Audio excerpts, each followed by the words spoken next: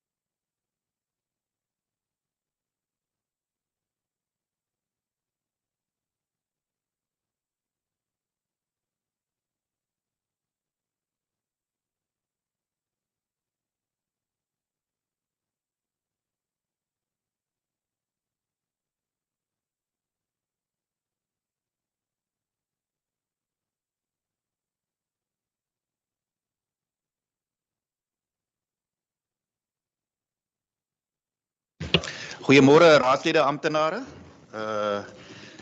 Ek wil net kennis gee. Kennis geskied hiermee van 'n algemene raadsvergadering van die Kapagallis munisipaliteit wat vandag Woensdag die 5de Oktober 2022 gehou word in die Kapagallis munisipale raadsaal in Bredasdorp.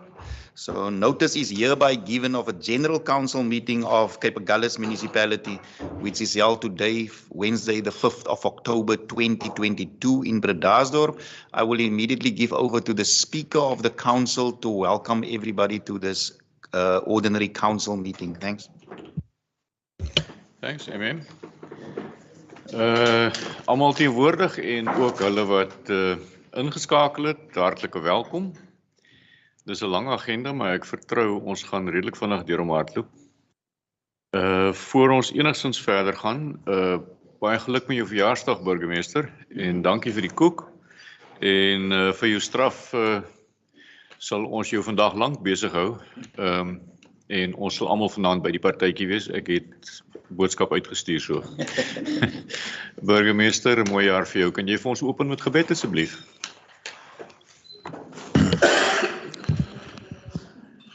Vader in hemel, baie dankie Here vir die wonderlike oomblik. Ons prys U, ons eer U. Here, omdat ons 'n lewende God aanbid, 'n God wat vir ons omgee, 'n God wat oor ons waak. Dankie Here dat ons vanmôre, almal wat hier in die vertrek is, ons voete in die bed kon sit, ons oë kon oopmaak, om ons eerste tree, Here, in 'n nuwe dag te kan gee. Ek bid Here vir vrede, ek bid vir liefde in ons Kapagallis. Here, U weet, U ken elke huishouding, U ken elkeen binne die grense van Kapagallis. Here, wie U eer, Here, ons bid en vertrou dat U met elkeen sal wees. En besonder Here, baie dankie ook vir die jaar wat U tot my lewe kon toevoeg. Ek bid Here dat U my sal dra, my en my gesin en my familie en my vriende, saam met die raad en amptenare vir die nuwe jaar.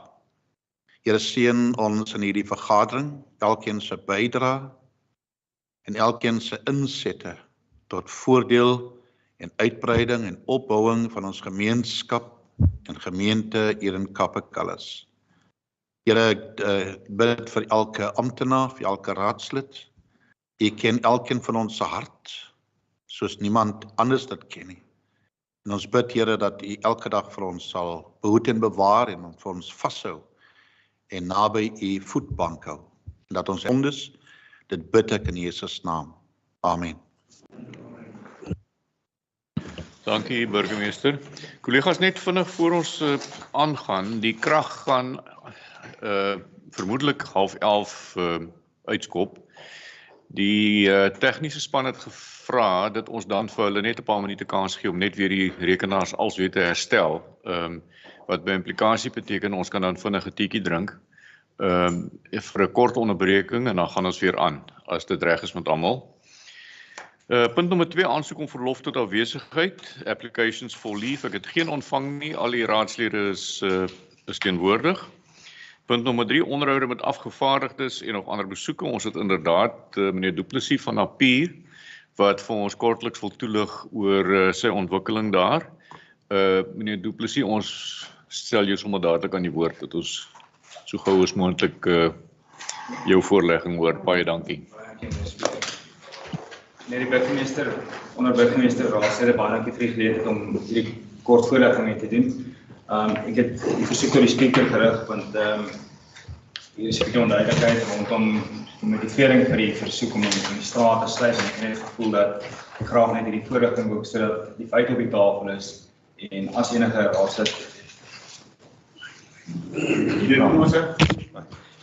raadslid of enige ander persoon wat hier teenwoordig is 'n vraag het, dat ek dit in die beste vir my vermoë sal antwoord en probeer antwoord. Net 'n kort agtergrond. Ons het die 5 Augustus inwoners geword van Napier laas jaar, so ons is inderdaad nuwe inkommers. So ons het hierdie fantastiese stuk grond gekoop tussen Hoogstraat en Sarelselee om net 'n idee te gee van waar die ligging is. Dit is direk onder die Napier aftree oor die retirement village, soos almal daarna verwys, en die grond lê letterlik van Hoogstraat af tot onder in Sarelselee self.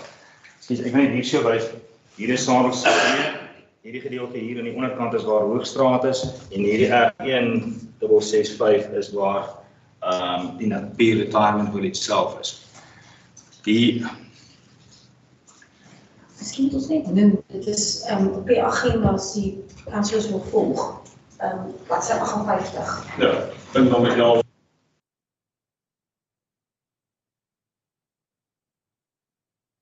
Ons het ingedien die 12de Julie om groepsbehuisingsontwikkeling hier te doen, met die eerste fase behels die onderverdeling van die erf in 8 kleiner erwe met 'n minimum grootte van 340 vierkante meter.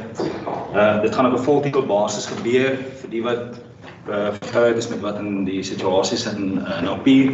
Daar is 'n soortgelyke ontwikkeling wat net nie heeltemal as huiseienaarsvereniging funksioneer met die naam van Soetmuisberg baie naby die polisiestasie. Die erf het 'n fantastiese uitsig hier oor die Canola-lande en die onderdeel van die dorp in Tematikra, so ons moet marke leefstyl hierso. Ons het egter met 'n redelike uitdaging dat die bestaande pad wat hier in geel gemerk is inderdaad Truitstraat wat deel uitvorm van Truitstraat wat aan die onderkant of aan die noorderkant van Sarelselee verbygaan. Ek het foto's hier, ek het nou nie besef dat die dokumentasie wat voorgelees nie die foto's het wat fisies illustreer in is dit daar, in wat se gehavende toestand Truitsweg self is nie. Ekskuus met my vinger hier, min of meer hier waar my vinger nou is 'n buffer aangebring om te verhoed dat enige voertuig wat hierdie straat vir hierdie stukkie hier gebruik, as die remedie gees gee dat daardie buffer die persoon stop, want hier vanaf stop jy onder in Truitsweg, daar is nie anders stop nie. So dit is 'n probleem om dit in perspektief te plaas dat hierdie betrokke straat, Truitstraat, voorsien R1296, mevrou Sonnie Jansen is die enigste persoon wat werklik die straat gebruik om fisies toegang te kry tot haar woonhuis. Sy het eintlik 'n servituut wat reg van weg R55 wat van Sarelselee afkom, maar sy sit met dieselfde dilemma as dit die uitdagings op Truitsweg aan die onderkant. 'n Goeie vuurwerktrek voertuig met die beste bestuurder gaan sy storie moet ken om daai gedeelte van die pad op te kom. Dit is net onbegaanbaar. Die eienaar van erf 57, meneer Ken Garner, het hierbare gedeelte hier aangebring het hulle informele toegang. Hulle eintlike toegang is by hierdie geaseerde gedeelte aan die voorkant uit die Hoogstraat self wat hulle toegang tot hulle woonhuis en 'n motorhuis kry, maar hulle gebruik hierdie om die tuinromme en tuinvullis op te ry aan die onderkant. So dit is die enigste 2 inwoners van Napier wat fisies die straat buite onsself gebruik om toegang te kry tot hulle perseel. So sê hierdie is 'n informele toegang, dit is nie hulle hooftoegang nie. Ek het met beide partye, ek wil dit net voor ek dit vergeet, ek het met beide partye, dit is op bladsy 25 van die aansoek ook bevestig, dat ek het 'n ooreenkoms gesluit met mevrou Jansen, dat die huiseienaarsvereniging in die sin van dat sy kry al die voorregte, en daar word 'n spesifieke reg van werkservituut oor die huiseienaarsvereniging se grond geregistreer ten gunste van haar vir 'n reg van weg om toegang tot haar perseel te kry, met natuurlik die kwytskalding van enige finansiële bydrae deel vorm van die huishoudersvereniging en sy is heeltemal gemaklik om te vind. Ek het dit so vermeld in die dokument. Ek het met meneer Gardner gepraat oor dieselfde situasie. Ek het met hom oorspronklik onderhandel om daardie hek gesluit te kry, aangesien ek hier af sou die raad goedsgunstig om ons die raad die straat te sluit en die straat om ons te vervreem, dat ons dan daardie toegang kan toemaak. Hy het my versoek dat hy wil graag dit gebeur. Ons het 'n reëling en 'n ooreenkoms gesluit en hy is heeltemal te vind en gemaklik daarmee dat ek gaan vir hom toegang gee oor die huishoudersvereniging se grond om sy hek te benut vir solank as wat hy die eienaar is. Waar ek met mevrou Jansen 'n reëling aangegaan het dat dit in haar titelakte vermeld sal word en haar titelopvolger dan met ander woorde eintlik dieselfde voorregte net in die toekoms sal kan gebruik. Is dit nie die geval met meneer Gardner nie. Die reëling bly vir ons lank as wat hy die eienaar is. Die oomblik wat hy die eienaar het ek die toestemming om daardie hek dan toe te maak en die heining te herstel, so dan sal hy buite dit val. So die enigste twee persone in my beskeie opinie wat die toegang het nodig het fisies tot die eiendom is geken in die saak en hulle steun die voorstel. Die rede waarom is hierdie straat wil sluit is hoofsaaklik dit staan fisies hier geskryf. Ons sit met 'n dilemma. Hierdie straat is 3.78 meter breed. Hy is nie voldoende vir tweerigting verkeer nie. Met my kennis van stadsbeplanning, argitektuur en ontwikkeling van 1995 is dit maar my beskeie opinie dat ek dink hierdie pad was eintlik oorspronklik soos vele ander eenrigtingstraatjies in papier ontwerp om die verkeersdruk hier af te vat, want jy moet hier vanaf weer in die Kokstraat wat net 'n soortgelyke waantjie is in Almondstraat kom Sarelseestraat aan te sluit. So daar is nie genoeg ruimte op hierdie stadium van die Wesdryf om daardie spesifieke pad te verbreek, mits ons daardie gedeelte wat ek hier in grys gearseer het aan die raad sou skenk. Die raad sit uit die aard van die saak reeds, julle weet beter as ek wat julle begroting op hierdie stadium is en wat julle verpligtinge is en hoeveel kopseer julle het in terme van infrastruktuur wat in stand gehou moet word en opgegradeer moet word. Dat die raad het, en mevrou Jansen doen al 14 jaar hier, in 14 jaar het die raad goed gedink om 2 keer in daai 14 jaar periode een TLB te stuur om net die pad daarom effens gelyk te skraap met 'n ander meer voldoende stuk implement hierdie pad afruim te kon nie. Dis 'n wonderwerk dat die suigtrok wat die Riehokom uitsuig hier opkom, maar hy gebruik gewoonlik 'n ander op ons erf om spoed op te tel en op te kom, anders kan hy self nie daar uitkom nie. So dit is in wese werklik 'n vreeslike gevaarlike straat soos wat hy fisies op hierdie stadium al lê. So ons het goed gedink om 'n versoek tot die raad te rig om te vra of ons asseblief die straat kan sluit, want ek dink ek het nou redelik duidelik verduidelik dat dis nie 'n straat wat 'n publieke straat is wat deur 'n groot gedeelte van die gemeenskap benut word nie. Daar's 2 mense, een voltyds, wat eintlik ons as die persone wees wat die straat fisies sou benut, om dan die straat te sluit aangesien dit nie gesien word as 'n besige straat nie.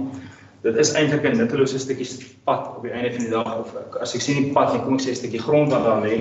In die aansoek het ek wel vermeld, dit is 272 vierkante meter in totale oppervlakte, maar soos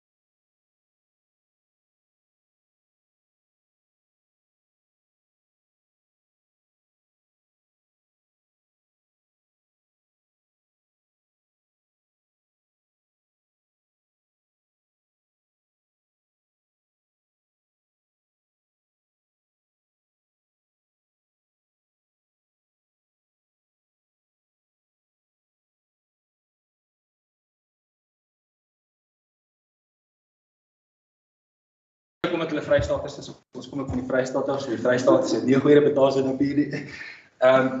Ek is besig met die moontlikheid ondersoek en ek het so diepe van 'n konsep en ek wil net die gedagte by julle laat as ek die oomblik kan aangryp om vir julle te vra. Ek is besig met 'n ontwikkelingskonsep want daardie is vir my die volgende sinvolle stuk grond wat werklik waar daartoe leen om sinvol te ontwikkel en dat 'n positiewe invloed op die gemeenskap kan hê. So as ek my so voorstel kom, sou ek hopelik die vrymoedigheid kan aanneem om weer met die speaker 'n versoek tot hom te rig om dalk so voorlegging in die raadslede voortaan te kyk of ons nie die ander voorlegging kan doen en dat daarna sal kyk en hopelik kan ons dalk nog 'n sinvolle ontwikkeling as bose Vrystaaters hier in die natuuromgewing kon doen. Baie dankie vir die geleentheid, ek waardeer dit. Dank. Ekskuus, burgemeester. Spreker baie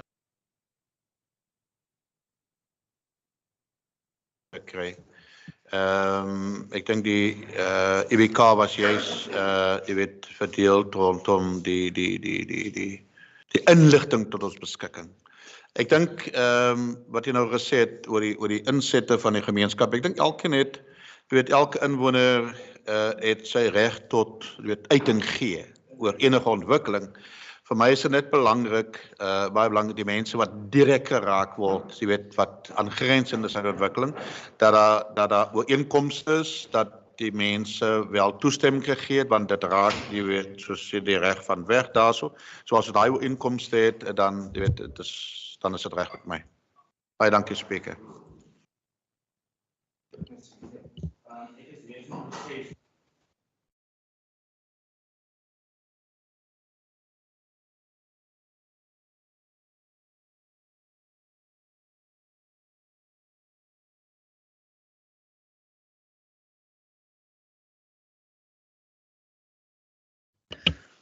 Dankie meneer Du Plessis en sterkte. Die kaart hier Los net so. Het jy my aansoek nodig?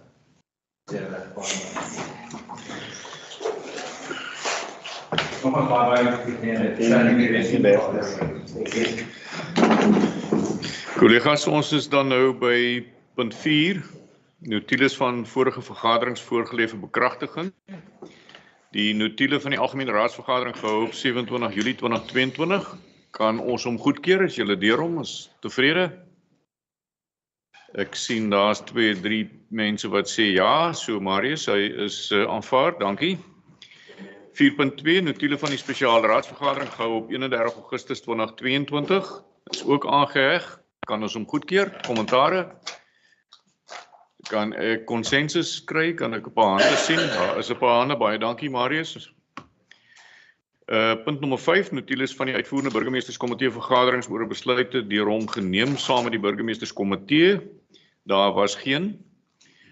Punt nommer 6, notules van komitee vergaderings vir bespreking streep kennisname, die wijkskomitee vergaderings is ingebind, burgemeester.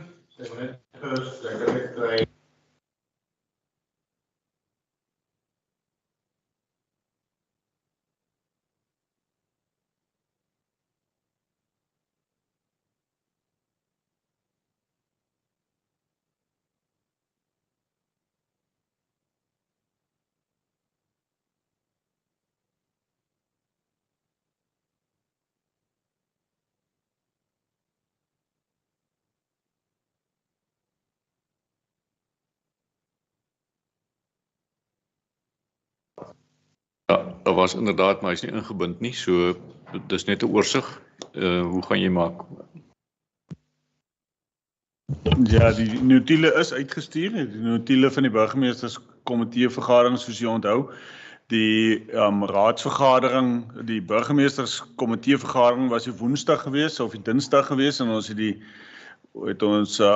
Vrydag reeds 'n raadsvergadering gehad waarin ons aanbevelings van die IBK. So die eerste prioriteit was absoluut om die burgemeester se besluite dadelik in hierdie agenda te vervat sodat ons hom in dieselfde week kan uitstuur as waarin die burgemeestersvergadering gedoen is. So die dag toe ons hierdie agenda vir u uitgestuur het van hierdie raadsvergadering, het ons eers die IBK gefinaliseer met al die ander goed, die mense wat bygewoon het en al die ander insette. So ons eerste prioriteit was om die burgemeester se aanbevelings, nie die burgemeester nie, die IBK se aanbevelings in die agendapunte te kry en om die agenda betyds by die speaker en by die raadslede te kry. So die notulen is klaar. Ja, daar was net nie tyd om hom in te saam met hierdie dokument weg te stuur nie, wat ons tog gewerk aan hom. So. Goed. Maar hy is klaar. Hy is klaar. Burgemeester, dan sit ons om die volgende. Ja, om net die regstelling kry dat ons net weet as mens in die argiewe gaan krap dat ons net die datum daar by 5.1 insit, die datum van die burgemeesterskomitee. Dis reg, burgemeester, ek het laas wel aangeteken. Goed, maak daai regstelling en dan is ons weer op datum. Ek het gesê van die wijkskomitee vergaderings vir kennisname, dis aangeheg. Ons sal nou kom by kommentare daar. ICT Steering Committee vergadering 11 Augustus 22 is ook ingebind. En dan punt nommer 7, sake voortspruitend uit die notules. So is daar enige iemand wat uit enige van hierdie notules 'n vraag het of 'n inset het? Wijkraadslede? Raadslid Lou. Good morning, Speaker. Thank you very much for the opportunity. Speaker, I just want to make a mention. I also want to say thank you actually to Mr. Marius Mulier in terms of the applications, especially the applications for land. It's coming through. We saw that. But we also just want to note that we're getting much more and more people out there applying for pieces of land for businesses, and especially when it comes to the zoning. It is becoming a challenge in terms of, we have one lady, Mrs. Duba, who applied for a piece of land. I think it is one of the Meentgrond there underneath the graveyard. And she's waiting for permission from the municipality to get the land because the Department of Agriculture wants to support her. And it's been 3 months 3 months back that she applied. So just want to take note that the period or the time frame that people are waiting, it creates kind of a challenge for us as well, especially for people that wants to start. So I wanted to find out how can we try to speed up that process, especially for people that are at home, that are trying to create a business or want to go into agriculture. In that sense, Speaker. So I just wanted them to take note of that people are waiting, especially for those type of things. So yeah, thank you very much, Speaker. Dankie Raadslid Marius, wil jy van daai spesifieke geval dan net 'n nota maak asseblief dit ons? Speaker, ek het 'n nota gemaak. I will come back to Councillor Lou, and I think Mrs. Duba's application has already circulated inside the municipality. So. Ja, ek dink jy moet aanvaar dat as so aansoek kom, moet hy eers gesirkuleer word tussen al die departemente om kommentare te kry, maar jy's reg, ons kan dit spoediger doen dalk. Maar dankie daarvoor. Speaker. Sorry. Ja, nee, ek wil net daarbij aansluit wat raadslid Lou sê. Ek het in die laaste raadsvergadering genoem en spesifiek nou wat raadslid Lou sê van 3 maande, maar daar is ook mense wat al, jy weet, 'n jaar wag of selfs langer. Maar dat ons alles ons vermoë doen en Marius het verduidelik in die IBK, jy weet, al die prosesse wat u ook nou gesê het. Maar om 'n jaar te wag, dit maak nie vir enige van ons sin nie. Maar dat ons so gou as moontlik, jy weet, so nou dat die IBK, ons kan eendag IBK vergadering roep, dat ons regtig alles in detail bespreek en sinvolle aanbevelings maak, maar dat ons, jy weet, ten minste sê dat ons ergens wanneer ons met hierdie red tape reduction unit kan ooreenkom met mekaar, jy weet, hoe lank gee ons gewoonlik tyd? Want soms kom dit by my as direktoraat op die tafel, kan dit ook soms 'n nie prioriteit vir my wees nie. So laat ons dit miskien kan fast-track, want daar is mense wat besig wil begin en dit hang van ons af raad hoe gou ons daarop kan reageer. Want ons alles ons vermoë doen om dit ons prioriteit te maak, om te weet ons dien die gemeenskap daar buitekant en dat ons dit as een van prioriteite van die raad opneem nou asseblief. Baie dankie. Dankie burgemeester, meneer Phillips, jy het kennis geneem daarvan.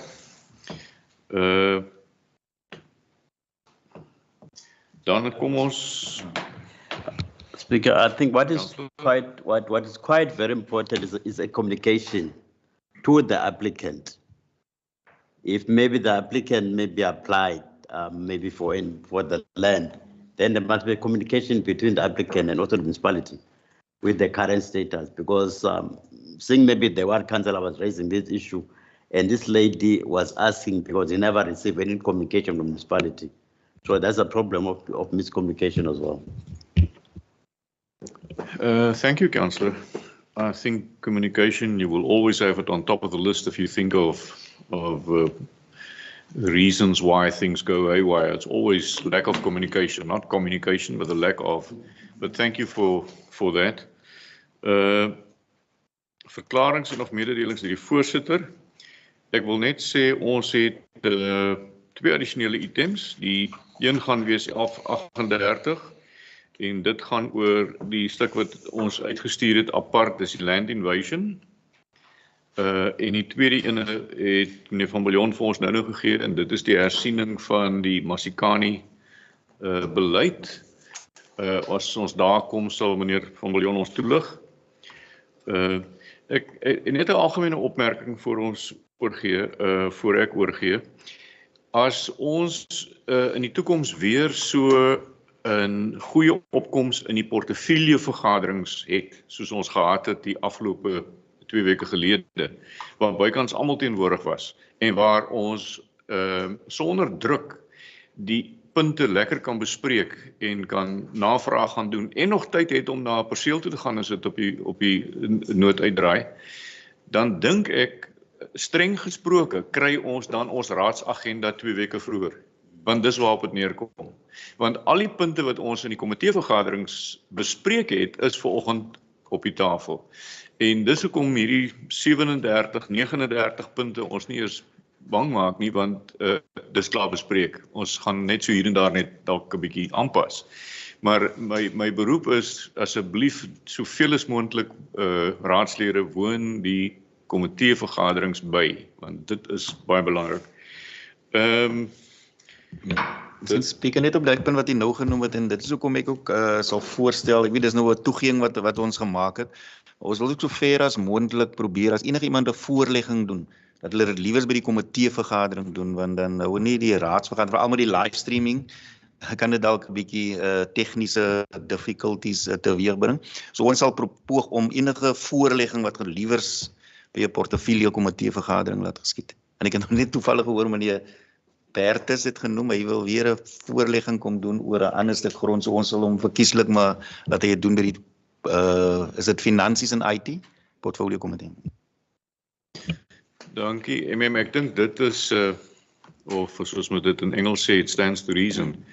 Let's take it to the portfolio committees, but I think in this case he only came to us during the course of this week saying desperately that he wants to make a short presentation, maar ek dink ons moet dit aanvaar dat in die toekoms vat ons hierdie soort van voorleggings na die komitees toe. Dis al vir my, daar's terugvoering terugvoering vanaf raadslede oor die vergaderings bygewoon. Ek het geen gekry nie. Ek luister raadslede Jan. Funksies van die maand, is daar niks gewees nie.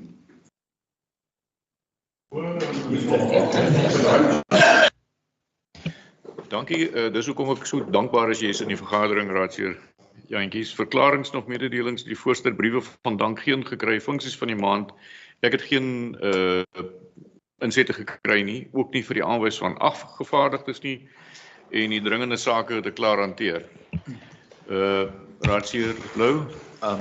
Speaker, I just want to mention that functions for the month, especially in September, in our ward, we hosted a successful market day, which brought about 500 people to the event, and we could see the need for people to host events like that again, and it created a nice buzz in the community, and we would like to see that in future that some of the councillors would maybe come and support the event in future. We're planning another one for November, and this is part of creating a platform for local entrepreneurs and to build social cohesion in the ward, Speaker. Thank you. Thank you, Councillor. Dankie, Marius. Nou kan ek sien wat hier voor my staan. Councillor Donald.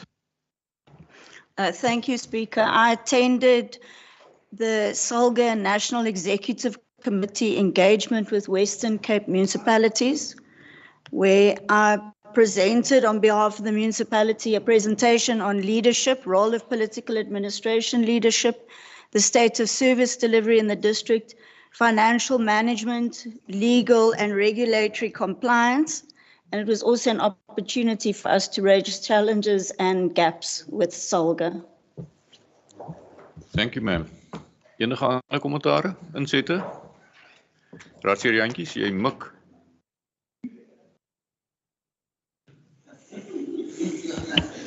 Voorsitter, ja, ek wil net vanaf terugvoer gee. Dit gaan nie oor 'n vergadering nie. Ons het 'n behoefte gehad verlede keer wat gesê het in die informele areas as daar brande uitbreek kom die brandweer nie betyds daar uitkom nie. Ek het met die brandweerhoof gereël rondom dit en ek het gister maandag 'n gesprek met hom gehad. Ons het mobiele brandweer waantjies gekry wat die naweek afgelewer is. Maar daar is nog werk wat gedoen moet word rondom dit. Hy is nog met verlof vir die volgende 2 weke. Maar van die munisipaliteit se kant af sal ons moet sorg dat ons plekkies oprig waar hy goed veilig bewaar kan word. En ODM sal die opleiding gee vir die mense hoe om dit te gebruik. So daai goed het gearriveer, ekskuus tog, so ons sal dit daarvan af verder vat van die ODM se kant af. Dankie. Dankie Raadseer. Raadseer Jantjies was die eerste. Ik wil niet van ik het maandag aan de brand in mijn wijk gehad. En die lorry zit moest water in. En dit het veroorzaakt dat ons 2 uur moest wachten voor een brandweerlorry om op te daar. So, als het nou die vankjes daar is, zal ik vrijdag wel heen, wijk 6 moet ook nagekeken worden. Dank je. Ja, voorzitter, speaker, dankie. Speaker, ek dink ons grootste funksie vir September, of nie vir September van die jaar in Kaapagales is natuurlik die Voet van Afrika Marathon wat plaasgevind het. En ek dink wat ek gelees het so tussen die lyne goed, dit was baie suksesvol gewees. Maar ek het ook 'n klagte ontvang wat ek voel dat hierdie raad moet ernstig aanspreek. Dit het tot my skok gekom om te verneem dat daar nie een van Bedaarsdorp uit 'n sekere groep het geregistreer is by die klub op Bedaarsdorp. Hulle is almal buitekant die dorp geregistreer en dit is absoluut 'n groot skande vir hierdie gemeenskap van Bedaarsdorp. Ons moet net seker maak of dit so is dat hulle is nie geregistreer by Bedaarsdorp, Atletiekklub of wat hulle dit ook al noem nie. Jy weet, ek kom baie jare saam met die Voet van Afrika en is baie suksesvol. En ek wil hê ons moet in sulke skande beland nie. Ek meen dit is enigiets 'n goeie reg om aan te sluit by 'n klub wat hy wil, maar ek meen nie een enkele een verneem ek. En dit is absoluut 'n skande. Ek sal net lyk laat ons dat ondersoek en terugvoering kry. Dankie Raadseer, ons het so nota gemaak. En dan natuurlik was daar ook natuurlik mos 'n Nampo week gewees. Ek weet nie wie verslag of ons nie verslag hierdie is. Ja, ons was blykbaar baie suksesvol gewees. Dit was duisende mense gewees in die dorp so. Ja, meneer Aghenbach is baie tevrede met die opkoms. Hy is baie tevrede, maar ons was nie betrokke daar nie. Ons het nie 'n stalletjie gehad of enige ander teenwoordigheid daar gehad nie en ons moet dit maar heroorweeg in die toekoms. Maar ja, dit is 2 van die groteres wat gebeur het in die afgelope maand en dis Nampo en die Voet van Afrika.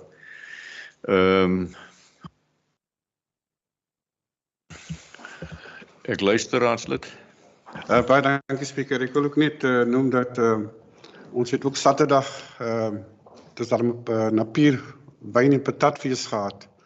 Dit het al die Vrydag begin al, op die einde van die maand, so dit val outomaties onder die maand van September, want die Vrydag gaan het ons 'n baandans gehad en die Saterdag het ons die eintlike fees gehad. Ek moet sê dit was 'n suksesvolle fees en ek wil graag die organiseerders graag bedank vanuit die raadsaal. Baie dankie. Dankie Deputy Meyer, dit is goeie nuus om te hoor en Ek weet nie wie die taak het om vir hulle te bedank nie. Sal ons dit maar vir die MM laat. Dankie, die MM sal dit doen. Punt nommer 10. Verklarings deur die burgemeester. Oor na jou burgemeester. Dankie, Speaker. Thank you very much. Ned, first of all, a very blessed meeting to all our councillors and officials in this morning in this room, and also warm greetings to all our beloved residents who are tuned into this meeting this morning and within the borders of Cape Agulhas. Secondly, much appreciation for the application, and then congratulations to Mr. Eben Phillips on his reappointment as municipal manager of Cape Agulhas municipality once again. I would like to request for collaboration and support from all. Baie dankie meneer Phillips vir jou diensjare wat jy al reeds af die rug het.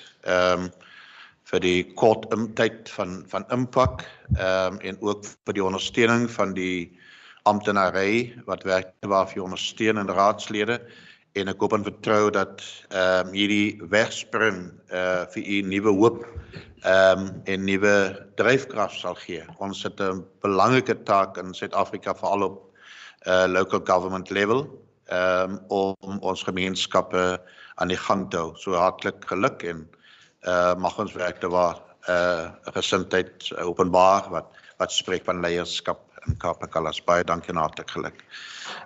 Many thanks also to Dion and Steve. Al twee is waarnemend in hulle posisies op hierdie oomblik. Steve, Dion neem waar in Shane se plek en Steve, Dion neem waar in Shane se plek, Steve neem waar as directeur, but also the teams for the speedy recovery of the water situation last night in Mill Park. I'm aware of our neighboring towns of Caledon, which has been without water, I think, more or less 4 or 5 days now already, and as well as other municipalities in other provinces that, experiencing water shortages due to load shedding. And also, Mr. MM, please, we would like to have,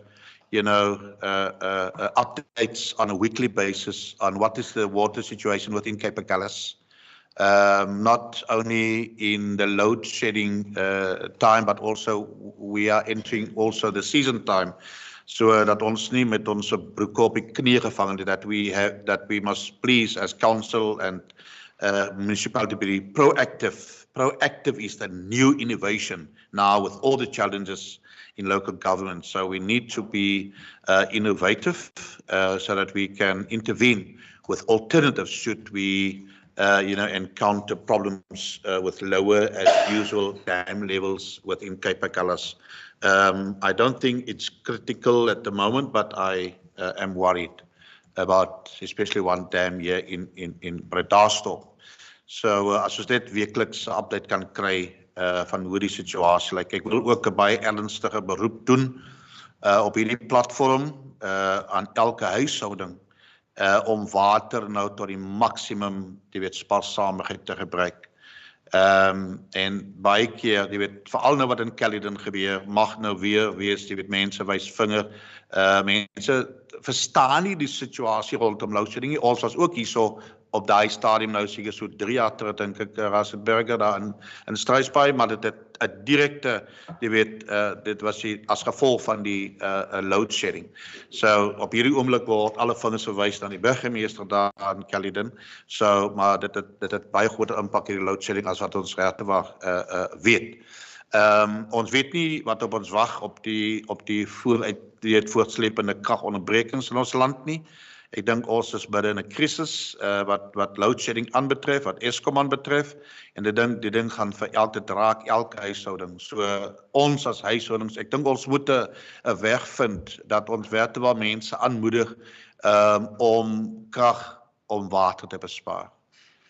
Ons moet water soek terwyl ons water het. Ons moet water spaar terwyl ons nog water het en nie dat ons in 'n krisis kom as ons damme is loop leeg en as 'n generators pak op en die diesel raak op en die diesel raak te duur nie. So dit is baie belangrik vir ons om niemand kan sonder water. Ons kan seker 'n paar dae sonder kos bly, maar nie sonder water nie.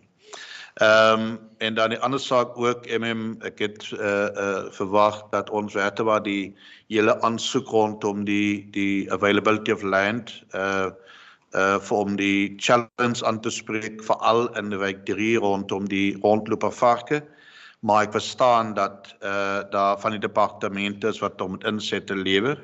Ons het so 2 maande terug hier in hierdie raadsaal gesit, om 'n plan saam met die verteenwoordiging van nasionale departement landbou en ek het gevra by daai stadium al die vergaderings moet plaasvind en binne 2 maande weer verslag aan my gee. Dit was gedoen verlede week en departement landbou koop in. So ons die kritiese die ding wat in ons pad staan is die availability of land. So ons moet werke waar ek sal baie graag 'n dringende IBK ook binne die volgende week 2 wil hou om hierdie saak te bespreek, om hierdie saak aan te spreek rondom die uitdaging. Nie net in wijk 3 nie, dis 'n Kapagallas aangeleentheid. Ons het 'n probleem in 'n Pier en ook in Elim. En ten laaste, ek dink ons moet begin deur erkenning te gee uit die kantoor uit of van die burgemeester of die munisipale bestuurder om vir ons organiseerders van hierdie georganiseerde events moet ons bedank. Ons moet bedank vir die patatfees. Ek dink ja, dit was goed gedoen. Ek was daar. Dit was pragtig. Ons het ook die opening van die historiese watermeel, die grootste in die land, die grootste houtwiel in die land, het ons geopen op Erfenisdag. En dit was 'n baie goeie organisering en veral ook met NAMPO en die Voet van Afrika. Dit is nie enige mens wat enigiets soos dit kan reël nie. So ons moet erkenning gee van die reëlingskomitee en die mense wat voorvat om die ekonomie binne Kapagallas ook te stimuleer deur die aanbied van feeste en geleenthede. So baie dankie Speaker, that's all from my side. Speaker, net 2 goedjies hier. Een is, ek wil 'n voorstel maak dat ons hierdie maand, Oktober, al die raadslede en amptenare betrokke by die wateraangeleenthede in Kapagallas werkswinkel hou dat ons kan terugvoering kry hoe lyk ons waterbronne in Kapagallas. Ons kan nie, water is te belangrik. Ons kan nie net gesels daaroor nie. Ons moet op hoogte wees, ons as raadslede. So ek stel voor dat ons hierdie maand nog, dat hulle vir ons kom terugvoering gee en ons kan nie wag tot day 0 toe en dan uitspring nie. Dit is die een. Dan Speaker, ek weet, jy het gesê daar is baie punte op die agenda, maar nou spring nie die punte. Punt nommer 9, dit is ook 'n e-skuld, want 'n ander raadslid het al by die punt gewees. Terugvoering van raadslede wat vergaderings bygewoon het. Ek wil net terugvoering gee van 'n vergadering wat ek bygewoon het en ek sal ook by die volgende raadsvergadering die volledige notiele van SALGA van die impactvergadering aan die DG. Dankie ook aan raadslid Nieuwoud. Raadslid Nieuwoud het die vergadering ook ingeluister. Daar's 'n paar baie belangrike goed uitgekom by daardie vergadering. En ek weet nie, ons is seker maar moet wag tot ons die amptelike skrywe kry. En raadslid Nieuwoud het iets opgehaal wat ons natuurlik nie in oor gedink het nie. Hy het gevra daar of 'n lid wat op 'n IBK dien by 'n ander munisipaliteit ook by die plaaslike munisipaliteit kan dien. En toe het hulle gesê, toe hulle die antwoorde gegee het, nee, geen IBK lid kan op geen MP-komitee dien nie. So ons moet maar net wag en kyk wat gebeur. Ek weet nie, ek dink ons moet maar net self ondersoek instel. Dit sal natuurlik in die notules goed wees. Dan is daar ook deur nasionale tesourie aangekondig dat alle impact-voorsitters permanent gemaak moet word. En rade wat nie daarvoor begroot het nie, moet by die aansuiveringsbegroting voorsiening maak daarvoor. En dan chief whips kan net aangestel word by rade waar daar 40 of meer raadslede is. En baie belangrik ook is dat alle impact vergaderings moet in die volgende raadsagenda bevat word. Dit moet aan wees. En dan het Kok daar ook gesê dat daar word gekyk.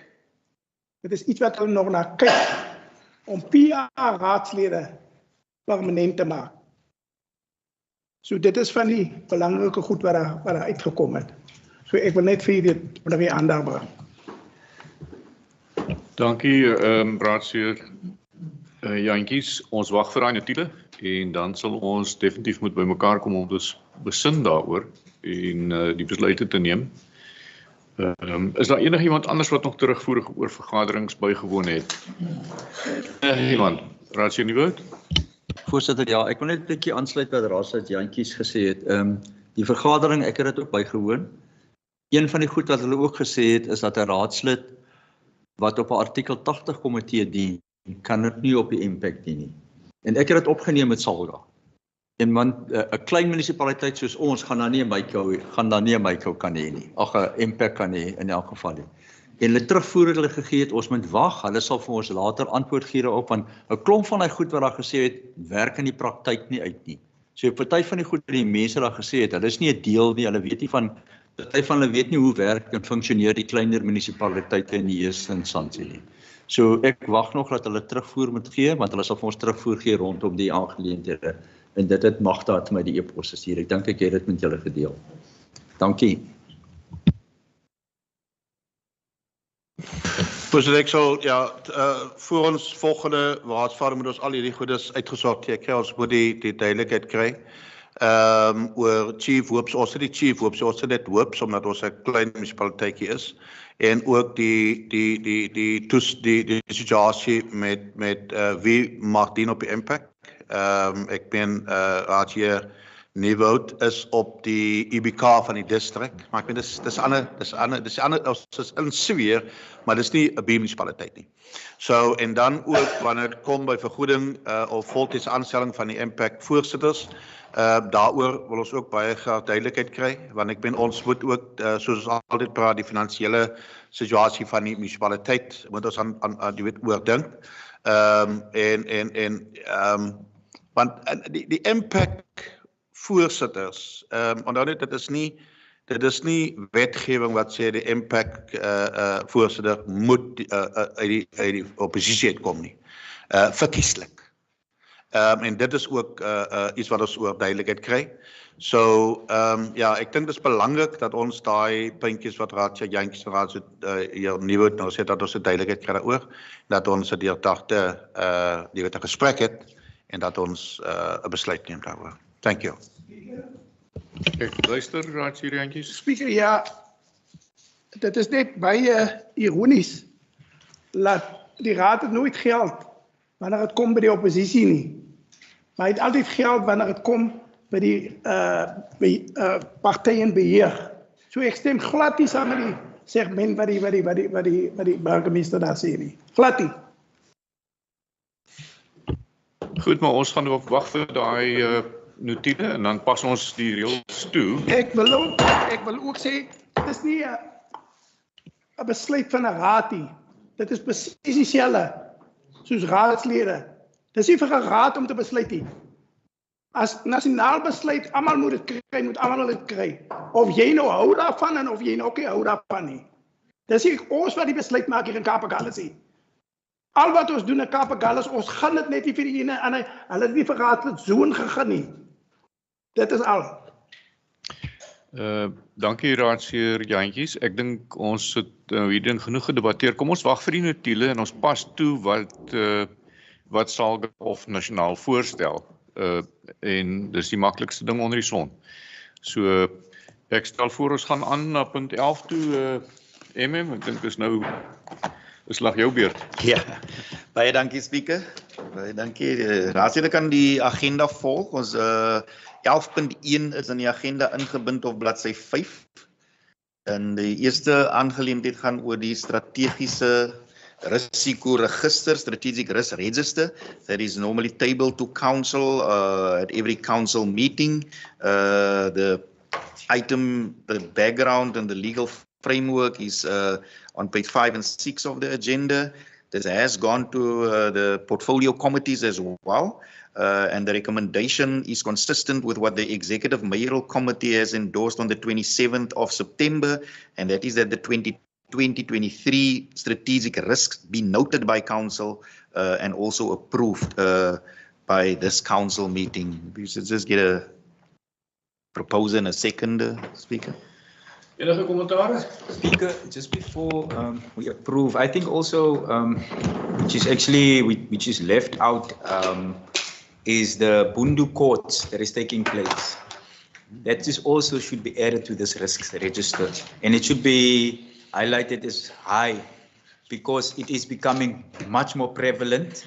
Yesterday we had another incident where somebody was stabbed, also who was stealing, and I think that should be added to the risk register as well, Speaker. And also would just like to note, I see especially on the risk item R607 and R606, which is the protest action and the illegal erection of informal structures and land invasions.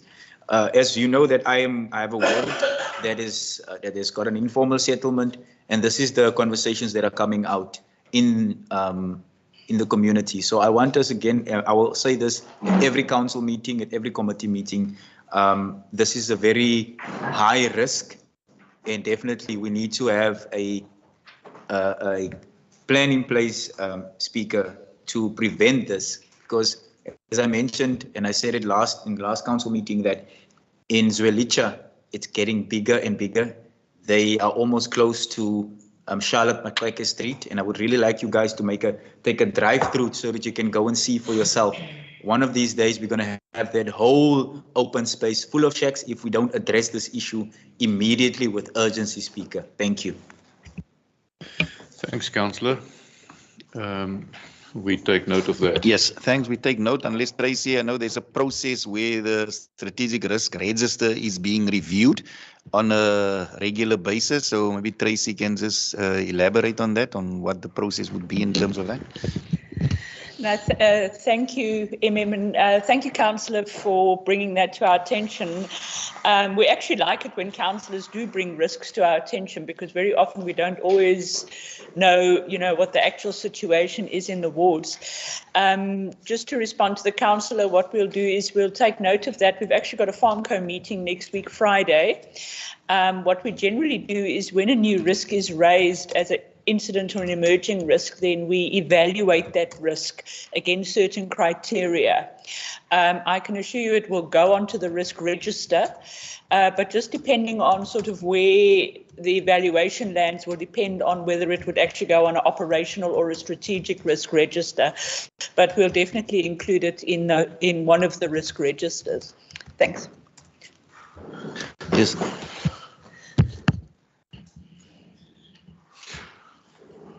Speaker, baie dankie.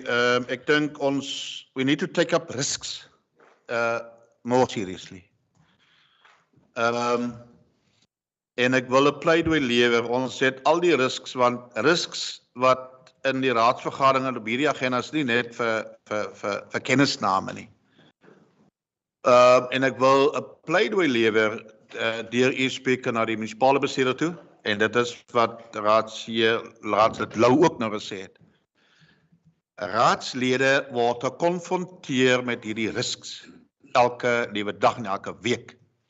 En ek wil vra dat wanneer ons risks gelys het, dat u deur die direktoraat, deur die director portfolio hoof van die direktoraat, na die spesifieke amptenaar, dat ons risk aanspreek op 'n weeklikse basis.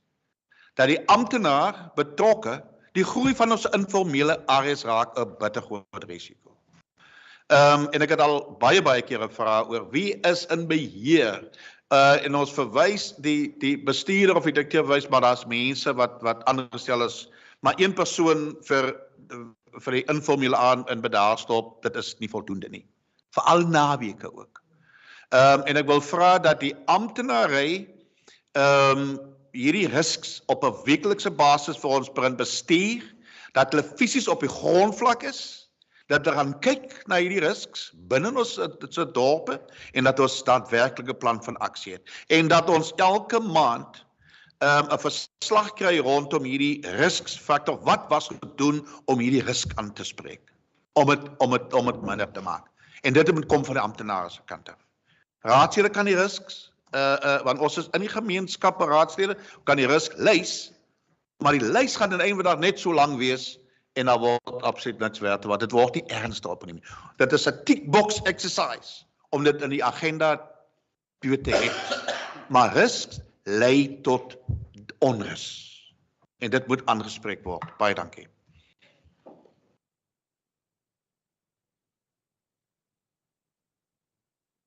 Vra dat Marius dit so notuleer dat ek vra, ek weet nie of die raad saam sit, dat elke maand 'n verslag gee rondom die management of all the risks on the list from out the directorate, out of the office of the municipal manager. Ms. Stone. Thanks, Speaker. Yes, that's quite doable. We have a risk system where the relevant officials do update on a monthly basis. I just want to point out that, this report looks slightly different to the reports that we generally submit. And the purpose of this report was for Council to just approve the risks. You will see the other reports that we usually submit look a little bit different. And up until now, we've actually reported quarterly to the Council, but we can do it more often, that's no problem. But you'll see on the other reports, and you'll see the ones that we submitted last year, there was another column that actually specified what has been done. So in the future reports, you will see that as well. So that you'll see what is the risk, what are the actions that are needed to be done, and what is the progress made with those actions. So that will be included. But yes, Mayor, it's quite possible to do more reporting as you require. We have a system that enables us to do it. It's no problem. Maar jy weet dit is en ek is baie ernstig op die risks. Jy weet maande gelede met die xenofobie issue. Daarna het die inwoners se lys gegee. Met betrekking tot onder andere shack farming, onder andere illegal shebeens en allerlei types. Dit is waar vryde aan is dat daar hierdie goedes plaasvind. Die rondlope varke is 'n risk, health risk. Te veel honde is 'n health risk in ons gemeenskappe. En dit is alles goed wat ons regwaar wil. Ons kan nie, daar is nie hierdie opname wat gedoen was. En dan vra ek vir die MM en die MM vra dit na die direktoraat toe en dan 'n maand kom terug, dan kom ons agter maar iemand het nog nie gereageer nie. Die survey wat ons gedoen in Millpark en Parkview oor mense wat gister hulle huis gekry het wat nou al die huise uitverhuur. En dit is issues, dit is 'n risk want hierdie goed is 'n broeiende faktor binne ons gemeenskappe. Illegal house shops word illegal. As my winkel nie goed doen met suiker en koffie nie, dan gaan ek iets anders probeer om te verkoop. En dit moet ons aanspreek as riskfaktor dat op ons lyn wag. Dankie. Speaker, I don't want to even to comment what maybe the mayor just said even now with regard to what needs to happen in municipality. But it really shows even the failure of him for the past 7 years, because the issue of the land is an issue that has been hanging there. The issue of the housing is a problem, because when the people are waiting for the housing for that long, then we're going to sit with the problem that we're having even today. Then we're going to try and blame each other just because there was no leadership in place. So I'm raising that issue because we're working on the community. The issue that the councillor raised is the same issue that popped up in Strasbourg and also popped up in Napier. So those are the issues need to be addressed. Same applies to xenophobia. I think there was a response that has come from the MM, but now we're trying to shift the blame. We cannot do that. Take the leadership as a mayor and also the maker on all the things that we are raising, because the community are raising issues that is a valid issue that has been raised. There's no follow-up. Only now when you see the problem, then there's a problem now.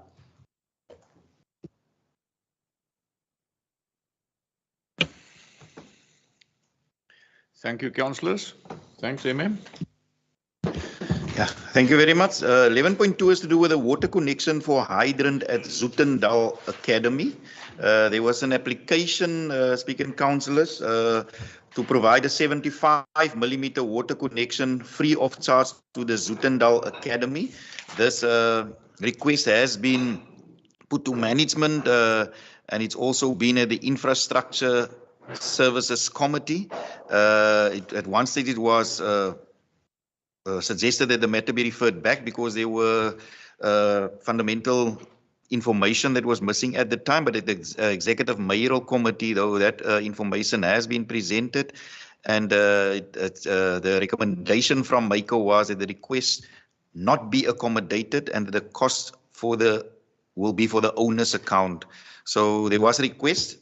The financial implications would have been something like 11,782 rand. So the recommendations are consistent that the Zoetendal Academy pays for the installation of the 75mm water pipe. Thanks. Any comments? Meyer? Nie oor. Jy stem saam. Dankie. Almal stem saam. Yeah, I think it's we must be consequent in this one because we have other schools as well. So if we get another application, are we going to be, before we approve and we agree? But I would like just to take note of that, Speaker. That, yeah. Yeah, thanks, Councillor.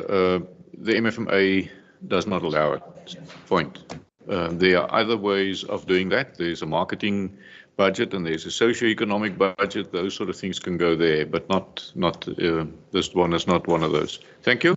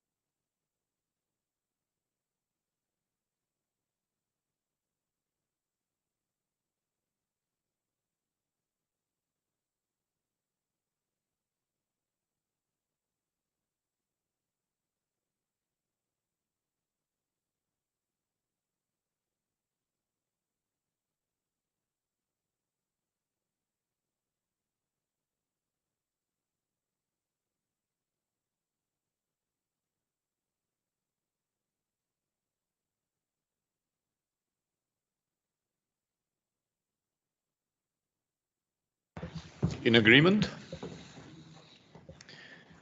Councillors, can we accept? Thank you. Thanks, Emma.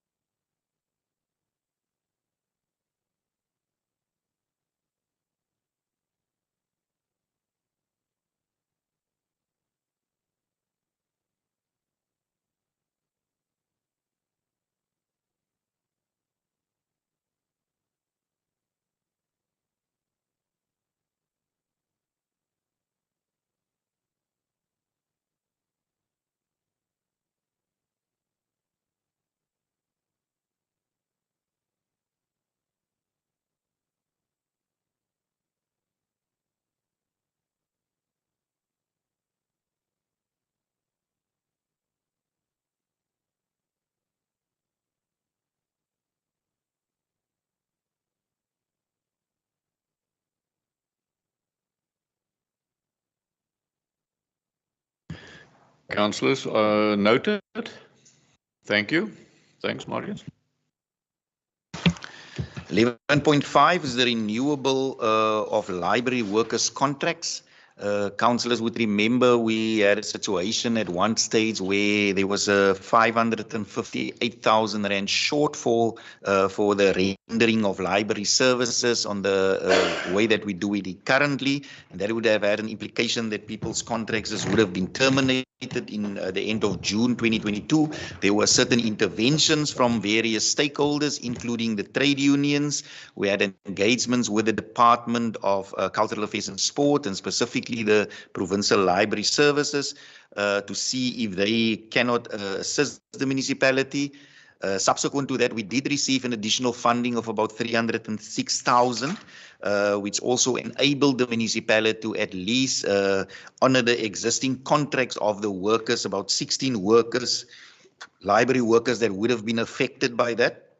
Up till the end of this financial year, but it's also quite evident that that's not a sustainable solution to rendering the services on the current standards that we are doing in Cape Agulhas. They've also been an engagement where our CFO and I think the manager of library services went, I think last week, Hannes, was it in Cape Town, where they also had further engagement to see how there can be a collective response to ensure that library services are rendered on a quality basis. So before I go to the management recommendation, maybe the CFO can just elaborate on the outcomes of that engagement. Thanks. Yeah, thank you, Mr. Speaker. I think, from that meeting, it was not only CAM, it was all libraries within the province. The reality is for the National Fiscus, there will be further decrease in terms of the grant allocation to municipalities. There's more and more pressure. So the likelihood, especially the smaller category B3 municipalities, to fund the full library services is unlikely to take place. Although they have indicated in terms of with their mid-year assessment in terms of the grant funding that they will revise certain amounts where municipalities haven't spent to reallocate it to other municipalities who spent the full amount. But there's still a lot of uncertainty. I think there was also a discussion on temporary workers, because some municipalities, their whole library staff, it's temporary workers on contract basis, not even permanent. So and that is a disparity between the various municipalities, and I think it was also discussed at that meeting to kind of come up with a proper policy directive from the library services. But yeah, it's unlikely, that it will get better. So in future, the emphasis will be more on efficiency. I think there are various ways and means, how you can apply, especially now with the e-books, where people can on an application where they can read instead of visiting the actual library service.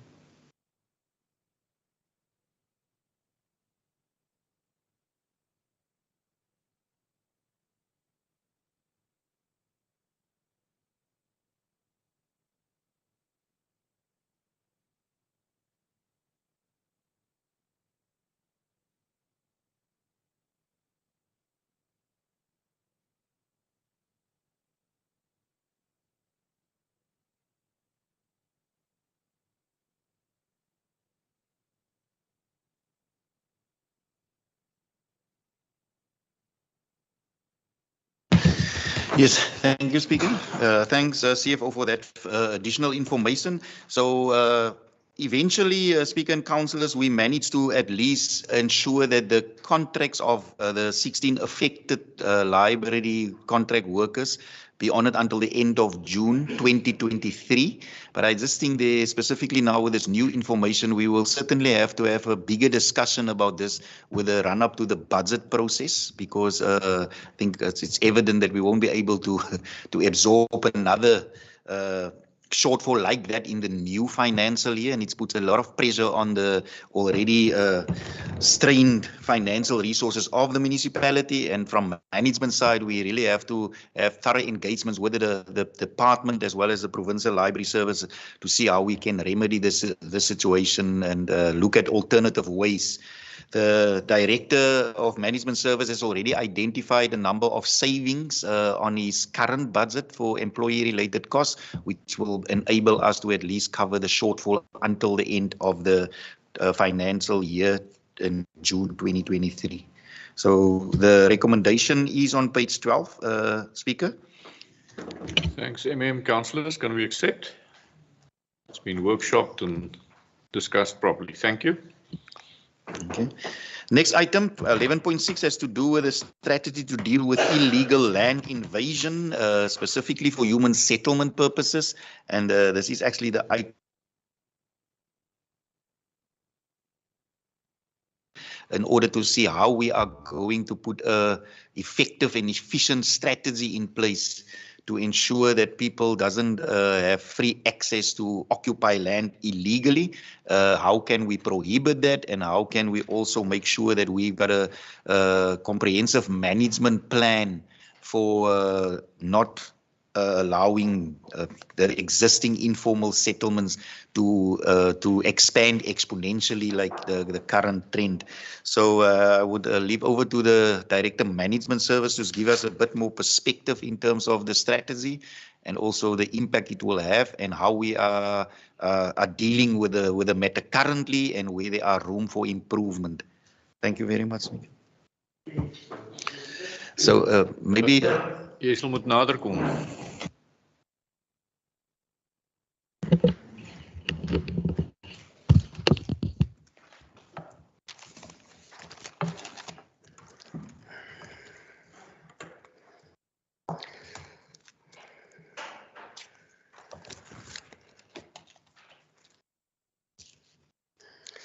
Dankie voorsitter vir die geleentheid om te praat hieroor. Ek dink dit is een van die risiko's waaroor ons ook nou net al gepraat het en dit sluit eintlik aan daarbey om te probeer mitigeer in terme van die risiko's wat geïdentifiseer was.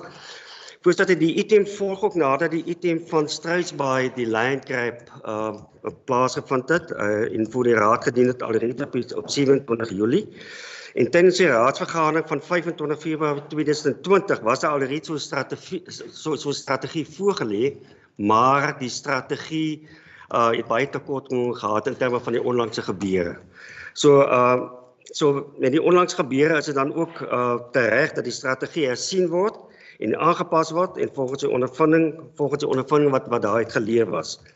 Die dokument is grotendeels gebaseer op 'n strategie wat SALGA saamgestel het om hierdie probleme aan te spreek. En SALGA het dan ook al reeds sedert 2018 verskeie werkswinkelsvergaderings en besprekingssessies gehad ten opsigte van hiervan met hele verskeidenheid van rolspelers.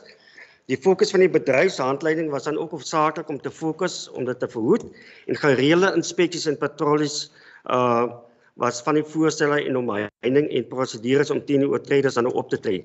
Voorsitter, hierdie dokument is met die raadslede en betrokke amptenare gewerkswinkel op 2 September en draad sal dan nou weer voor vir goedkeuring deur die raad. Voorsitter, wat saamgelees kan word hiermee is die identifisering van grond wat moontlik onwettig beset kan word. Dit is 'n proses wat later plaasgevind het, maar wat dan ook ingesluit word by die strategie.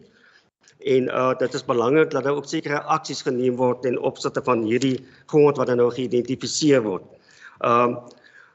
Van die aksies wat geneem moet word ten opsigte hiervan is natuurlik dat daar borde opgesit moet word na die identifisering en dat er natuurlik ook dan nog aansoek gedoen word vir hofinterdikte, basies om die raad meer mag te gee en meer tande te gee in terme van optrede. Daar is ook 'n implementeringsplannetjie vervat in die item. Die strategie sal reeds dan nou voorgelê op die 2 September. Dit is voorgelê aan die portfolio komitee van die 13de September. Die versoek van die minister wat die besoek sou aflê by Struisbaai, dit het plaasgevind. Die identifisering van grond het al plaasgevind. Wat nog uitstaande is, voorsitter, is die oortredingsborde wat moet geïnstalleer word en dan natuurlik die aansoeke vir die kort vir die hof interdikte. So dit is enigste 2 prosesse wat nog uitstaande is in terme van die implementeringsplan en sien ons hierdie as 'n baie belangrike dokument om die risiko ten opsigte hiervan aan te spreek. Dankie voorsitter. Enige vrae, enige kommentare? Councillor Lou. Thank you very much, Director, Speaker, for the work that the department has done so far, especially when we're drafting the strategy and trying to mitigate the risk.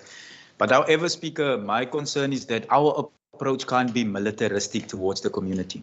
Because if you take it out of the document, it's if you look at the trespassing signs and getting an interdict against people that that want to access land.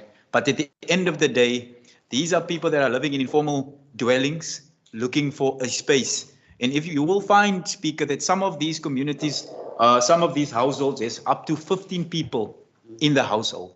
And that is the challenge.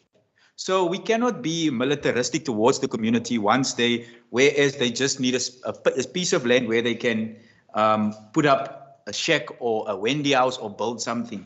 I definitely think we're going to be sitting with the same problem if we don't act and we don't identify a piece of land. We clear the piece of land and we make sure that we have a database of people that wants to apply. We know this. If you go to Cape Town and you look at Grabouw,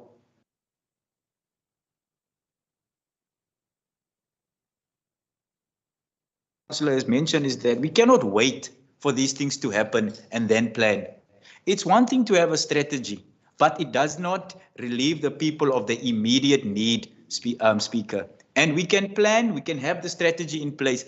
The mood in the communities are still the same. The situation that the people have got in the community are still the same. And I definitely think, what will be the implementation and how long will it take? I understand that the Department of Human Settlements, they are in talks with DEDP. But again, as I mentioned, the situation currently is not changing. And that is the problem that we're sitting with. We cannot create a situation where we have a standoff with the community. If you trespass, we're going to arrest you. That's going to create more problems. And when are we going to learn from that, Speaker? So my suggestion is that we need to identify a piece of land. We need to rezone that land. And we need to make sure that who are the people that are affected by it, and we need to move the people. That's unfortunately what needs to happen. If we don't do that, all of these hard work that the department is doing is going towards waste, and then you're going to have a bigger problem. And at the end of the day, you will see blood flowing, Speaker, and it will create more upset. And at the end of the day, what happens? If you are upset, you start pointing fingers towards other people, like what happened with the xenophobia attacks, because people are frustrated and they want to they're angry, and now they're going to point at certain people. They're pointing at the councillors, at the mayor, they're pointing at the non-nationals, and it will create a problem. So I welcome the strategy, but it does not resolve the problem that we have, Speaker. Thank you. Thank you, Councillor. Deputy. Speaker, ek stem heeltemal saam met wat die raadslid nou gesê het. Ja, ons het grond nodig vir uitbreiding van informal settlement. Ek stem saam met hom daar. Maar die strategie is nie daarop gemik om mense militaristies aan te val op enige manier. Die strategie is gemik op voorkomend te wees. Dit is die doel van die strategie. Om vir mense te waarsku, dit is privaat grond, julle mag nie oortree nie, en indien julle oortree, kan dit die gevolge wees. Dit is glad nie gemik op om militaristies te wees nie. Ons wil maar net voorkomend wees, en ons wil net die eiendom van die raad beskerm. Want dit is ultimately wat ons departement daarvoor is. Dankie. Dankie, ek verstaan hom so. Meneer Kroon, nog kommentaar van jou af? Okay, maar nou is ek net even verward, want jy het vir my 2 punte bygegee, of 'n punt bygegee met 2 hoofies, illegal land invasions, land identified for possible land invasion, en dan 2 strategy to deal with illegal invasion of land.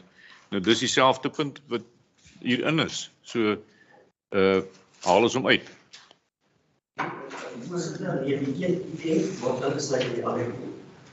Die 19 Vision strategy is die hoofidee en dan die identificering van die grond wat moontlik beset kan word is dan nou ingesluit net in die 19 Vision strategy. Goed, maar dan is dit nie 'n addisionele punt op die einde nie. Dankie tog. Enige ander kommentare? Kan ons aanvaar? Met dien verstande dat ons moet mooi dink oor wat gesê is ook deur Raadslid Lou, want hy maak 'n sterk punt, dit is so. Maar jy's reg, dit is nie bedoel om militaristies te wees nie, maar ons moet erns privaat grond beskerm. Punt. Dis so eenvoudig so dit.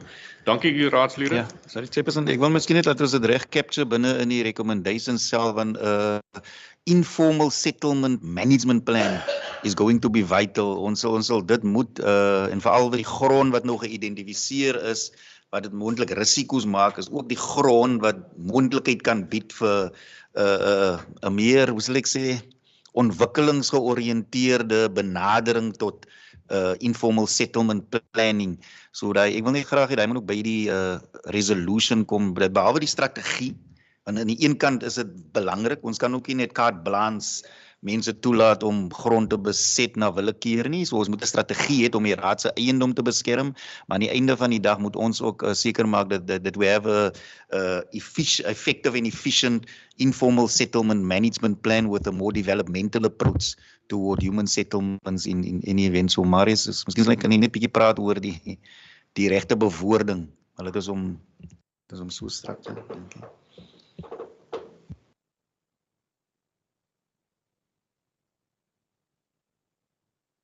Thank you, Chairperson. 11.7 is to do with a turnaround strategic framework for specifically protection services. This is now also a matter that has been coming on for a long time already, where a number of challenges have been experienced, specifically with the services being rendered at our Traffic Services Department and Protection Services in general, and that is why Council has made it quite clear that we need a turnaround strategy for that department, and management services that I will give over to him just to indicate there are two aspects to it. The one is the traffic fines management, what do you call it, violation system.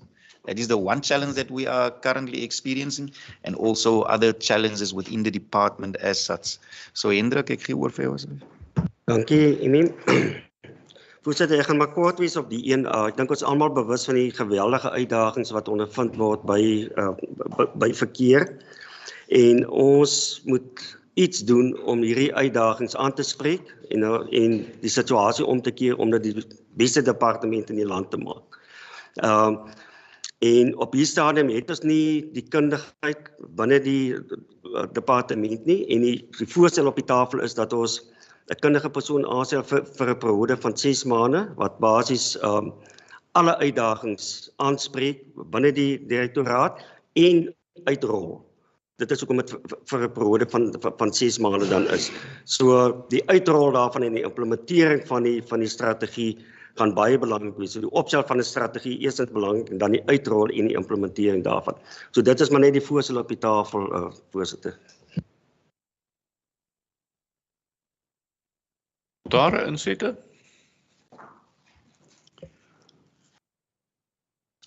Aanvaar dit so. Raadse Jantjies? Ja, speaker, ons het al so baie gepraat oor hierdie toetsstasie.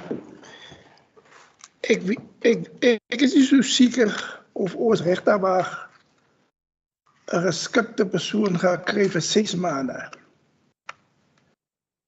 Om vir ons 'n plan op te trek. Ek twyfel daaraan. Ek dink daar moet baie breë gekyk word na daardie toetsstasie by ons. Ek dink so, regtig waar. Jy weet, jy kyk na die inkomste daar. Ek weet, hoe lank sukkel ons nou al met Hulle gesê daar's wat 2 kameras en goed, maar kies weet nie of hulle aan die werk is nie.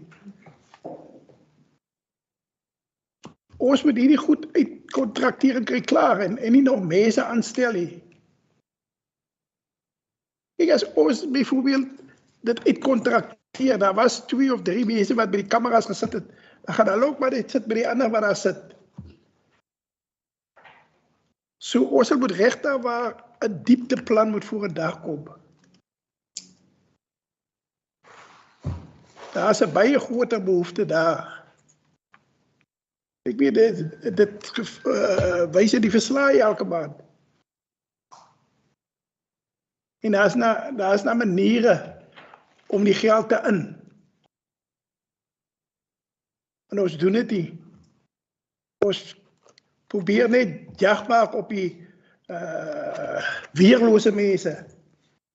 Ik meen, dat jy vat bijvoorbeeld ons begroot 10 miljoen rand se inkomsten. Bij die aancijfering het ons het verminder naar 4 miljoen toe.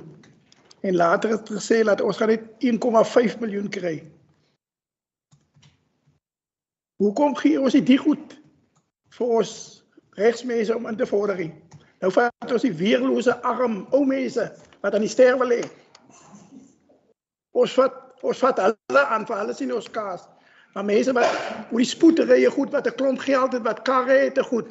Ons praat liewer van die ou mense wat se karre by die huis staan. Hoekom kan hulle nie hulle rekenings betaal en hulle TV-skottels nie? Maar die mense, ons vat nie hulle aan nie. Ons moet baie breër kyk na die prentjie by die toetsstasie. Kommentaar nog? Burgemeester? Voorzitter, spreker baie dankie. Ek gaan nie sê wat ek altyd sê, nou, ons moet nie goed sê wat nie in baie opsigte maak het sin, maar dis nie realiteit nie. Traffic departments landwyd sukkel met invorderings. Kapagallas het redelijk goed gedoen tot voor COVID. Die invordering van nie waar het moet wees nie. Ons het uitdagings gehad met die service provider. Die Kapagallas munisipaliteit het die service provider weggejaag nie. Hulle het self opgepak as gevolg van COVID. Ons weet presies waar die foute lê en dis waarom ons nou by die punt staan om die diensverskaffer aan te stel, om in plek te sit wat in plek moet wees.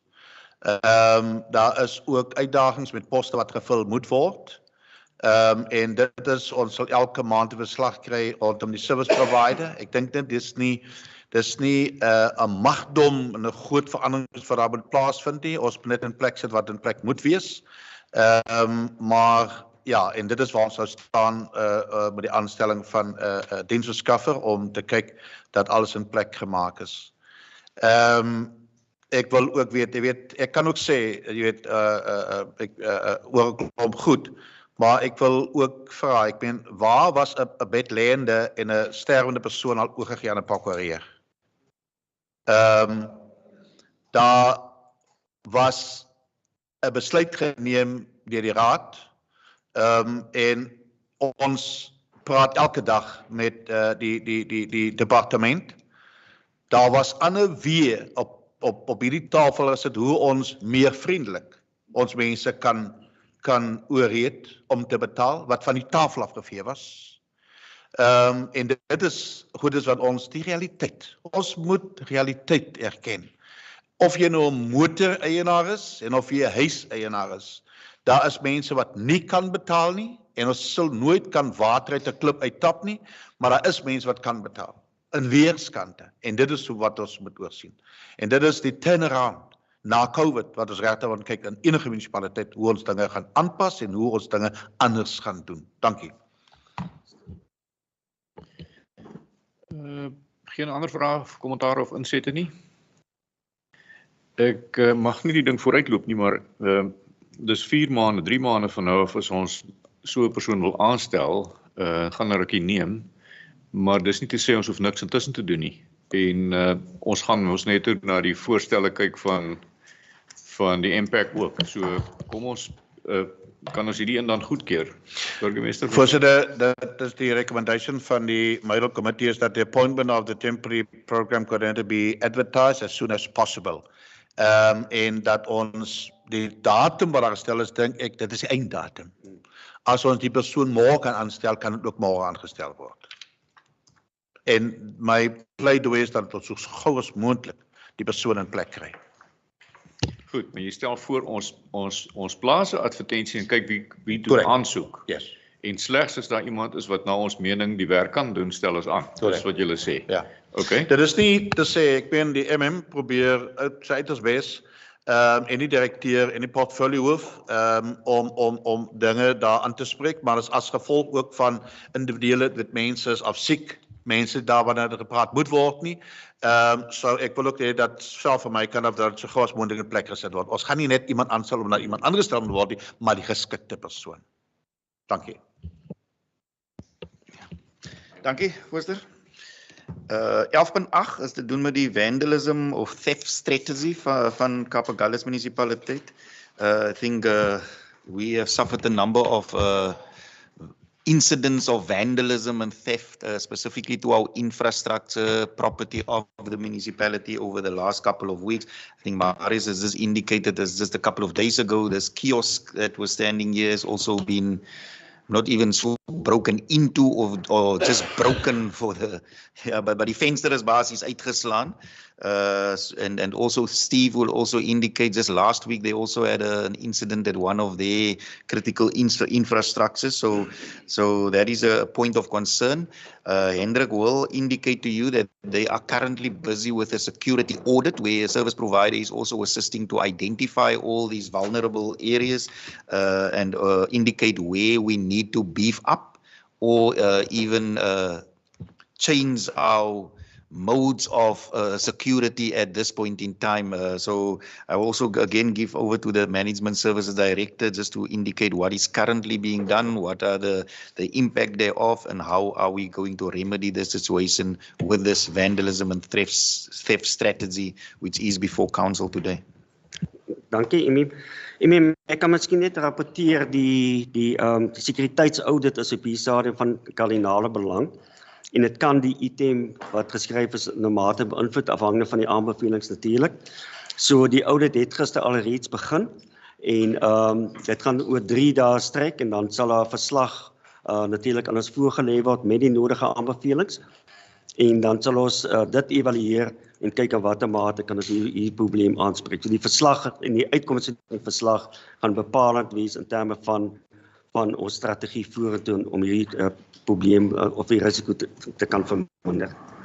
Dankie, voorsitter. Kommentare, Ratjie. Speaker, die uitslag kom weer na die raad toe.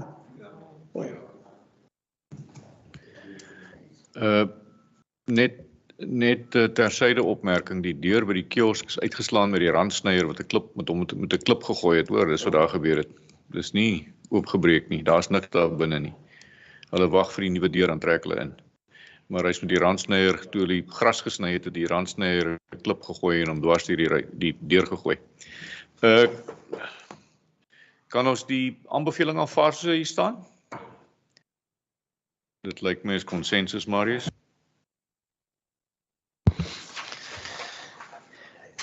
Implementation plan 11.9, page 21 is the implementation for the establishment of a Kapagallis Sports Council.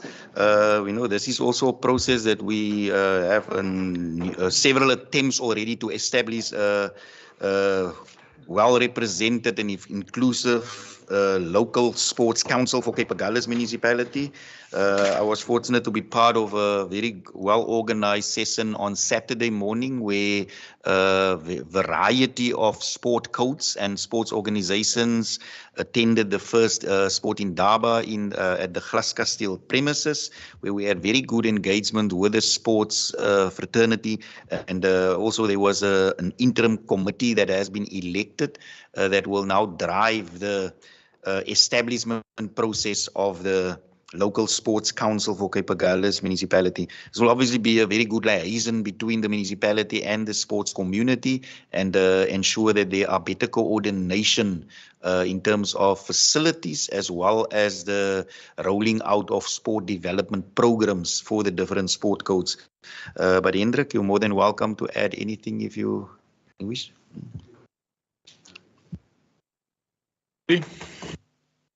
Speaker, thank you very much. I just wanted to say thank you to Sibongile for a job well done. He's been struggling for a while now to get us up and running. I think we're on the move now. He recently coordinated an inter-municipal rugby match as part of the Mayoral Cup. It was successful and it was well done. Thank you for that. Please, Hendrik, convey our regards and our thanks and our gratitude to him. And even this morning, he was busy with the Golden Games. So say again, thank you to him. Thank you, Speaker. Thank you, Deputy. Can we accept? Any other comments, Councillor? No, there isn't much support. I would like to, if you thank for your attendance on Saturday. I was also invited, but I couldn't even attend. I think the councillor mustn't take this lightly. If maybe there's a game that is taking place maybe in Badaldo or maybe somewhere in the Overberg, I think must also attend and see what is happening. I'm raising that because I think it's part of the rugby. Also, children also attended, the players in Cape Town, went to Cape Town. And last weekend, there was a bus that was coming from the Overberg, went to East London. And some of the kids also coming from local. So really there's a progress in that department. But it's very important also to capacitate the department itself. Because when Sibongile is there, it's only running this show alone. And there's no one else that is helping. So it's a problem that we're facing. And also the transport, I also raised even that when using this vehicle, you need even to cover the whole Overberg and also go to Cape Town sometimes. So there's an issue. I think we need even briefly and to assist. In order to stop this vandalism and theft and others, let us keep even the kids. Because some of them are going outside during the weekend, maybe on Friday, and they're only coming on Sunday. That means there's a progress in order them to get them off of this maybe irregular activity that is taking place. Thanks, Councillor. Any other comments? Also, just like to add, especially since we're seeing that sports is developing well, and especially if you look at how many applications you get, Mayor, for people that have come and apply for funding, and that's a big challenge, especially since the mandate is sport is not the mandate of a municipality. We have to look at in terms of the Sports Council must be capacitated, or there must be someone in terms of responsible for fundraising.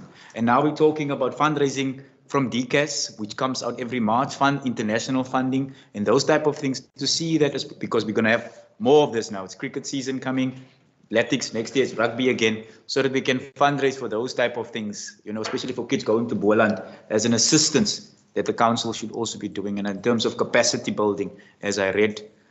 So yeah, that's just from my side, because we're still going to be dealing with that as well, so that we can put something in place instead of people coming to the municipality for funding all the time. And I know there's about 90,000 rand left in terms of the social budget, and people, which is peanuts, and more people will be coming. So that's my contribution, Speaker. Thank you, Councillor. Meneer Kroon, jy wou iets gesê? Dankie, voorsitter. Ek wil net reageer op die raadslid se kommentaar. Sport is vir ons baie belangrik, en ons plaas 'n baie groot klem op baie meer effektiewe bestuur in terme daarvan. Dit is een van die redes hoekom ons vir Sibong oorgeplaas het om beter bestuur te kan toepas. En die vervoerprobleme wat hy gehad het, is uitgesorteer. Daar's 'n motor aan hom toegedeel. En hy word op 'n weeklikse basis bestuur in terme van rapportering. En so hierdie goed wat volg, is juist die gevolg daarvan, van beter bestuur in terme daarvan. Juist omdat ons besef. As daar geen verdere bespreking is nie, dan kan ons dit aanvaar soos ons het, punt nommer 1 en 2, onder die Recommendation Executive Mayoral Committee. Lyk my so. Dankie. Dankie, Marius. Yeah. Speaker, that brings us to 11.10. That is guidelines for compiling a sport facility. I would call it a master plan, implementation plan. So that is the other side of the coin, Councillor Low. If we are going to encourage more active participation in sport, there is a responsibility on this municipality to provide the facilities for that. And I think all of us are quite convinced that if you see how the Glaskasteel, for instance, I think Glaskasteel, in my opinion, is now one of the flagship facilities in the whole of the Overberg. If you just look at our facilities, look in other municipal areas around us, we can actually be the traffic that is currently utilizing the Glaskasteel Sports Complex. So we need to see how we are going to ensure that we've got a master plan of upgrading the facilities in the whole of the Cape Agulhas municipal area. But the reality is also that there is just not enough funding available to upgrade the facilities as it needs to be at this point in time. And that is why I've actually instructed that department to come up with a master plan over a couple of years on how we are going to make sure that we maximize, because there's also, if you just look at the Glaskasteel, there's a lot of potential for accommodating more sport courts on that facility. There are also other, the Park Street one that is not under the ownership of the municipality, and we need to see how we are also engaged with the owners to assist them also to utilize that facility, and also possible upgrading thereof, and a better management agreement between the current owners and the municipality. And also we regularly get the complaints from other towns within the Cape Agulhas area. Ja, al die geld wat hulle het gaan in Bredasdorp en Glaskasteel, and the rest of the towns are not getting the attention that they also want from the municipality. So that is why this plan is so important to understand how we are going to make sure that the facilities can be maintained at the current level, and also how we are going to upgrade it for future accommodation of the different sport codes. So Hendrik, ek is nie seker, wil jy enige iets verder daaromtrent byvoeg? Okay. Raadslede? Ons aanvaar hom so. Dit is net baie belangrik dat ons kennis neem dat 'n raad is verantwoordelik om toe te sien dat daar sportgeriewe vir die gemeenskap is. So ons kan nie wegskram daarvoor van nie. En die Parkstraat issue, hierdie raad het 'n wettige ooreenkoms met hierdie Parkstraat komitee om daardie gronde in stand te hou en te gebruik. En ek meen ons wat die Parkstraat sportgronde ken, ons weet hoe dit gelyk het. Ek weet, daar is geen een wat dit beter ken as wat ek het ken nie. En die rede, jammer om het te sê, dit help nie ons praat meer verby hierdie goed, die probleme nie. Hoekom die goed so lyk nie? Ons het nou gepraat oor hierdie strategies wat ons wil in werking stel. Hierdie inbraak en hierdie goed. Ek is nie skaam om het te sê, Parkstraat, die toestand wat is die raad se skuld nie. Ek is glad nie skaam nie. Want dit is al herhaaldelijk gesê, jy weet, hulle het alles daar weggedra, maar hoe meer ons het vir hierdie raad sê in raadsvergaderings, dat ons moet warm bodies kry as sekuriteit, hoe minder steer hulle daaraan. So dit is hulle skuld, hulle gaan betaal tot hulle nie meer kan daarvoor nie. En dit is die raad, as die Parkstraat sportgronde nie meer bestaan nie, moet die raad ander sportgronde gee. Want dit is die raad se plig om vir 'n gemeenskap sportgronde te gee.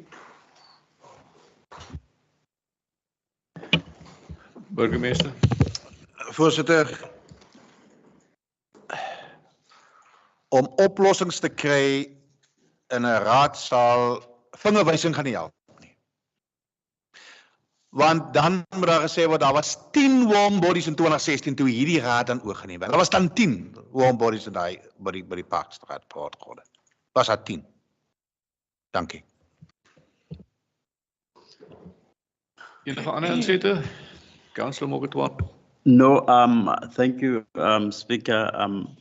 I was about to find out, I think the MM raised all that we need to upgrade in sports facilities around Cape Agulhas. What is the current situation now about the soccer field in Napier? Because now, when I engaged them, I think it was last week or so, maybe the soccer fraternity, they say that they cannot utilize even that field. It's not finished. I don't know. I think there's much money that's been spent there. Now there's nothing that is taking place. Direkteur, weet jy of jy enige inligting daaromtrent het? Wil opneem en dan dat ek dit ondersoek. Wat is die situasie daar? Dan sal ek kon terugvoer aan hom net verskaf. Ek is nie op hier stadium op hoogte van presies wat die raad het sê nie, sodat ek dit ondersoek en dan sal ek op in kennis stel.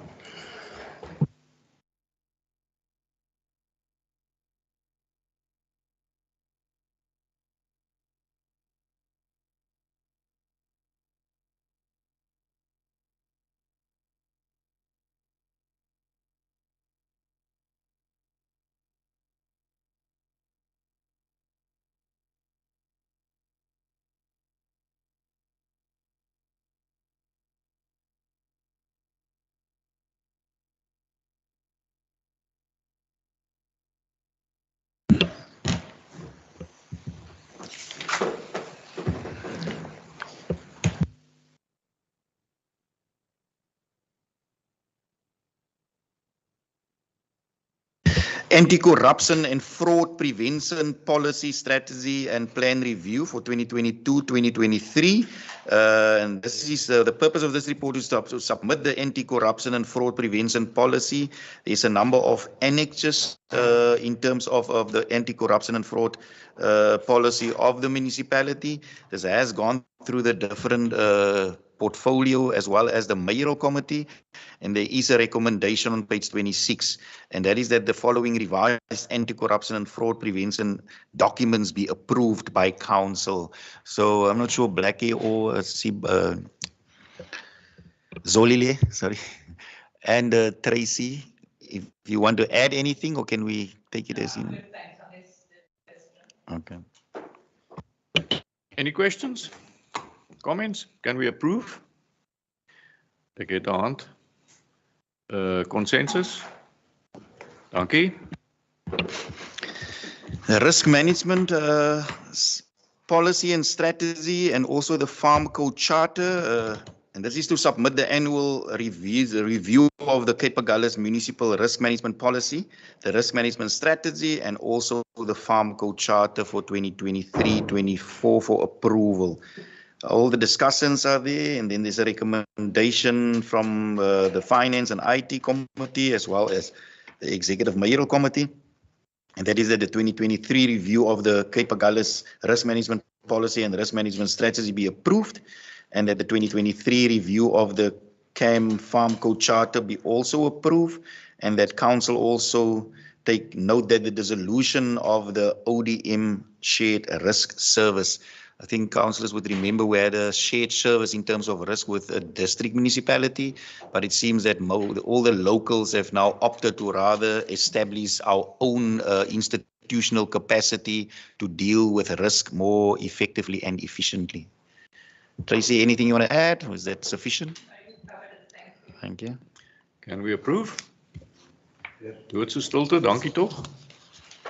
11.13, more or less in the same vein, is the risk management implementation plan, and this is to submit the annual review of CAM risk management implementation plan for 2023 for council's approval. The risk management plan has been incorporated in the agenda and duly circulated from page 128 to 134. And the recommendation from the MACO is that the 2022-23 review of the Cape Agulhas Municipality Risk Management Implementation Plan be approved. Kan ons dit goedkeur? Thank you. Thank you. Thank you. Now we're going into the property management applications, 11.14. Te doen met die vervreemding, dis die koop van 'n gedeelte erf aangrensend aan erf 1873 Bredasdorp. Die doel van die verslag is om oorweging te skenk vir 'n aansoek wat ontvang is van meneer AJ Bok ten einde 'n gedeelte aangrensend aan erf 1873 Bredasdorp te koop en dit is om 'n muur rondom die huis te bou. Hierdie aangeleentheid was deeglik bespreek by die Finansies en IT Dienste Komitee vergadering in September, and there's also now a recommendation from the Executive Mayoral Committee which sat on the 27th of September, en dit is dat hierdie aansoek op hierdie stadium nie oorweeg word nie, aangesien die genoemde gedeelte alreeds gereserveer is vir toekomstige vervanging en opgradering van infrastruktuur. You will note the comments from the different departments was exactly that they are already, it has been earmarked for a future upgrading of the infrastructure of the municipality, basic services infrastructure.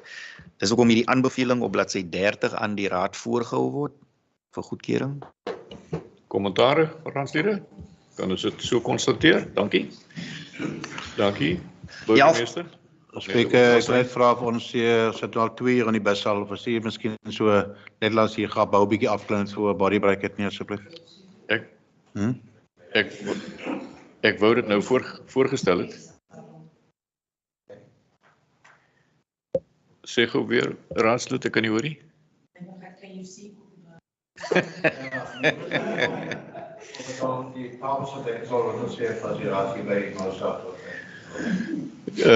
Raadslede met julle toestemming vat ons 'n 10 minute breek. Kom ons vat vinnige breek, ons kom weer 10 oor terug. Dankie.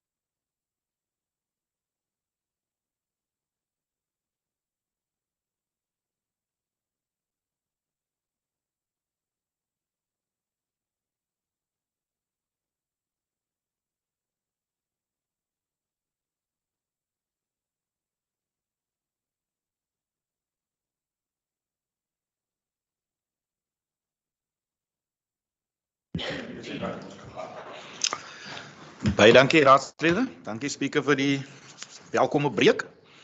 11.15, dit doen die vervreemding koop van erf 3539 Bredasdorp. Die doel van die verslag is op bladsy 30 en dit is om oorweging te skenk aan die versoek van meneer en mevrou Kloppers ten einde erf 3539 Bredasdorp te koop. Die liggingsplan is aangeheg op bladsy 136 van die agenda. Jy sien al die kommentaar van die verskillende departemente en dit het juis tot die slotsom gekom dat daar 'n aanbeveling is van die uitvoerende burgemeesterskomitee dat erf 3539 Bredasdorp op hierdie stadium nie vervreem word nie en die aansoek van meneer en mevrou Kloppers dan nog nie goedgekeur word in die verband. Marius, enige iets wat jy wil byvoeg daar of is dit?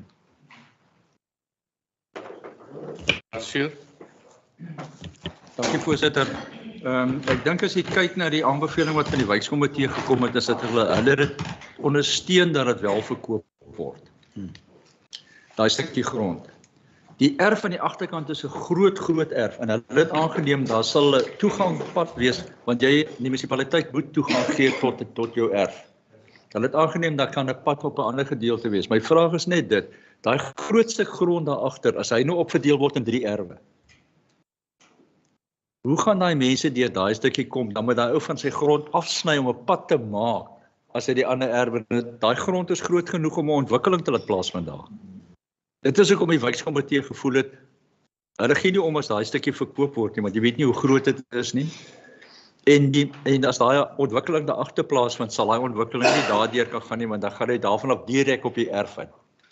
So as jy op die kaart kyk, jy sien is 'n groot stuk grond daar agterste gedeelte. Sonel, hoe groot is hy omtrent? Hy is omtrent 602 vierkante meter. Dit is in die aansoek. Ja. Jy sal sien dat dit juist stadsbeplanning is wat sê hulle ondersteun dit nie. So omdat die enigste toegang is tot 1131. So nou kan jy uitbrei. Ja, kyk, ek en Dion, ons is onder die indruk dit is die enigste toegang, maar ek dink ons sal 'n terreininspeksie moet gaan doen want volgens inligting wat ons nou intussen gekry het, is daar 'n reg van weg geregistreer aan die agterkant wat na daai perseel toe gaan. En lyk my dit is ook so op die aktes aangebring, maar ek het geen bewyse van dit nie. So as dit so is, kan 'n mens nou maar hierdie aansoek weer terugbring, sou ek sê. Dat ons net eers 'n terreininspeksie gaan doen en die inligting kry waarvan ons hoor of dit so is. Raadslede kan ons hom terugverwys dat hulle weer daarna kyk en dan bring hulle hom weer vir ons na die komiteevergadering. So is dit reg so, burgemeester? Ja, ek dink dit moet soos ook volgens die voorlegging daar, want dit 'n weg van toegang wees. As daar ander goed op die tafel geplaas kan word, ek dink op hierdie oomblik soos wat uitgewys was, is dit die enigste reg van toegang daai erf wat nou op die dinges is. Maar as daar ander inligting kan kom, dan kan ons dit oorweeg.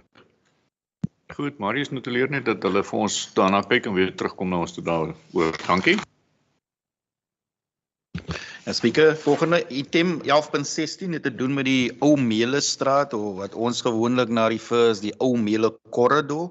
Jy sal onthou dat daar was 'n versoek op 'n stadium van die raad dat daar ontwikkelings what they call it development parameters ontwikkelingsriglyne gestel word vir die besigheidserwe 3626, 3627, 3628 en 3629 wat op die Ou Mele straat geleë is.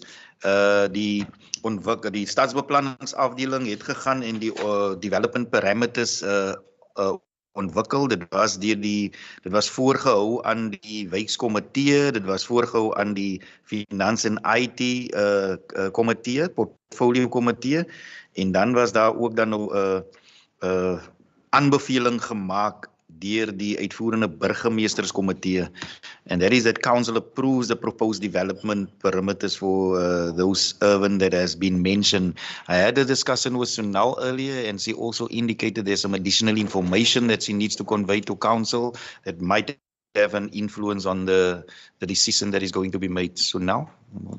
Yeah, the decision was actually that we don't approve the development parameters and that the properties be sold as business zoned urban. Kon ook nie hoor die Daar is die besluit was dat die ontwikkelingsriglyne nie aanvaar word nie. En dat die erwe, dit is klaar reeds besigheid gesummeer en dat dit net so vervreem word. Dit was die besluit gewees.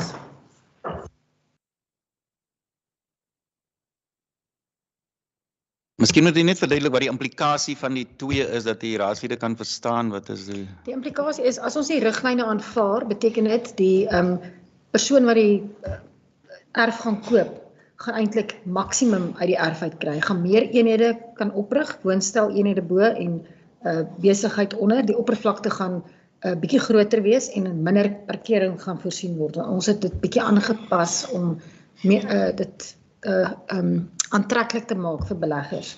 So, maar die verandering, die verskil is eintlik so klein dat dit ook nie nodig is om dit te doen nie. So dis ook my raad besluit het, die IBK het besluit en die finansiële dienste komitee het ook besluit.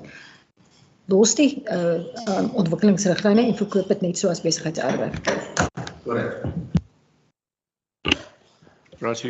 Ja, speaker, waar is die ontwikkelingsvoorstelle wat ons gevra het?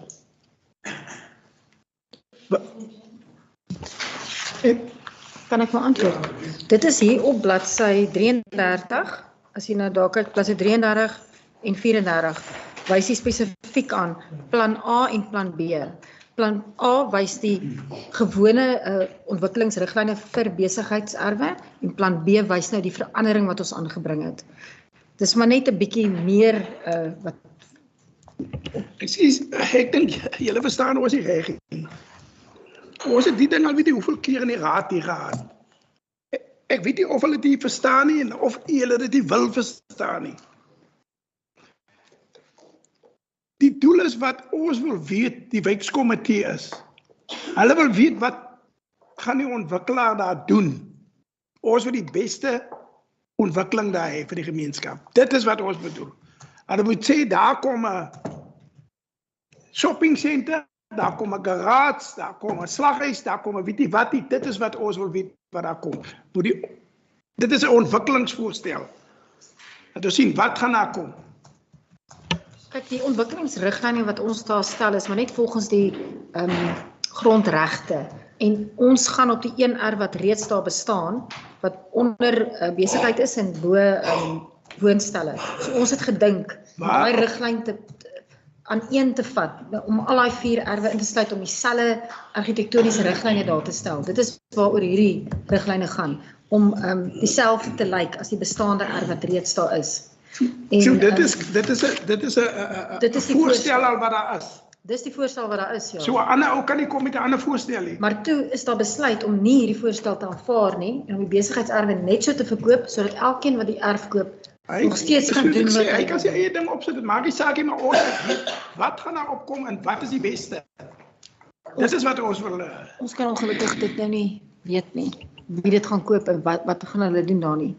Ons kan ook nie vir iemand sê wat 'n besigheidserf koop wat hy presies daarmee doen nie. Hy moet net binne sy besigheidsregte bly.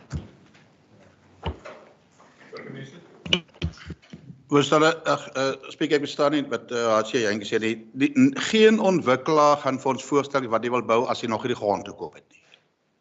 Wat ons sê, kom ons maak die grond beskikbaar dat dit op 'n veiling gesit word as die ou die 1 erf wil koop of 2 erf wil koop. Enige plan moet deur die raad kom en wat hy wil daarop neersit. Die voorstel is dat die ou die erf koop as 'n besigheidserf, want dit is wat ons nodig het om ekonomie te stimuleer, en dat ons die erwe net op 'n auction kan kry, dat het verkoop kan word en dat die persone wat dit kan koop, dat hy mos nou weet wat hy daarop gaan doen en dan kom met voorstelle of wat hy gaan wil. Want ons kan nie, wat ek sê, as ek 'n erf koop, ek kan nie voorgesê word en sê ek gaan nou besigheidjie onderbou, alhoewel dit die idee is dat ons kyk na die ou bou sy besigheid en hy mag ook dan soos wat die bestaan die een daar langsin is, hy mag ook 'n woonstel bo sit. Maar die punt is wat ons as raad sê, om die redlabel uit te hou, ons moet die erwe verkoop kry. En sodat mense kan kom en kan bepaal wat hulle daar wil bou om ekonomie te stimuleer, om werkgeleenthede te skep. Dankie. Voorsitter, dit is nie ons wijkkomitee se aanbeveling nie. Dit is nie ons wijkkomitee se aanbeveling nie. En as hulle hierdie aansoek aanvaar vandag, teken ek my teenstem aan. Ek sal nooit die enigste prime F in my gemeenskap by die minder bevoorregtes net weggee en as dit klaar ontwikkel is, het ons nog steeds niks daaronder nie. Ek sal dit nooit toelaat nie. Maar wat stel jy voor, Raadseer Jantjies? Op 'n punt. Ons daar moet sien vir die gemeenskap. Okay. Die raad kan sê maar ons moet 'n supermarkt daar. Ja. Dis ons moet 'n raadsasie. Dit is goed dat ek nog nie sê. Ja. Jy gaan sit in die belangrike gemeenskap. Ja. Of anders kom ons as jy ons sê daar op kom trainers op. Voorsitter, die recommendation is nie dat die grond weggegee gaan word nie. Dit gaan op auction wees. Wie dit koop goed nie. Ek gee nie om wie die grond koop. Ek wil net hê die goed wat die behoefte van die gemeenskap daar is wat hulle moet ten duurste betaal om by 'n plek uit te kom om te shopping. Hulle kry so swaar. Laat dit aangespreek word. Dit is al. Wie dit koop, ek stel nie belang wie dit koop nie. Verstaan ek reg, julle wil as 'n wijkkomitee 'n lys maak van wat julle graag op daai erwe wil sien? As die raad wil hê ons moet dit doen, sal ons dit doen, maar ek dink as die raad kan dit, is die raad se grond. Die raad kan sê wat hulle wil hê daar. Ja, maar ons is die raad. Ja, Ek wil ons kan besluit. Ja, maar dis wat ek nou na toe werk. Maar jou versoek is dat die wijkkomitee kans kry om 'n lys te maak van wat hulle graag daar sou wou sien om aan hulle behoeftes te voldoen. Verstaan ek jou reg? Is dit wat jy sê? Okay, so as ons daai lys het, dan sê ons nou gaan ons hulle verkoop, maar neem kennis dis wat julle moet doen op die erwe. Wat gaan maak jy beperk wie nou belangstel? Hoor julle hoe ek nou dink? Ja. Voorsitter, ek meen ons wil selfs weer shopping mall sê, maar shopping mall kom nie, die mense moet 'n studie doen, gaan die shopping mall viable wees. Garage is dieselfde. Ons verkoop dit met die sin dat dit besigheidsperseel is, dat die mense besigheid daar gaan opsit. Dit is die uitsluitlike bedoeling. Okay, maar ek probeer nou 'n compromise kry. Ons het nou uitklaring gekry by mevrou Nel en ons sê nou ons is gemaklik met die pryse. Dis die reservepryse en al wat ons nou sê is as ons dit nou goedkeur, dan sit ons dit nou uit en dan kan ontwikkelaars kom en ons stel die volgende jaar die auctioneer die afslaers aan en hulle vul dit op. Dit is wat hier staan. My vraag is, sal dit so 'n groot vertraging veroorsaak as ons vir Raadseer Jantjies en sy komitee kans gee om dit te bespreek en terug te kom en net vir ons te sê, hier's wat die soort van goed wat ons daar wil insien, wat ons dan vorentoe in die advertensie kan sit. Ek vra. Dis 'n 2, 3, 4 weke dan is hulle klaar. Kan ons dit doen? Gaan dit jou tevrede stel, Raadseer Jantjies? Okay. Die raad moet nog nie die wetskomitee, dis die raad se grond, die raad moet toesien. Laat daar nie, ek weet, net spaas as opkom. Dit is die raad se plig, want dit is 'n beginsel grond. Ek dink nie daar is enigstens verwarring daaroor nie, Raadseer Jantjies. Ek dink ons is almal eens dat wat op daai grond moet gebeur met die gemeenskap dien. Daar's nie twyfel daaroor nie. So ek dink nie die staatsbeplanner of die bouafdeling sal spaarse winkels motiveer of aanbeveel of na ons toe bring vir goedkeuring nie, want ons gaan dit nie goedkeur nie. Ons gaan goedkeur na ons mening wat die gemeenskap daar wil hê. Dis wat ons gaan doen. So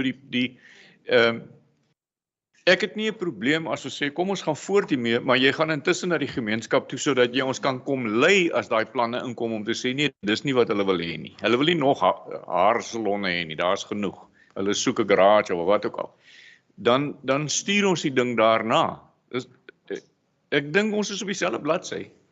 Ons wil die maksimum kry vir die grond in terme van kos van prys en sekondêr ons wil die maksimum uit die grond kry vir die gemeenskap. Daarmee is ons eens. Ons moet nie daaroor twyfel nie.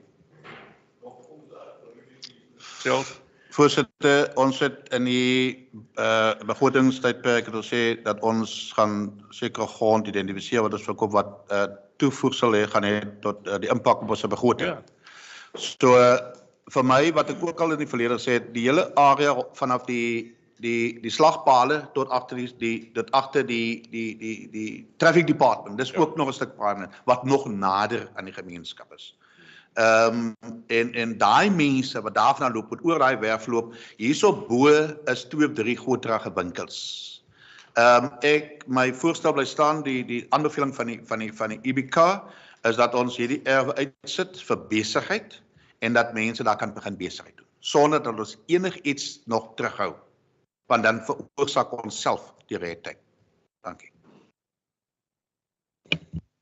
Speaker, ek stem volkomen saam met wat die burgemeester sê, dat ons die voorstel aanvaar, soos wat dit hier is.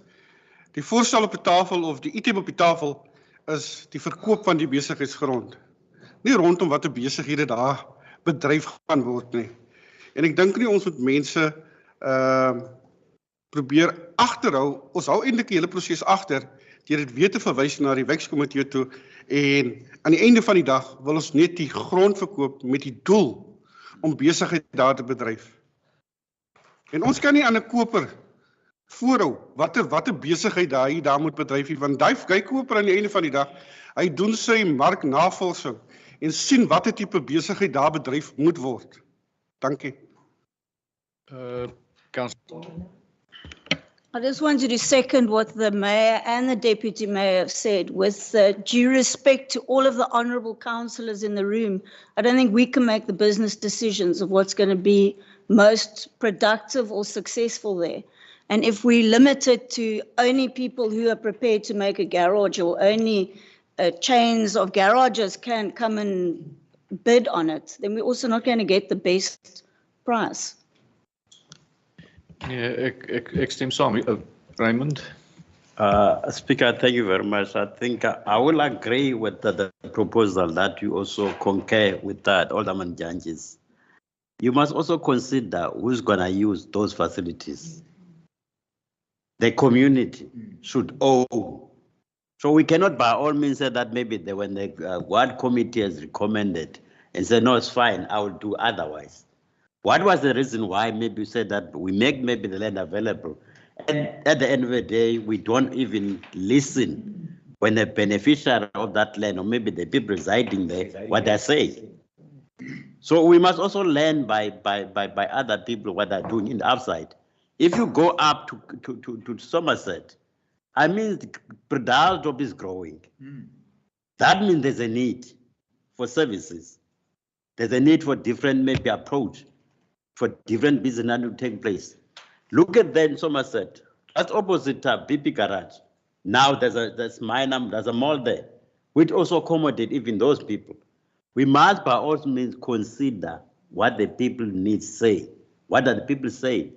So I concur with your proposal, and also no, you're not allowed to propose with the Alderman Jantjies, because he's residing there, he's leading the community, he's a ward councillor that knows what is happening. Vice versa with Ward 3 as well. So we must respect those elected people. We mustn't put our own views just because it's our own view, but we differ. We are here even to build Cape Colors. We're not just maybe here maybe for political reason. It's fine to have political reason, but the political ideology behind maybe this issue is very important.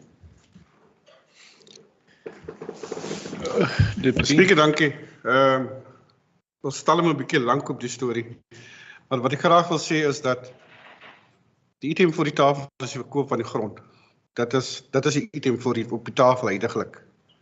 Die ander storie wat ek ook wil sê is dat die munisipaliteit het nog altyd die prosesse gevolg. En wanneer 'n ontwikkelaar iets wil ontwikkel op 'n stuk eiendom, dan gee ons die gemeenskap die geleentheid om kommentaar te lewer. Ons gee die gemeenskap die geleentheid om te sê wat hulle wil sê. En ek dink dat daai prosesse kan gevolg word nadat die verkoop van die grond behartig was. Dankie. Dankie. Ja, voorsitter, ek wil net saamstem wat of net wat raadslid Makatwana sê. Maar daar stop groei. Dis nou oop grond waar hulle lê. En ons moet gebruik maak van die geleenthede om ekonomiese stimulasie te bring. Die belangrikste deel wat ons na moet kyk is die oop area in Milpark wat in die gemeenskap is. Nou net Oumeeleweg is 'n deurry roete. Ons wil kyk na wat in Milpark, daai area wat ons beskikbaar gemaak het vir ekonomiese groei, stimulasie wat ons daar wil doen en wat ek gesê het die gedeelte langs aan die slagpale. Omdat dit nog nader aan daai spesifieke gemeenskap is om die besighede. Dan moet ons nou al die proses begin wat ons wat daar wil maak wat nader aan die gemeenskap is. So ons moenie in hierdie raadsaal vir onsself jy weet huddle sit nie, red tape kweek nie, en dat ons hierdie 4 erwe op seil sit sodat mense kan begin bou om werksgeleenthede te skep. Thank you. Speaker, ek wil net vir u sê, laat ons eerlik praat met mekaar. Ons wil iets hê vir die totale gemeenskap daar. Nou hoor ons van Milpark. Dis net 'n mal man wat van die pad af sal dry en in Milpark gaan shopping. En dan weet hulle ook by die slagpale. Wie sal so intoe gaan? Die besigheid, die besigheidsgedeelte van daai gebied is daai Windmill Square. Dis die besigheid. Jy kan hom nie gaan gooi in Milpark en by die slagpale nie. Dit is hoekom hulle daar wil hê, by die slagpale en in Milpark. Milpark is reg. Dis vir die omgewing daar, vir die inwoners daar, vir 'n klein winkeltjie of wat. Dis reg daarvoor. Maar nie 'n groot besigheid wat pas by daai omgewing. Soos by die Windmill Square. Voorsitter, net op 'n punt van orde. Ek het voorgenoem. In die the poorest of the poor in daai deel daaronder. En ons praat nou met 'n gesplete tong. Ons praat van om besighede nader aan die mense te bring. Nou verwag ons mense onder, as ons nou 'n groot shopping mall hier bo gaan bou, moet die mense uit wijk 3 uitstap dat hierdie mall toe. Hoekom nie, ek praat, Raadslid Jantjies, ek is nou op die vloer. Hoekom nie die besigheid? Dit is in een pad af, waar die meeste mense loop, gaan kyk soggens, hoeveel mense stap daar verby. Om die besigheid nader te bring, daar nader in die stukkie grond wat die munisipaliteit ook nog het, by agter die verkeersafdeling. En dit is die idee.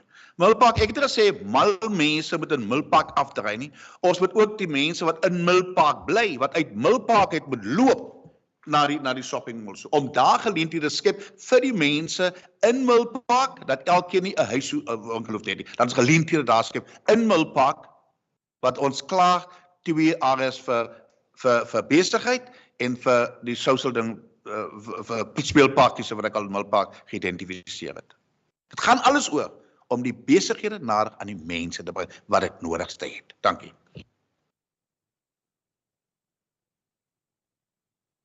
Speaker, ek raak net bekommerd as 'n raadslid.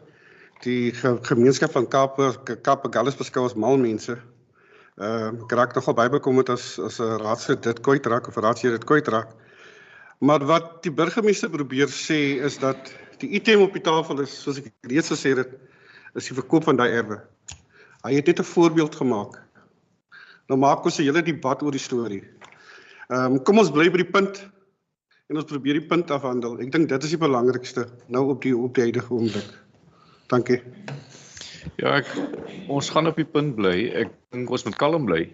En mooi dink, want ons kan nie 'n fout maak met hierdie ene nie. Ons het nie ruimte vir foute maak nie. En almal het geldige punte.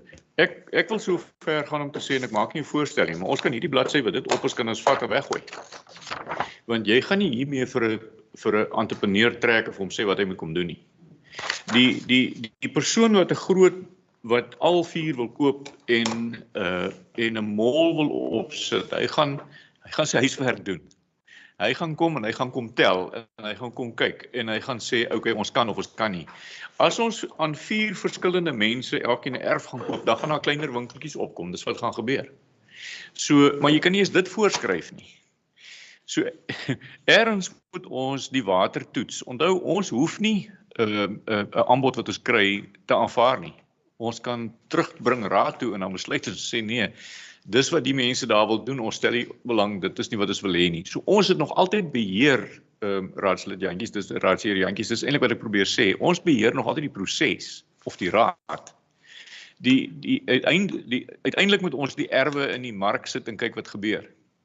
As daar iemand kom en hy wil almal koop, hy wil 'n groot ding opsit, dan moet ons gaan kyk daarna. As 4 mense elkeen een wil koop, dan moet ons kyk daarna. En die bouafdeling en die stadsbeplanning en almal moet ons lei.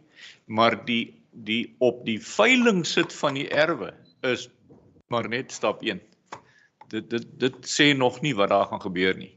Want geen iemand gaan hom aan hierdie ding steur en sê, o, ek moet nou 'n ding bou en dan moet ek woonstelle bo-op sit nie. Hoekom sal hy? Hy kan die winkel bo-op verder sit. So, maar ek mag nie nou 'n voorstel maak nie, ek moet uit julle uit nou konsensus kry. Help. Ek wil nou eintlik maar dat die raad 'n bietjie deliberate daaromtrent, maar aan die einde van die dag wat ons nou bespreek is die proses van vervreemding. Dit is wat op die tafel is. En as ons basies proses van vervreemding dink ek is nou al reeds vasgestel, dit gaan op veiling. Dit is 'n public auction. En public auction, bedoel almal van ons weet, dit is waar die persoon wat die meeste aanbied vir die spesifieke eiendom gaan aan die einde van die dag die erwe kry. Ek stem saam, binne in die advertensie van die veiling kan jy basiese aanduiding gee waarvoor mense dit graag wil aanwend, maar ek kan ook vir u sê, jy gaan baie min beheer daaroor hê. Hy persoon gaan kom, hy kan vir whatever reasons op die tafel sit, maar as die persoon die erf gekoop het, dan gaan hulle basies hulle eie marknavorsing doen. Hulle gaan kyk na watter tipe besighede kan 'n sustainable of is daar 'n sustainable market binne in die hele Kaapagullis area. So dit is die een ding. As ons die roete wil gaan en ons wil beheer het oor watter tipe besighede, dan moet ons 'n ander, hoe noem mense dit, ander mode of 'n ander, wat noem mense dit, mode van vervreemding. Moet ons dan onder andere 'n tender, want dan kan jy evalueer in terme van die tender. Dis wat ons gevra het. En as die mense nou iets anders voorstel, dan is hulle non-responsive. Dit is die een roete. Of jy kan gaan, ek dink wat raadsheer Jantjies vroeër genoem is, die ontwikkelingsvoorstelle. Waar ons mense sê, hier is 'n 4 erwe, ons sal graag wil sien, wie bied vir hierdie gemeenskap die beste ontwikkelingsvoorstel vir daai spesifieke erwe wat daar ter tafel is. Want dan het jy 'n mate van beheer. Maar weer eens, dis hoekom ek sê, dan moet ons die hele proses van vervreemding, moet ons dan nou weer gaan hersien. Want as dit uitgaan op soos hy nou hier is, dan stem ek saam. Dan moet jy op 'n veiling uitgaan, afslaers staan daar, die beste beer gaan die grond bekom en dan hulle sal dan 'n aanduiding gee wat die bes moontlike besigheidsgeleentheid is wat die mark van daai area kan voorsien. So dit is basies maar waarop dit neerkom, Speaker. Ja, deputy. Speaker, ek wil eintlik 'n voorstel maak. Ek stel voor dat ons die recommendation van die Executive Mail Committee en Management aanvaar soos wat dit daar is. Dankie.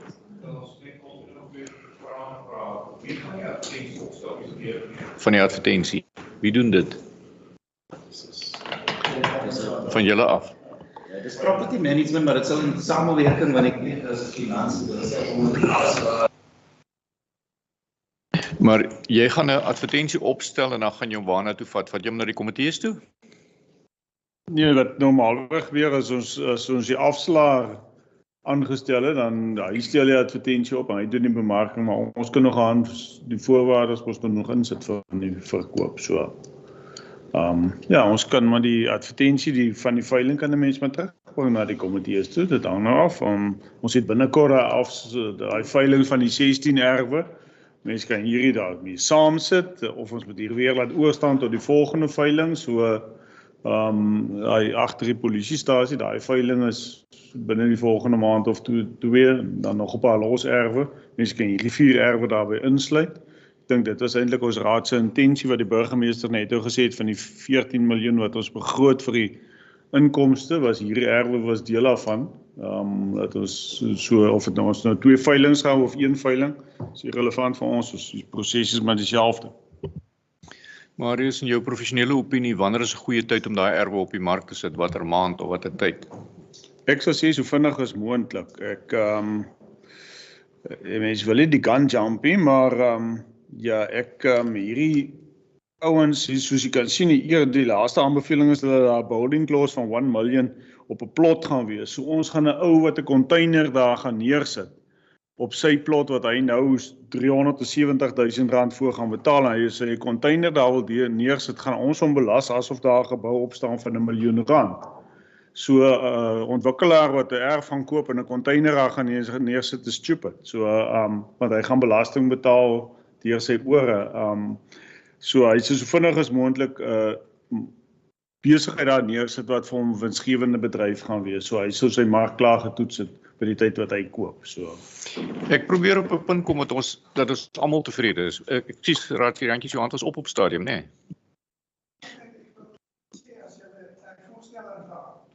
Okay, ons is nog nie daar nie. Maar reeds gestel, ons kry nou die advertensie en ons bring hom na 'n komiteevergadering toe waar ons almal op sit en dan gaan hy uit. My vraag is aan Raadslid Jantjies, sal dit vir jou tyd gee om by jou gemeenskap te hoor wat sou hulle graag daar wil sien, want dan sit jy in die vergadering waar ons na die advertensie kyk, waar jy kan sê nee, nie dit nie, maar jy weet, dan het jy 'n bietjie beheer daaroor. Dis wat eintlik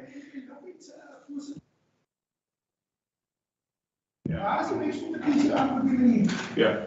Waar is dit? Maar jy hoor nou dat ek jou probeer akkommodeer. Dis nou wat ek probeer sê, is ons 'n advertensie laat optrek.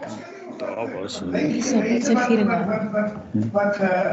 net voorstelle maak, ja, niks naar de wegskomitee om. Dis die wegskomitee se aanbeveling. Speaker, die wegskomitee se aanbeveling is op bladsy 34, 1 en 2. Die aanbeveling is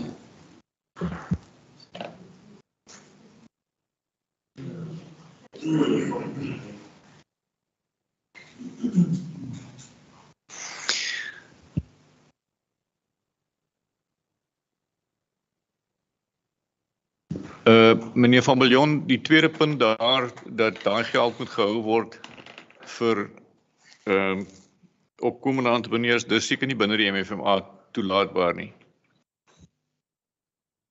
Ek dink waaroor dit gaan, meneer Voorsitter, ja, ek wil nagaan nie addisionele fondse en die goed behalwe die kapitaalreservefonds wat dit is, en as jy ook moontlike versekeringsfonds wat jy dit kan op sy sit vir 'n doel. So indien daar enige inligting binne dit moet kom, dan moet dit basies hetsy binne 'n spesiale projek geïdentifiseer word of gedryf word, maar ek dink nie behalwe as dit wil hê dat dit as 'n voorwaarde in die verkoopklousule kan wees, maar ek weet nie of ou so iets kan afdwing nie.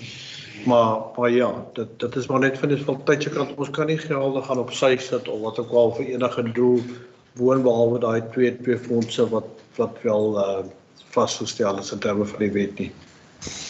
Speaker, Ek luister. ek wil net vir u terugvat in meneer Van Biljon op met die verkoop van daardie erf onderkant Spar. Het raadslid Martinus hier in hierdie vergadering 'n voorstel gemaak dat R500,000 sal gebruik word vir 'n taxi-rent en dit is so gedoen en toe het hulle natuurlik daai ander besigheid daar opgesit. Daai ook die geld weggegooi, maar in elk geval. En kyk in die raad se notule en dit is so goed gekeer. Goed wat ek net sê nie. Voorsitter, speaker, as ek nou net kan sê, dit was 'n aparte proses. Daar was begroot vir dit en ek weet dit is dieselfde wat ons nou gepraat het van die Struisbaai, die industriële erwe, wat gesê dis 'n aparte proses. Terwyl dit in die besluit is dit 'n aparte proses wat gedryf kan word, maar dit moet deur 'n ander prosedure deur die begroting en dit so gekanaliseer word. Ek het hom so, burgemeester. Voorsitter, ek wil sekondeer die voorstel wat die onderburgemeester was, dat ons die aanbevelings soos wat deur die wijkskaal die komitee gesê dat ons dit goedkeur. Raadslid Jantjies. Ek sou voorstel dat dit terugverwys word na die wijkskomitee en dat die wijkskomitee noem wat hy wil sien vir sy gemeenskap daar en dan bring ons dit na die raad toe. Nog kommentare? Ek wil Raadsheer Dirk Jantjies se voorstel steun, Speaker. Dankie Speaker. Ons het nou so lank gedebatteer op dit en die vraag wat eintlik by my opkom is, en ek dink dit is die proposed development prentjie wat in die ding is, wat vassteek wat die mense nie wil hê nie. So my vraag is, waarvan het die idee gekom? Wie sin is dit? En is dit iemand wat aansoek gedoen het om die tipe ding hier te doen, of waarvan het dit gekom? Ek het nie die antwoord nie, ek weet nie. Kan iemand help? Tracy?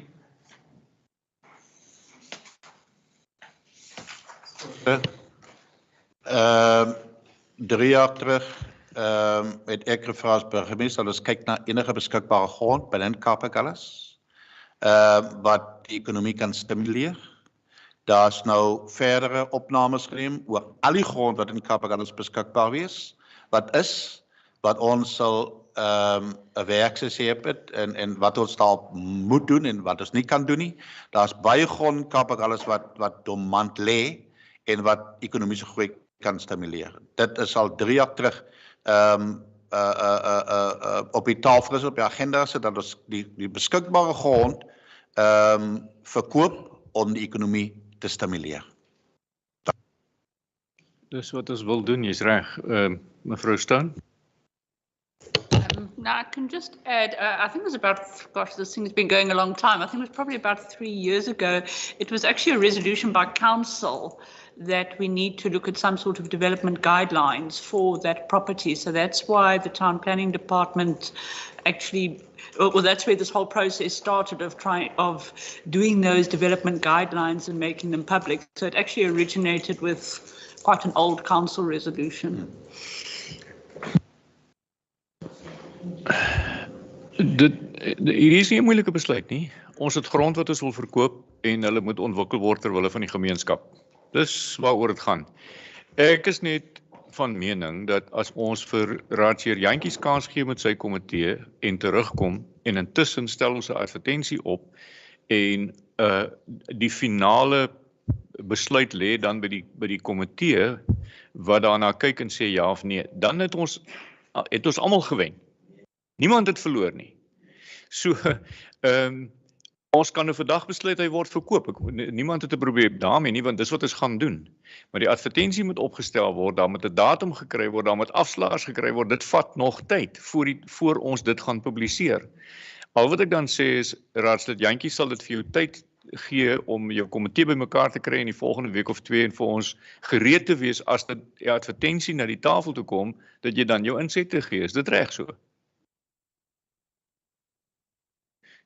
Jy sien, dis 'n compromise, dis waartoe ek werk, burgemeester, dat ons almal op dieselfde bladsy is, want ons is net so klein bietjie van mekaar weg. Speaker, wat ek net wil vra, sê byvoorbeeld, die punt is die agenda om die erwe te verkoop vir ekonomiese groei. As enige nou kom en sê, okay, ons wil 'n Kentucky daarop het, ek wil 'n garage daarop het, ek wil 'n Wimpy daarop het, dan gaan hierdie debat baie langer raak. Baie langer raak. En jy sê hetselfde woorde gesê vir Ewentjies, iemand wat die erwe gaan koop van die marknavorsing doen. Nou, dit is presies waar ons nou staan. Thank you. Ek wil volstaan by dit wat ek die ondervoorsitter ondersteun. Ek wil net nie die scenario skep dat ons hier uitgaan en ons almal is kwaad en daar word stories gemaak oor ons besluit en oor die raad nie. Ons dit nie nodig nie. Ons is een. Dus ons is saam in hierdie bootjie. En ons almal wil dieselfde ding hê. Daar word nie daaroor getwyfel of gedebatteer nie. Dis nou net die proses hoe hy moet gaan. En al wat ek sê is, Marius en sy span het nou tyd nodig om 'n afslaer te kry en 'n advertensie op te stel. Al wat ek dan sê is, Raadsheer Jantjies en sy komitee, kyk na wat hulle dink hulle graag daar wil hê. Dis nie te sê as hulle sê hulle wil 'n Kentucky daar hê, hulle dit gaan kry nie. Maar as hulle sê hulle wil nie 'n Haarsalon daar hê nie, dan weet ons ten minste wat daar nie moet kom nie. Maar dit gaan in die volgende raadsvergadering eers gefinaliseer word, sê ek nou vir julle. Want dit gaan nie in 'n week se tyd gedoen word nie. So ek soek net 'n compromise. Kan ons nie saamstem dat dit wat ons nou gesê het, dat ons dit nou maar doen nie? Geef vir Raadsheer Jantjies kans, maar intussen sit ons die proses in die gang en ons sit die erwe op 'n veiling. sodra ons die advertensie gesien het. Klink dit nie reg nie? Burgemeester? Nee. Nee, spreker wat jy sê is twee goed. Wat jy sê, ek ben wat ons sê hier is dit om die 4 erwe op veiling te sit. Finish en klaar. Ons sal nooit vir iemand 'n erf gaan koop, wat die erf gaan koop om as jy in besigheid is, jy daar om geld te maak. Die ou gaan sy eie navorsing doen. Ons gaan nog vir 2 jaar sukkel as ons vir Paul Swart dan sê wat hy op my erf moet, wat hy daar moet bou. Al wat ons sê vandag is vir mekaar is, ons wil ekonomiese groei in Kaap-Agulhas stimuleer. Deur om die grond wat nou al jare daar lê, nou post-COVID beskikbaar te maak sodat ekonomie kan groei. En dan wil ek aansluit daartoe, die Milpark ding waar daar geleenthede kom, wat wil mense daar hê en wat hulle mense wil sien, dis in die gemeenskap en die erwe langs aan die slagpale, daar was al ek 3 al op in 'n komitee gesê wat hulle daar wil sien en wat hulle daar wil sien nie, want dit is ook die primeste grond nader aan die mense daaronder. Ons moet ons kan nie nog red tape sit op hierdie erwe. Dit kom ook nou al 3 jaar aan hierdie 3 erwe. Speaker, I just want to ask the mayor, what's the rush? That's the question. It seems like he's rushing to get this. I understand we want to get this done. But that building is in Ward 2. And the Ward Committee made a suggestion that it must be discussed by them. If in Ward 1, there's land, or in Elam, and I want to go and put up a shebeen there, and the community says, no, they don't agree with that. And that is what this community wants to do. They want to engage and say, listen, there's this land. What do we need as a community? So by the time that the investor or the developer comes, then the ward committee has had enough, multiple time to engage and to discuss what is needed around the area where they're living in. And that is what Alderman Jantjies is saying. So that is why I'm saying, as you mentioned, and we want to agree with your suggestion, Speaker, while the process of appointing the auctioneer is happening, the ward committee can engage and deliberate furthermore in this discussion. So I don't understand why the mayor is rushing, Speaker. Speaker, ek wil net vir u sê, elke vergadering, verlede vergadering, voorvergadering, jaar terug voordeur, was ek altyd daarteer gaan oor red tape in die munisipaliteit. En daar is geen rush, want daar's niks agendas nie. Wat ek heel oggend vra, en ons is deur COVID, ons mense het nie werk in Kaap-Agulhas nie. Hulle soek geleenthede. Entrepreneurs wil die geleentheid kry om hulle besighede op te sit. Waaroor? Hoekom? Hierdie ding kom al 3 jaar aan. Hoekom moet ons dit langer uitwerk? Dit is al wat ek vra. Ons verskil nie daarmee nie. Ek verskil nie daarmee nie. Ek probeer net die hele tafel gelukkig hou, want dit is belangrik dat ons nie emosies hier opjaag en agterna sit met 'n klomp drama nie. So al wat ek vra is dit moontlik dat julle die voorstel net kan aanpas om te sê ons gaan hierdie erwe verkoop, maar ons gee gou kans vir wijk 2 om net hulle vergadering te hou en dit kom na 'n komitee toe, die voorstelle van die departement wat die advertensie opstel en die proses loop gelyktydig. Dis waartoe ek werk. Want andersins gaan ons mekaar nou skeef opvryf. En dan gaan ons op 'n stemming uit en dan sit ons net in 'n groter moeilikheid want dan gaan ek hom koel en kalm teruggooi. Neem kennis daarvan.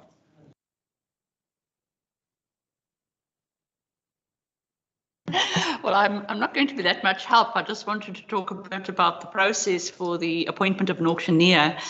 Hannes, you can just correct me here, but the finance department has called for tenders for an auctioneer service, for the financial year. My understanding is that they're going to the bid evaluation committee this week, which means they will probably go to the bid adjudication committee probably next week. And then there's still also a 21-day appeal period that follows that. And then one also has to remember, once that final appointment is made, only then will you actually give the auctioneer the instruction to do what is required. Obviously, from the auctioneer side, there's quite a bit of work that has to be done as well. So one has to give them a reasonable time as well, I think, to, get their business in order. So now I just wanted to talk a bit about the timeframes that we may be working within. I'm totally in agreement with you. Remember also, after all of that is done, they want to get the biggest publication or the biggest advert or the biggest attention, and that takes time. So what I'm saying is it might not even be before December if you put it together. All I'm saying is we are going to put them on auction. We have to follow the process, and the Ward 2 has in that time opportunity to talk to the committee. That's all I'm saying. So we all say the same thing. Maar die proses gaan vir 'n paar maande loop nou.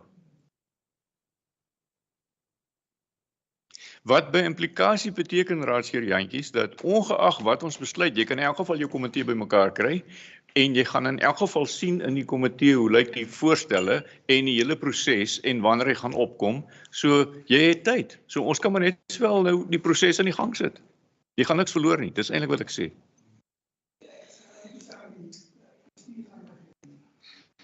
Ja, wel, dan is dit jou goeie keuse. Ja. Nee.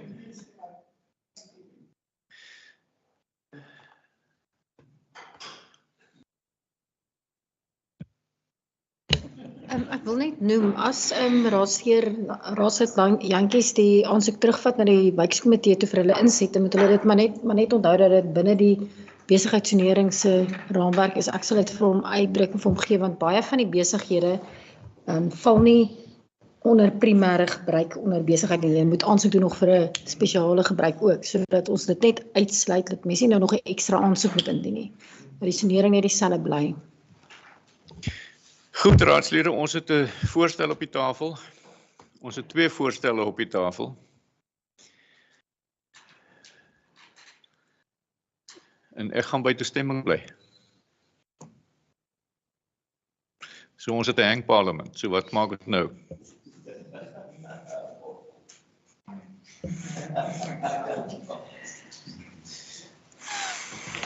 Voorsitter, ja.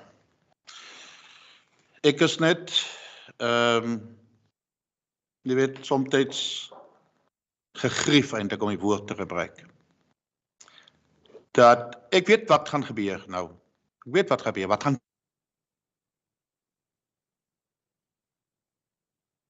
ons krippel onsself.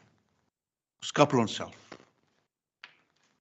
As ons nie bold genoeg is om besluite te neem tot voordeel van ons gemeenskap nie. En dat 1 of 2 persone, jy weet, elke keer vir hom voordoen as die Messias wat vir die poorest of die poor praat. Dit belg vir my. Hierdie raad, sedert 2016, het 'n klomp geleenthede geskep in ons gemeenskappe waar ekonomiese groei kan vestig. Wat ek nie kan sê wat daarvoor plaasgevind het nie. Mense het 'n geleentheid, mense kon grond koop, mense kon kontant, mense streetmakers kon opsit, en dit is om mense te bemagtig. Dis al. En soms moet ons bold genoeg wees om die besluit te neem tot voordeel van die breë gemeenskap. Daai grond wat daar lê, beteken vir ons absoluut niks nie, en dit bring vir ons niks in die sak nie.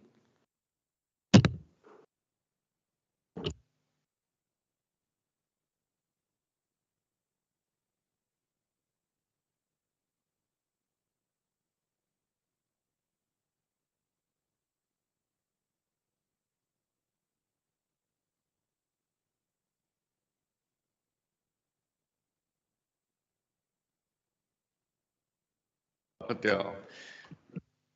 Die daarteen, steek op julle hande.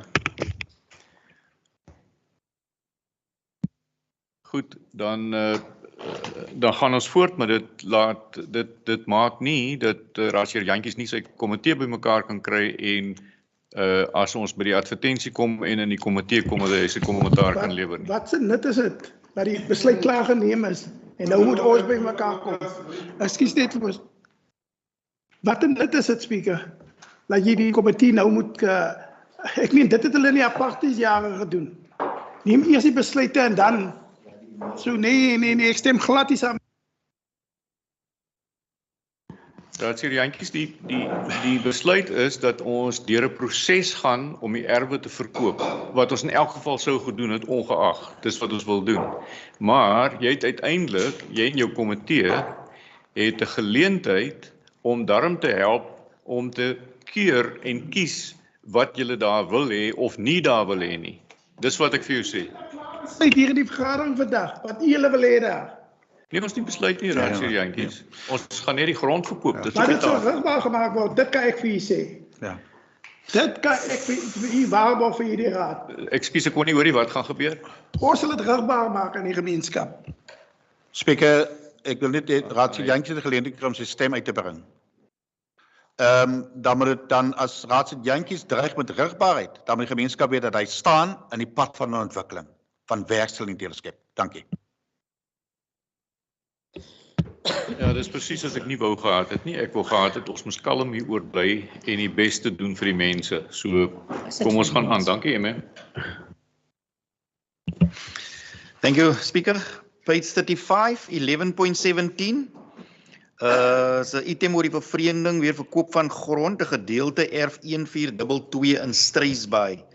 Daar's 'n aansoek wat gebring is deur die meneer en mevrou Weyers om 'n gedeelte van erf 1422 in Struisbaai te koop. Die liggingsplan van hierdie spesifieke erf is op bladsy 140 van die agenda. Al die departementele kommentaar is gelys op bladsy 36. En dit het basies meegebring juis rondom die insette van die verskillende departement is dat die aansoek op hierdie stadium nie oorweeg word nie aangesien die genoemde gedeelte te naby is aan die stormwaterinfrastruktuur en hou 'n hoë risiko vir oorstromings in. So dit is as gevolg van die risikofaktor wat daar 'n aanbeveling is van die finanskomitee sowel as die uitvoerende burgemeesterskomitee om nie hierdie gedeelte erf aan die aansoekers te vervreem nie, Speaker. Kommentaar? Korrek so? Vervreem hom nie? Speaker, ons aanvaar die aanbeveling soos gelees. Dankie. 11.18 vervreemding weer die koop van 'n gedeelte erf aangrensend aan erf 1455 in Struisbaai, is min of meer in dieselfde omgewing. En dit is as 'n aansoek van mevrou C. Higu om 'n gedeelte aangrensend aan erf 1455 Struisbaai, wat die liggingsplan ook dan op bladsy 142, 43 tot en met 148 ingebind is in die agenda. En weer eens is daar heelwat kommentaar van al die verskillende departemente en dit het ook dan nou meer gebring dat die aansoek op hierdie stadium nie oorweeg word nie, aangesien dit die versnippering van publieke oopruimte tot gevolg kan hê. En dis die aanbeveling van die uitvoerende burgemeesterskomitee op bladsy 39. Kommentaar raadslede? Is reg so? Die Speaker, miskien kan 'n mens net doen soos die wijkskomitee het sterk gevoel op die 4de Augustus dat dit gaan oor die versnippering, maar dan ook die komitee gevoel dit is 'n stormwater loop daardeur. Nou net aan die onderkant van meneer en mevrou Higu se huis is 'n watersloot, so dis eintlik 'n waterprobleem ook wat daar is. So dis nie net die versnippering nie, maar daar's definitief 'n waterprobleem wat en dis hoekom die grond net so bly opgebou word. Raadslede, wat sê julle? Goed, dankie. Thank you, Speaker. 11.19, dit is 'n gedeelte erf 1837 ook in Struisbaai, waar die aansoeker aansoek doen vir die verhuuring van 'n gedeelte grond. Die aansoek kom van meneer T. Oberholse, wat 'n gedeelte erf 1837 van die raad wil huur, en ek dink dit is in die vorm van 'n oorskridingsooreenkoms. Hy doen actually aansoek doen vir 'n oorskridingsooreenkoms, maar dis ook een van die gevalle, Speaker, waar die persoon eintlik al reeds die grond, hoe sal ek sê, begin bebou het sonder enige toestemming van die raad. Daar was 'n gevoel van die bestuur op daai stadium dat luister, die man gebruik nou als die aansoeker gebruik nou al klaar die grond, so ten minste kan ons dan nou 'n oorskridingsooreenkoms daar beteken en dan dat die persoon dan nou die oorskridingsfooi van R4015 per jaar betaal. Daar was egter 'n gevoel veral by die uitvoerende burgemeesterskomitee dat hierdie is 'n tendens wat nou 'n hele paar keer kop uitsteek, dat mense doen eers die verkeerde ding en dan probeer hulle dit regmaak om 'n aansoek agterna te bring.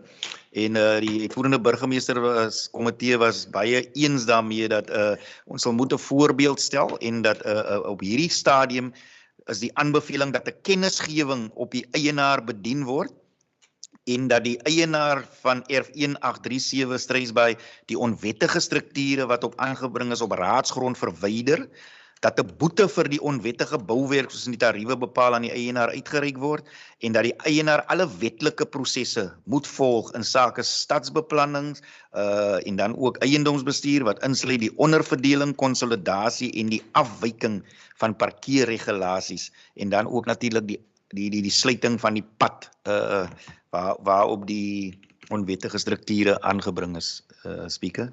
Dis die aanbeveling vir die raad op hierdie stadium. Insette, kommentare, burgemeester. Speaker, net baie duidelik dat ons die aanbeveling burgemeesterskomitee baie duidelik verstaan. Ek sê dat onwettigheid kan nie toegelaat word nie. Dat eerstens, of die eienaar aanvaar een of van twee dinge. Hy breek af wat die onwettige bou het. Of hy betaal 'n boete wat die stadbeplanning gaan uit om te kyk wat se boete van gelding is daar. Hy moet dit voel in sy sak voel. Dat hy betaal die boete en dat die wetlike prosesse gevolg word om dit in plek te kry. Maar dis of hy besluit om hy moet die kans kry om dit af te breek of hy betaal 'n hewige boete van die verkeerdheid wat hy daar gedoen het en dat dit reggestel word soos wat die bestuursaanbeveling gee dat met daar oorskrydingsfooi moontlik kan plaasvind en dat hy die grond dan of hy kan besluit of die stadbeplanning kan gee dat hy die area wat hy gebou het op die munisipale grond dat hy dit koop. Is dit so? Dit wat bespreek was in die burgemeesterskomitee. Okay, dis of 'n boete of hy breek af. Thank you. Burgemeester, jy sê nou twee dinge. Jy het gesê vroeër hy breek af en hy kry 'n boete. Dis nie een of die ander nie. Of hy koop. Is dit reg? Ek wil net duidelikheid kry van wat ons het almal verstaan wat daar bespreek was. De duidelikheid hy word bevel gegee om af te breek. Ja. Dis een. Hy kan besluit, hy kry die boete wat vooraf aan hom gestuur word. Saam met die bevel, die breek af of dis die boete wat hy betaal. En dan enigiets anders wat daarna volg, om dit in plek te kry, moet hy dit op sy onkostes.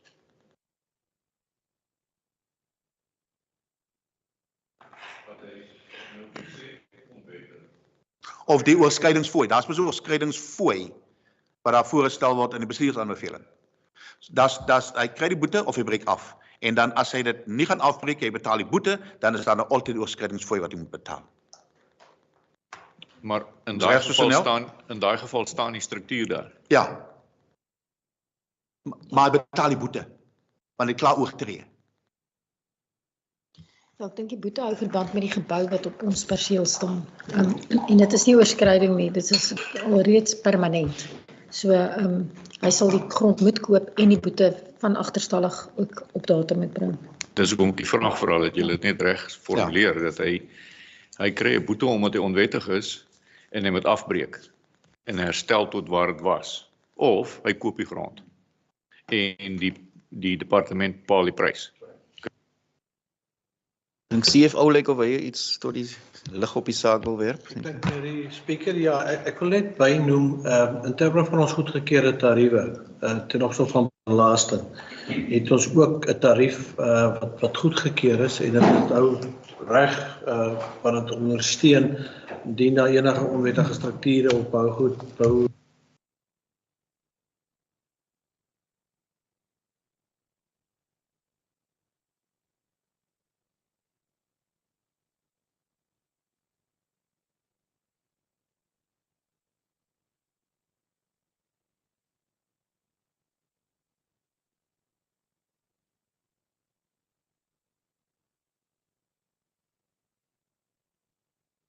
Speaker, dit was ons net wat ons bespreek, dit is sien dat mense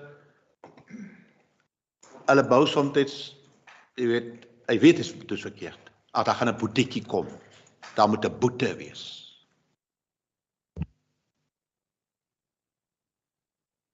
Marius, nou moet jy nou kop hou dat jy nou Hannes se gedeelte bywerk.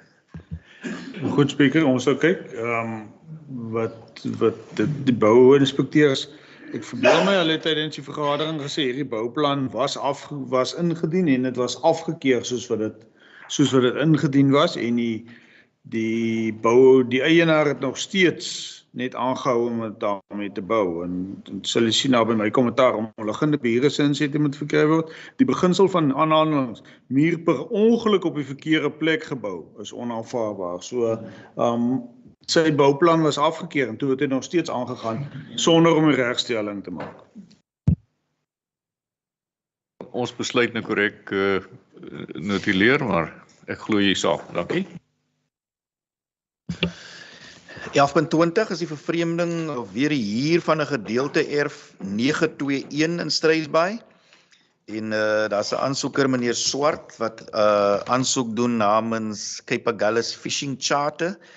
En dit is om 'n gedeelte van erf 921 Struisbaai te huur ten einde 'n advertensiestalletjie aan te wend. Soos in die liggingsplan is aangegee op bladsy 155. Daar's heelwat kommentaar wat ingekom het van die verskillende departemente. Ek dink dit was op die wijkskomitee ook op die 4de Augustus. Wijkskomitee op daai stadium het gesê hulle kon nie 'n opinie gee nie want daar is nog 'n paar studies wat uitstaande was. En dan is daar natuurlik 'n aanbeveling wat gekom het van die Finansies en Audit Komitee, sowel as die Uitvoerende Burgemeesterskomitee. En dit is dat die versoek om 'n advertensiestalletjie nie goedgekeur word nie, aangesien die genoemde erf in 'n ontwikkelingsfase is en dat die genoemde erf so spoedig moontlik voorsien word van slegs een in- en uitgang vir voertuie en dat die aansoeker aansoek doen vir die plasing van die stalletjie op 'n alternatiewe perseel by die Struisbaai plein. So dit is na deeglike bespreking en oorweging is dit die aanbeveling wat gekom het van die Uitvoerende Burgemeesterskomitee. Kommentare raadslede, Wijk 5 se raadslid, jy eens? Dankie tog. Is die burgemeester se neef?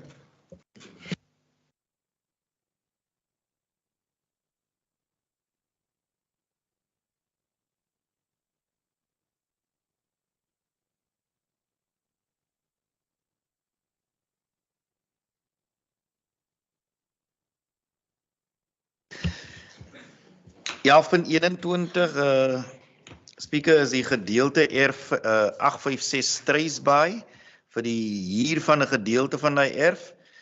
Dit is 'n versoek wat gekom het van Liaka Marine World en dit is vir die vestiging van 'n aquakultuur gemengde boerdery projek.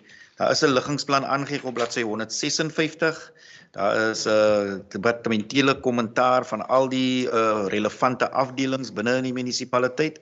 Hierdie aansoek het gedien voor die wijkskomitee op die 4de Augustus en daar was gevoel daai tyd van die wijkskomitee dat hulle sal graag eers 'n omgewingsimpakstudie verslag wil sien en ook 'n gedetailleerde besigheidsplan wat van die aansoeker af moet kom. En derhalwe is die aanbeveling van die Uitvoerende Burgemeesterskomitee dat aangesien dieselfde area ook deel is van die ontwikkelingsfase, dat die aansoek nie op hierdie stadium ondersteun word nie. En dit is ook natuurlik in die afwesigheid van gedetailleerde lewensvatbaarheidsstudies en 'n omvattende besigheidsplan, Speaker. Kommentare? Aanvaar is ons so? Ek wil net sê dit is die ding is daar by langs die Struisbaai Noord daar, né? Ja. Ja, ek wil net seker maak dat ons wat sê dat daai area ons moet verder wat ondersoek vir ontwikkelingsmoontlikhede en dan in die STF dit vir bekosterbare erwe vir Sifran erwe. Dat is daai hele area ondersoek vir ontwikkelingsmoontlikhede asseblief.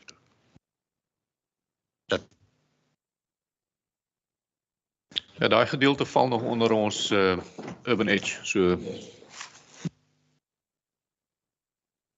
Ons aanvaar hom so. Dankie.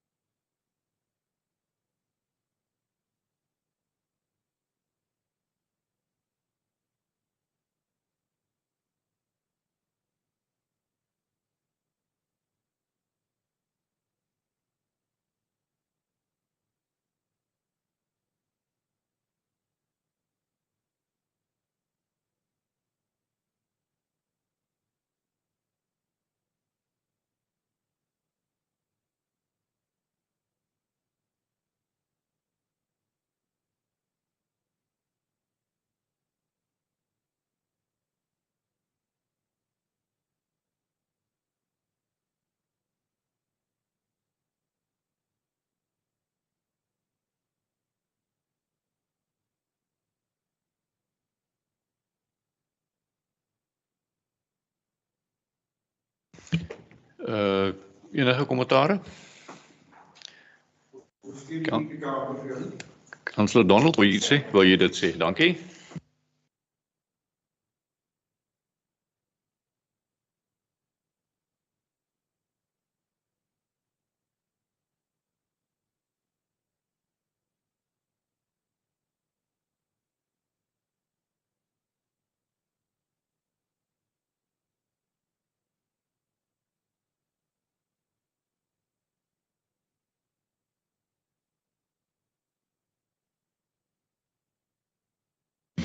Ja, die perseel wat voorheen, waar was Shishak voorheen gestaan het op daai spesifieke gedeelte, het hulle aansoek gedoen, dink is van die, net kyk die tyd van die 9de, of sorry, die 11de Desember tot en met die 9de of die 12de Januarie 2023. So hulle wil basies amper so 'n tipe van 'n playpark, funpark op hy perseel aanbied vir daai maand tydens natuurlik die somervakansie. Dit was voor die onderskeie komitees gewees. Net kyk, die wijkskomitee het ook die aansoek in oorweging geneem en hulle het versoek dat 'n besigheidsplan vir die tye van die dag wanneer dit sal funksioneer, because die komitee is redelik bekommerd oor moontlike geraas en tekort aan parkering. Die uitvoerende burgemeesterskomitee het al die faktore in aanmerking geneem en spesifiek hulle aanvraag, ek dink Steve het gevra vir iets soos 300 of 400 kVA elektrisiteitssupply, maar die kapasiteit wat die munisipaliteit vir hulle kan aanbied is slegs 100 kVA. So die uitvoerende komitee, burgemeesterskomitee het gesê dat die raad die aansoek wel goedkeur, dat slegs 100 kVA aan die huurder beskikbaar gestel word vir daai spesifieke tyd en dat die aansoeker dan nou dien ooreenkomstig in kennis gestel word. Kommentare, onthou net, ons het nie sê op die erf agter erf 230 nie, dit behoort aan ander mense, so opsie B is nie 'n opsie vir ons nie. Dis net op 854. Steven?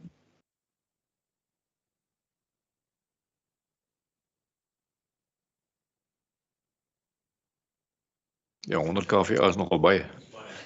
Hier in die dorp verlig. Goed, ons het hom so, dankie. Sê vir my, Marius, is dit nodig vir publieke deelnameproses? Net in kennis gestel word dat dit wel aangebied kan word en ons sal seker... Munisipale bestuurder, ek dink jy, ons kan verkeerd gaan deur die publiek die ooreenkomstig in te lig of ten minste die wijkskomitee. Ons sal dan inlig daaroor.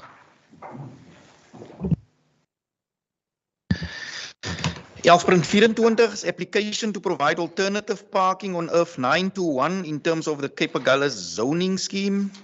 The owner of Earth 446 Traceby intend to apply for parking on a piece of land that belongs to Cape Agulhas municipality at this point in time. I think it's at the harbour premises or close to the harbour, and that will enable him to develop his Earth to its full potential as part of the development node at the harbour. So daar is heel wat agtergrondinligting oor die addisionele parkering. Daar is ook 'n kaartjie aangedui op bladsy 50 en dan ook die uitleg van die parkering. Jy sal merk dat die uitleg op bladsy 51 verskil klein bietjie van die uitleg wat Sonel vroeër aan die raadslede voorgehou het of uitgedeel het. Julle sal sien hierdie raadslede, hierdie prentjie. So dit hierdie een Sonel is die finale een. Dis hoe hulle dis waarvoor jy basies aansoek doen. Dis 10 buys aan die een kant, 6 buys aan die ander kant en dan 9 parkeerareas along hawe weg. So dis waarvoor jy aansoek doen op hierdie stadium en voordat ek miskien in die recommendation gaan, ek weet nie Sonel of daar enige meer toeligting wat jy wil gee rondom hierdie aansoek. Miskien kan ek net doen, hierdie parkering bly oop vir die publiek en dit word net notarieel verbind aan sy akte, maar hy betaal ook daarvoor. Niks word afgebaken vir sy R446 wat hy wil ontwikkel nie. En daar gaan nou geen parkering meer aangebring word op 921 by soos op hierdie plannetjie aangedui. Daar sou 4 parkerings gewees het, maar ons het dit ook geskuif, soos wat ooreengekom is in die IBK en komitee vergadering.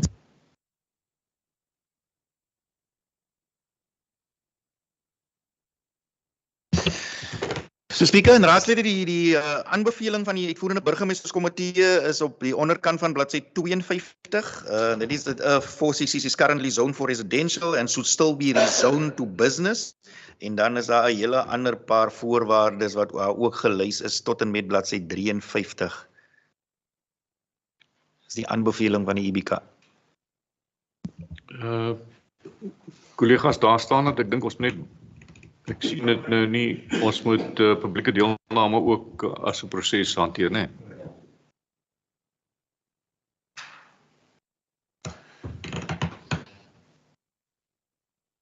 En die idee is dat ons dit goedkeur voordat ons enigstens verder gaan met parkering vir enige iemand anders daar vir 446 eintlik ook moet ons hierdie een eers goedkeur, né? Is nou syne, ja. Ja, ons dit gaan nie help. Ons gaan aankyk daai laaste voorwaarde dat 'n formal layout of 'n parking area be done van die hoofstrand tot by die hawe en dan nog 'n erf langs aan. Dit is ons klaar mee besig. Maar ons wil dit probeer formaliseer, maar intussen kan ons met hierdie aansoek aangaan. Ons kan dit nie ophou nie. Goed kollegas, dis hoe sy daar staan. Ons aanvaar hom so behalwe dat daar publieke deelname bykom.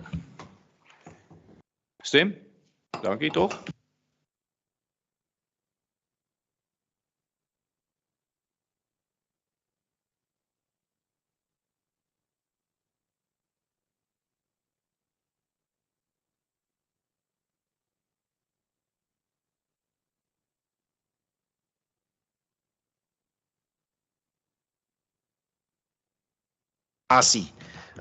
Op te rig. Die aansoek en die uitlegte en die skematiese voorstellings is op bladsy 173 tot 186. En jy kan agterkom in die kommentaar. Daar was heel wat teenkanting teen die 35 meter hoë mas wat kwansies daar opgerig sal word. Dis hoekom die wijkskomitee ook nie ten gunste was van die aansoek nie. Hulle sê dit is 'n 35 meter hoë mas wat die residensiële area opgerig gaan word. Dit gaan basies 'n visuele impak het op die omgewing en daar is huidiglik nie kapasiteit vir die tipe van elektriese koneksies wat benodig word nie. En dis hoekom die burgemeesterskomitee sy aanbeveling is dat die IBK ondersteun die IBK het besluit hulle ondersteun die aansoek aangesien die dienslewering en dit in die dienslewering van die gebied sal verbeter, dat die opgradering van die elektrisiteitsnetwerk vir die aansoeker se rekening sal wees en dat alle stadsbeplanningsprosesse gevolg gaan word wat ook natuurlik publieke deelnameproses insluit. Hierdie item, as ek reg Tracy, sal ook dan nou na die terminaal toe verwys word vir finale goedkeuring. Die munisipale beplanningsterminaal. Reg so, kollegas. Dit sê ek kyk men as daar hersonering wat plaasvind dit op die aansoeker se koste sal wees. En dan ook die voorwaardes op, dis nie 'n koue lelike toon nie, dit moet iets wees. Ek dink ergens het jy gesê dit is ergens en dat dit 'n tipe soos wat sluit by Noord is 'n maan is dit lyk soos 'n boom. Okay, reg. Ja, dit staan hier hulle sit 'n tree tower, 35 meter tree tower op. En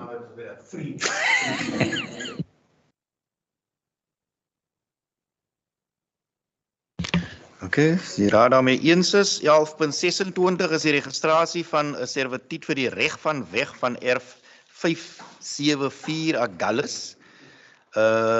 Daar het 'n aansoek ingekom hoe dit te skem vir die vergunning aan die eienaar van erf 262 Agulhas om dit in beginsel toe te staan om 'n servituut vir die reg van weg te registreer om toegang tot hulle eiendom te bekom. Ek dink hierdie is die aansoek waar raadslede sal onthou daar was 'n voorlegging, 'n virtuele voorlegging gewees deur die advokaat Karel Hofmeyer namens die Viljoen familie. Namens die Viljoen familie om te motiveer hoekom dit belangrik is dat daar 'n reg van weg toegestaan word vir elderly lady wat natuurlik die agterkant van die perseel wil gebruik om in te kom. Daar was natuurlik 'n heel wat bespreking daar rondom want ons is ook deeglik bewus van die hoe sal ek sê, ek wil nie sê tweestryd nie, maar daar's iets wat van gevoelens tussen die bure op die spesifieke erf en spesifiek vir die aanwending of die gebruik van daai publieke oop ruimte veral oor vakansietye. Ek dink ons law enforcement officers het al gereeld daar besoek gaan aflê om te kyk of hulle die situasie daar kon beredder. Ek self en ek dink die burgemeester, ek dink die speaker was ook al op 'n terrein besoek om te gaan kyk na wat is die omstandighede en wat is die situasie daar. Maar uit die aard van die saak is daar toe 'n besluit gemaak na alle faktore in ag geneem is uit die uitvoerende burgemeester komitee 'n aanbeveling gemaak en dit is dat die reg van toegang op hierdie stadium nie aan die aansoeker toegestaan word nie en dat daar liewers goedkeuring verleen word om erf 574 Agulhas te gebruik as 'n aflaaipunt vir toegang tot erf 262 Agulhas. En indien dit nie goedgekeur word nie, maar dink ek nie daar is rede vir 'n publieke deelname proses nie, maar dit is basies die IBK se aanbeveling en dis natuurlik die raad se reg om die aanbeveling in oënskou te neem. Nou het ek 'n kans om jou reg te help. Dit is goedgekeur. Hulle keur nie die bestuursaanbeveling goed nie. Die bestuursaanbeveling sê nee. So die IBK sê ja vir 'n reg van weg. Die IBK aanvaar ook dat hulle sal 'n publieke deelname moet doen en dit word gekoppel aan die dame se persoon en nie aan die erf nie. So vir so lank soos wat sy dit wil gebruik om oor daai oop ruimte te ry, is dit haar reg. En na die publieke deelname sal hulle aansoek doen vir 'n reg van weg om dit te registreer. Dis wat ons besluit het. Ja, ons moet gewoon net hier deeglik besin want ek dink dit is juist die hoekom daar 'n besluit geneem is om dit slegs as 'n aflaaipunt toe te laat en nie 'n reg van weg. Maar dis hoekom ek sê ons kan 'n bietjie meer daaroor deliberate, laat ons net die praktiese implikasies ook daarvan in oënskou kan neem. So nou, Maar miskien net die agtergrond. Ons kan nie sê ons keer 'n aflaaipunt goed nie, want dit is reeds 'n publieke oop ruimte. Sy kan nou daar op en afgelaai word. Ons kan haar nie keer nie. Enige iemand kan haar stop en daar gaan sit vir die dag en weer ry. So dit maak sin om die reg van weg te laat aangaan. Dit moet in elk geval deur 'n publieke deelname proses gaan. So ons moet dit adverteer en dan kyk ons wat kom uit die terug van die publiek af en dan besluit die raad mos nou dit gaan tribunaal toe vir 'n goedkeuring om geregistreer te word. Want dit is raadsgrond.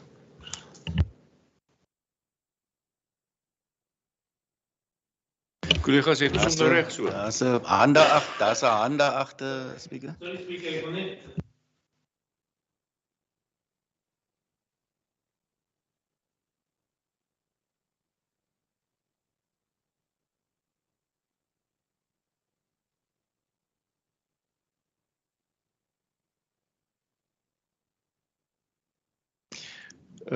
Meneer Cooper, dankie, dit is reg so, maar as jy die Hofmeyer se briewe lees, dan vra hulle 'n onbelemmerde toegang na 'n erf om langs haar woonstel te parkeer. Dis al. Sy wil niks oprig nie, sy wil nie parkeer nie, sy wil niks daar doen nie. Sy wil net toestemming hê om oor daai grond onbelemmerd te ry en die bure te keer om dit haar te verhoed om by haar erf te kom. Dis al waaroor dit gaan.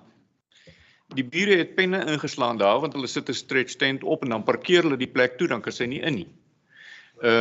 So dis 'n menslike doodreg, maar daai feite moet jy opper as iemand daar pale wil inslaan om 'n tent op te sit. Dan moet jy daai feite opper.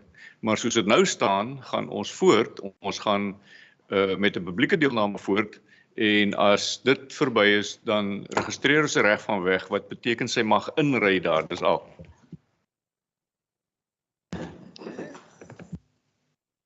Speaker, daar is nog 'n hand, Councillor Donald. Thank you, Chair. I just wanted to propose that we accept the humanitarian decision that the Mako took to allow the elderly lady in her wheelchair to have a drop-off point. Thank you, ma'am.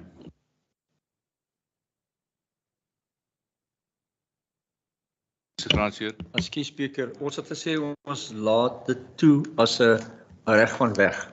Maar die aflaaipunt kan nie daarin kom. Nee. Aflaaipunt beteken net sy mag inry en gaan aflaai by haar woonstel en daar parkeer. So dis eintlik nie reg geskryf nie. Dis nie aflaaipunt nie op 574 nie. Sy wil afgelaai word op 262 by haar woonstel. Sy wil net oor daai perseel ry. Dis al wat sy vra. Ja, Speaker, ek dink van die administrasie se kant af wil ons dan nou onomwonde sê, dit was definitief nie die bespreking by die uitvoerende burgemeesterskomitee nie, want dit was juis hoekom ons tot die slotsom gekom het dat dit liewers as 'n aflaaipunt, dit lyk vir my daar is nou die raad het 'n meer humanitaire hoe sal ek sê, aanbeveling in die verband wat die reg is. Ek bedoel as ons sê dat die reg van weg toegestaan word, by all means is die raad se prerogatief om dit te doen. Ja, ek weet nie, die speaker het evens ook iets genoem. En dan net, of dit op weerskante dan, dit gaan nog jy weet, 'n bieretoos wees daar. Wat die burgemeesterskomitee voorstel dat sy onbelemmerd daar verby beweeg, afgelaai word en in haar woonstel kom. Die kar parkeer nie daar nie. Sy het 'n toegang van die vooraf van huis af. So dit wat ek verstaan, sy word afgelaai, onbelemmerd, dat die bure nie veroorsaak dat een van die jaar daar terug parkeer nie, sy moet die toegang hê om daar afgelaai te word, want sy bly agter die huis. Jy het 100% reg, behalwe dat haar motor kan bly staan op haar erf langs die woonstel. Op haar erf. Ja, nêrens op 574 nie. Sy kom korrek. Sy kom in Georgestraat in, ry in by haar agterplaas, parkeer langs die woonstel en dis dit.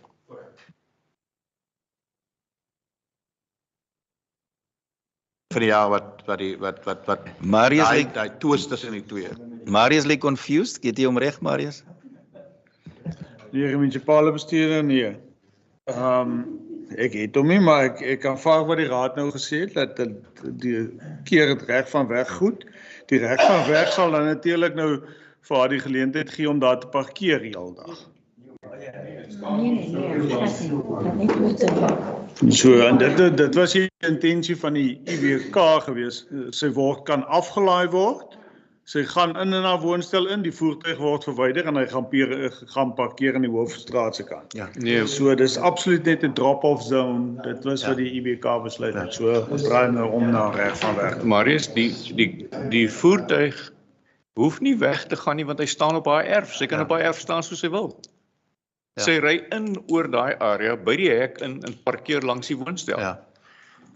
Dis wat hulle bedoel met 'n aflaai. Hulle wil haar graag daar aflaai in plaas van voor in die straat. Dis waaroor dit gaan. So sy wil van Georgestraat af kom, oor 574 ry, by haar hek agterin en die karretjie gaan parkeer langs die woonstel. Dis waaroor dit gaan. So As sy ek soek reg net het, as ek reg spreek, was daai reg van weg met iets met palletjies of die braai van die mense wat daar in Barbere was versper. Dat sy nie daar kan deurkom tot agter by haar. Ja, die nou sê okay, daar moet geen versperring wees nie, dat sy kan ingaan tot agter haar huis. Korrek. Maar nie op ons grond parkeer nie. In haar jaar, daar is 'n agterhek in haar jaar en sy kan weer terug. Dankie. Korrek. Het jy hom so, Marius? Dankie, Speaker. Ek dink die raad se intensie is nou baie duidelik. So ons sal dan beteken dit Marius, hy moet dan so bly dat die publieke deelnameproses moet definitief gevolg word. So hy moet deel wees van die aanbeveling. Marius, en slegs na die publieke deelname kan ons 'n reg van weg registreer, nie voor die tyd nie. Intussen wil ons net vir haar onbelemmerde toegang gee tot haar erf. Woordreg, dankie Speaker vir die uitklaring. 11.27 is die huur van 'n gedeelte erf 670 in Waarnhuiskraans, Anniston. Daar's 'n aansoek van meneer en mevrou September wat Seppies Laundry and Cleaning Services in Anniston bedryf wat aansoek gedoen het vir die huur van 'n gedeelte erf basies om te gebruik. Ek sien hulle merk in die aansoek ook vir 'n karwas fasiliteit op daai spesifieke erf en die aanbeveling van die EBK was op hierdie stadium dat die aansoek nie goedgekeur word nie en dat die nuwe erwe soos voorgestel deur die stadsbeplanning eers geregistreer moet word, dat stadsbeplanning in die ruimtelike ontwikkelingsraamwerk aandui wat die sonering van die erwe moet wees en dat slegs daarna kan die erwe op 'n latere stadium vir raadsgoedkeuring per veiling vervreem word. So dis die aanbeveling van die EBK op hierdie stadium, Speaker. Natuurlik vir die raad om te besluit daaroor. Raadslede. As ek niet mag, Speaker, wil ek net dit onder die raad se aandag bring dat Seppies wil nie hulle wou eers hier, hulle wou nie koop hê, né? So ek wil die raad moet luister wat ek vra. Nou nie weer verkeerd. Ek vra omdat die stukkie grond oorkant Seppies se huis is 'n vuilnishoop en ek weet daai grond gaan soneer word volgens die planne wat ons gesien het in Anniston vir hophuise. Maar op die huidige oomblik word die grond nie gebruik vir enige iets behalwe 'n vuilnishoopie. En ek weet sy wil 'n kawas ook hê, maar ek wil hê die raad moet asseblief dit consider of asseblief dink daaroor om dan net vir die wasgoed, want sy wil in eerste plek net wasgoedlyne op die stukkie erf oorkant huis gesit het. Dan kan ons na later stadium miskien kyk vir 'n erf vir die kar was, maar wat ek vra vandag asseblief vir die wasgoedlyne, want dit is moeilik vir haar om haar wasgoed by haar kampie is net so klein, jy weet mos hoe lekker op huise op Anniston. So ek vra vandag as die raadslid aan by 6 dat julle vir tegemoet sal kom vir net 'n stukkie grond oorkant die huis waar die vullis gedam word om te huur om haar wasgoedlyne net op te sit vir haar laundry. Dan ek verstaan dat die grond moet eers goedgekeur word en al die dinge, maar ek vra. Kom raadslede, help. Burgemeester. Speaker, ons sê die hele area is 'n ontwikkelingsfase. Ons wil baie graag dat hele area jy weet die beplanning moet reg gedoen word, maar tot tyd en wyl. Dat ons dit toelaat en dat ons dit later net formaliseer. En dan kan ons luister, want as jy weet daar soms dat mense finansiële wil sterker raak wat net die area per kontrak wil huur. So ons kan dan besluit, maar tot tyd en wyl die plek nie gevorm dat ons dit toelaat dat die erf gebruik word. Ek vind dat op die oomblik staan dit is 'n civilis erf en dat dit help iemand ook finansiële bietjie vir hom help. Soos ek is 100% daarvoor. Verstaan ek dit reg dat die wijkkomitee se kommentaar wat lees, die wijkkomitee beveel aan dat Seppi wel grond kan kry, maar tussen 55 en 60. Ja, Is dit wat omdat jy wil sê? tussen 55 en 60 is dit seker as wel laat. Daar sal nooit huise of enige ontwikkeling kan plaasvind om iets te bou op. Dat is hoekom hulle dit aanbeveel het, van omdat daar was reeds 'n plan uit wat wys dat daai stukkie grond wat sy wou hê huise ingebou gaan word of huise opgebou gaan word op hy stadium. Maar as sy net die stukkie soos die burgemeester nou sê kan kry om net vir haar wasgoedlyne vir nou kan sit totdat die stadsbeplanners uitgegaan het om die stukkie grond te soneer of dat sy 'n kawas of iets daar kan kry, dan kan ons verder daarvan af werk, né? Is ons eens? Speaker, net dat die wijkraadlid saam met iemand as vaststandbank uitgaan dat presies uitwys waar die persoon moet wees, 100%. Ons gaan juist môre Anniston toe. Ek ken Abraham. Weet jy hom so, Marius? Ja, Speaker, net laat die voorwaardes moet baie duidelik gestel word dat daar nie permanente strukture opgerig moet word nie en indien die raad dan nou die grond begin ontwikkel dat daar vir hulle voldoende kennis gegee gaan word sodat daar nie probleme is op daai stadium nie, maar ek dink is 'n billike versoek. 11.28 alienation, purchasing of a portion of 513 Napier. Dit is basies die aansoek waar meneer Bertus Du Plessis vanoggend die voorlegging aan die raad gedoen het. En die item is nou ingebind in die agenda. Is natuurlik gemerk daar is hy het spesifiek aangedui die aard van die terrein op hierdie stadium. Hierdie is basies die aansoek is vir die vervreemding van 'n pad, is 'n gedeeltestrook of soos Raad Donald vanoggend gesê het, what did you call it, the piece of a track or something, jeep track. Ja, okay, maar dis nou die pad wat op hierdie stadium natuurlik nie begaanbaar is nie, wat hy wil insluit binne in sy beoogde ontwikkeling en wat in tans as Strijdstraat bekend staan, en die aansoek word dan nou natuurlik voor die raad gelê. Dit was voor die Finans en IT Services Komitee. Daar was eers basies 2 opsies, maar ek dink die opsie wat die EBK voorgestel word, that council support the closure, alienation and the sale of the proposed section of 513 Napier, which is indicated as a portion of Trade Street. And then that council approve in principle the disposal. You will see there are 2 options, disposal or the right of use. And I think the applicant this morning put it quite clearly that he really wants to council dispose of the land, where he wants to buy that piece of land. And that is that obviously a complete public participation process will be followed, and surrounding neighbors will be informed accordingly. You would have also noted that he indicated there was some resistance from neighbors that currently use that piece of road for access to that property, but he has also engaged with them and also got their consent to utilize it for that purposes, and then that you will make sure that it forms part of the actuarial notices as well. And then then the last one, it is recommended that the northern portion of the road be consolidated with IRF 1359, and that the southern part of the road remains the property of Cape Agulhas municipality. But if we dispose of the entire road, then the number 4, bullet number 4, will then not be applicable. Am I right, Marius? So dis die aansoek voor die raad na aanleiding van vanoggend se voorstelling deur meneer Bertus Du Plessis. Collega's, burgemeester. Spreker, ek wil net voorstel wat na die Meidel komitee, ek het op daai stadium met ons nie al die inligting gehad nie. En ook wat vanoggend verduidelik was, en dat ons uit die Meidel komitee recommendation uithaal, en dat die hele deel die wet gedispose kan word. Vir goeie ontwikkeling, so lyndes. Thank you. Het hom so, Marius, jy het hom ook so? Collega's, ons aanvaar dit so. Goeie ontwikkeling vir Napier. Dankie tog.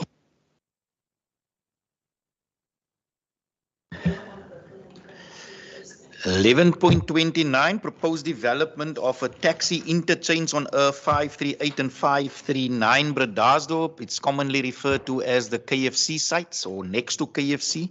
That is the portions which are currently being utilized for informal trading. And this item has also got a long history where piece of land initially has been earmarked at the back of the Bredasdorp police station, which has gone through all the statutory processes, was part of a project that have been registered at RCEP from province, who's made the funding available. But once the 2 portions of land became available, or the municipality has purchased it, I think, I'm not sure, from a church or... Yeah, they procured this portions of property from a church, and subsequently the tax for and said, listen here, the reason why we opted at the time for the site behind the police station is because we knew that 538 and 539 was not an option, were not an option at the time. But now that it is in the possession of Cape Agulhas municipality, that was actually their preferred site for a taxi interchange, public transport interchange.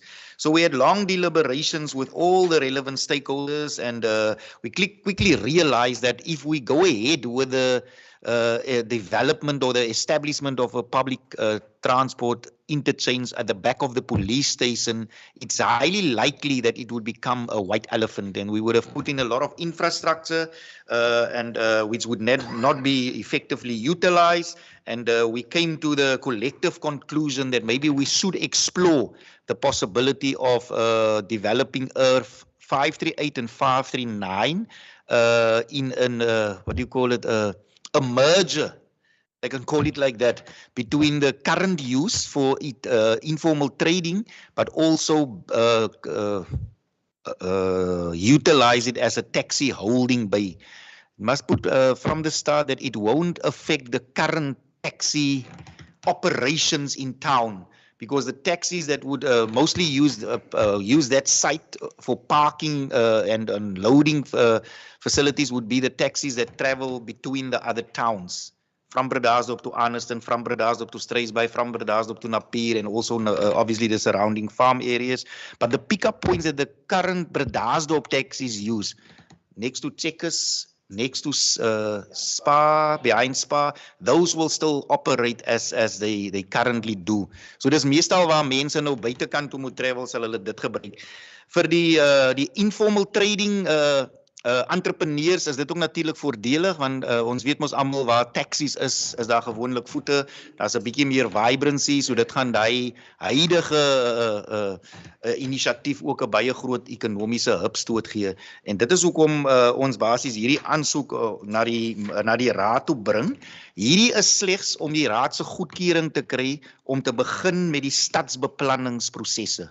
So dis nie die goedkeuring daarvan nie, maar ons wil basies begin dat daar 'n aansoek inkom, so uit die aard van die saak sal Sonel hulle 'n konsultant moet aanstel om so 'n formele aansoek te bring, en baie belangrik natuurlik is dat dit sal moet deurgaan deur 'n baie intensiewe gemeenskapsdeelname proses.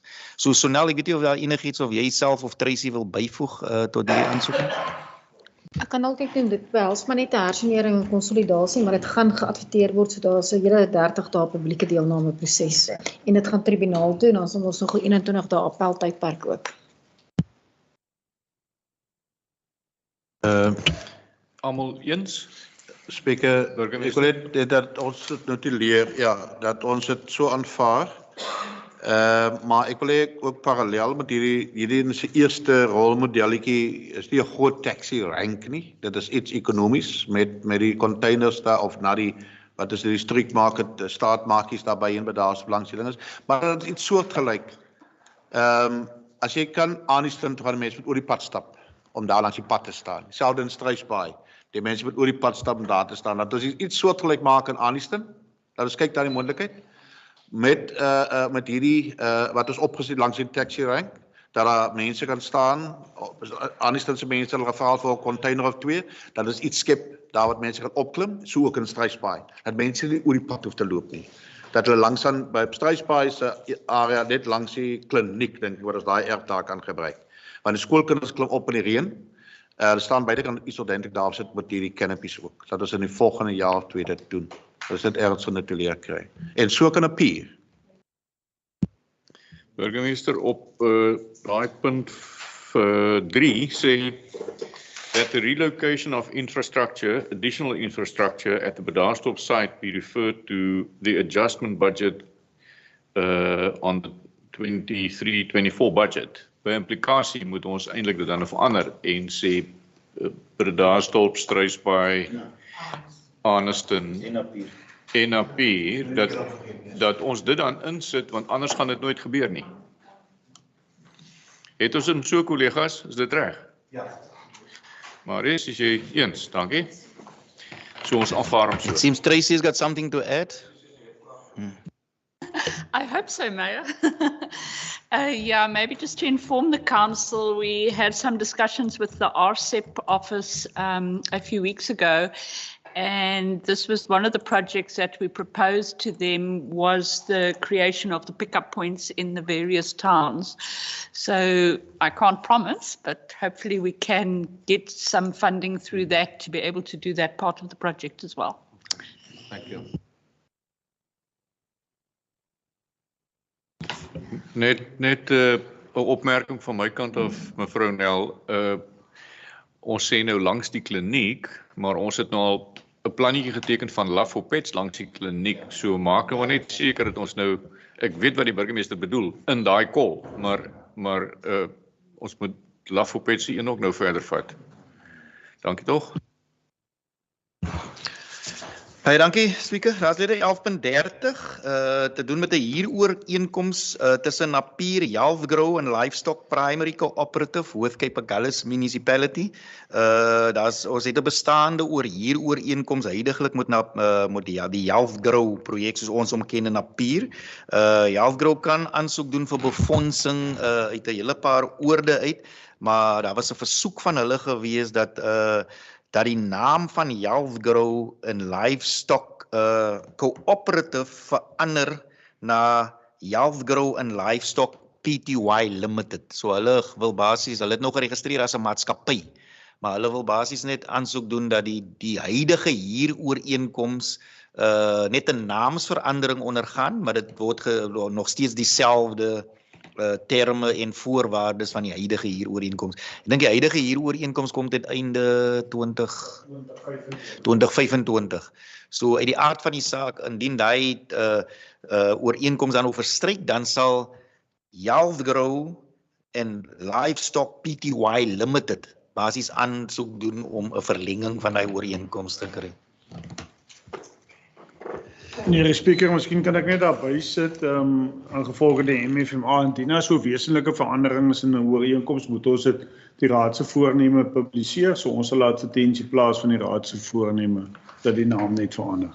Die MFMA bepaal dit. Dit is reg so, want daar is 'n verskil tussen 'n co-op en 'n Pty Limited.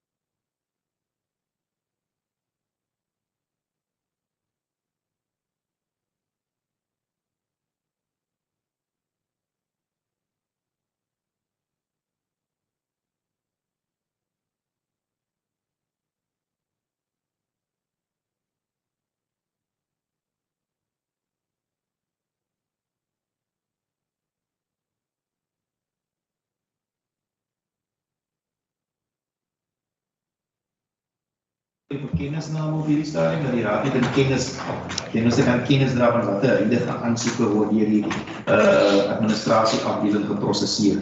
Ja, meneer MM, dit is, ons gaan het vir julle 'n lys voorsien. Jy moet onthou daai lys sal altyd 'n roaming lys wees. Met ander woorde, ons kry so 7 of 8 aansoeke in 'n week. So ons gaan hom heeltyd opdateer met waar die verskillende aansoeke in die proses is. So as jy weet van spesifieke aansoeke wat nie op die lys is, asseblief kom terug na ons toe, want het ons hom ergens gemis. En dit gaan ook deel word maandeliks van my maandverslag, waar ons vir die maandelik gaan inlig oor wat is die vordering met elke perseel. So in die skedule staan nou ook die kommunikasie, die feedback, jy sal presies die prosesplan sien van elke aansoek waar hy is.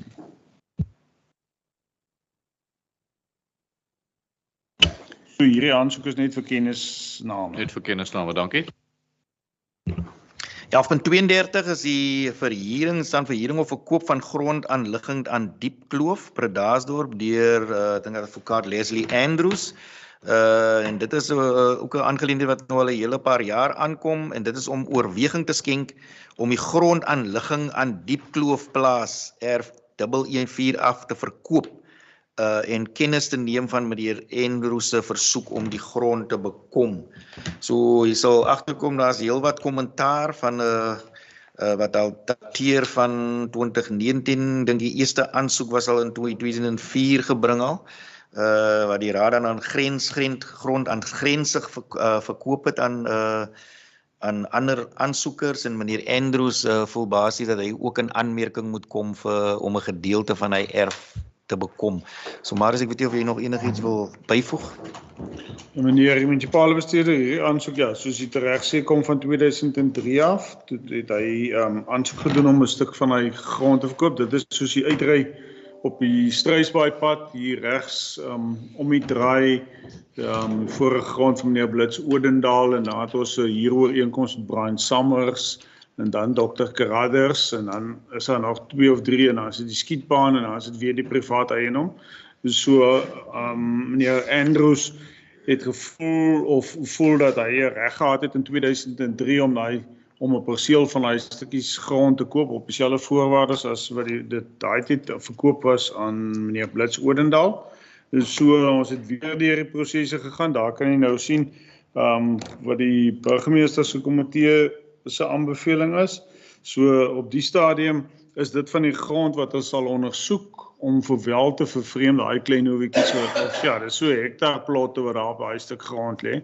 Ek dink vir dorpsuitbreiding kan dit in die toekoms goeie grond wees om te vervreem, maar ek spiegel nou maar dit sal in die toekomstige strategiese plan van property management uitgewys word. Hier is geen dienste nie.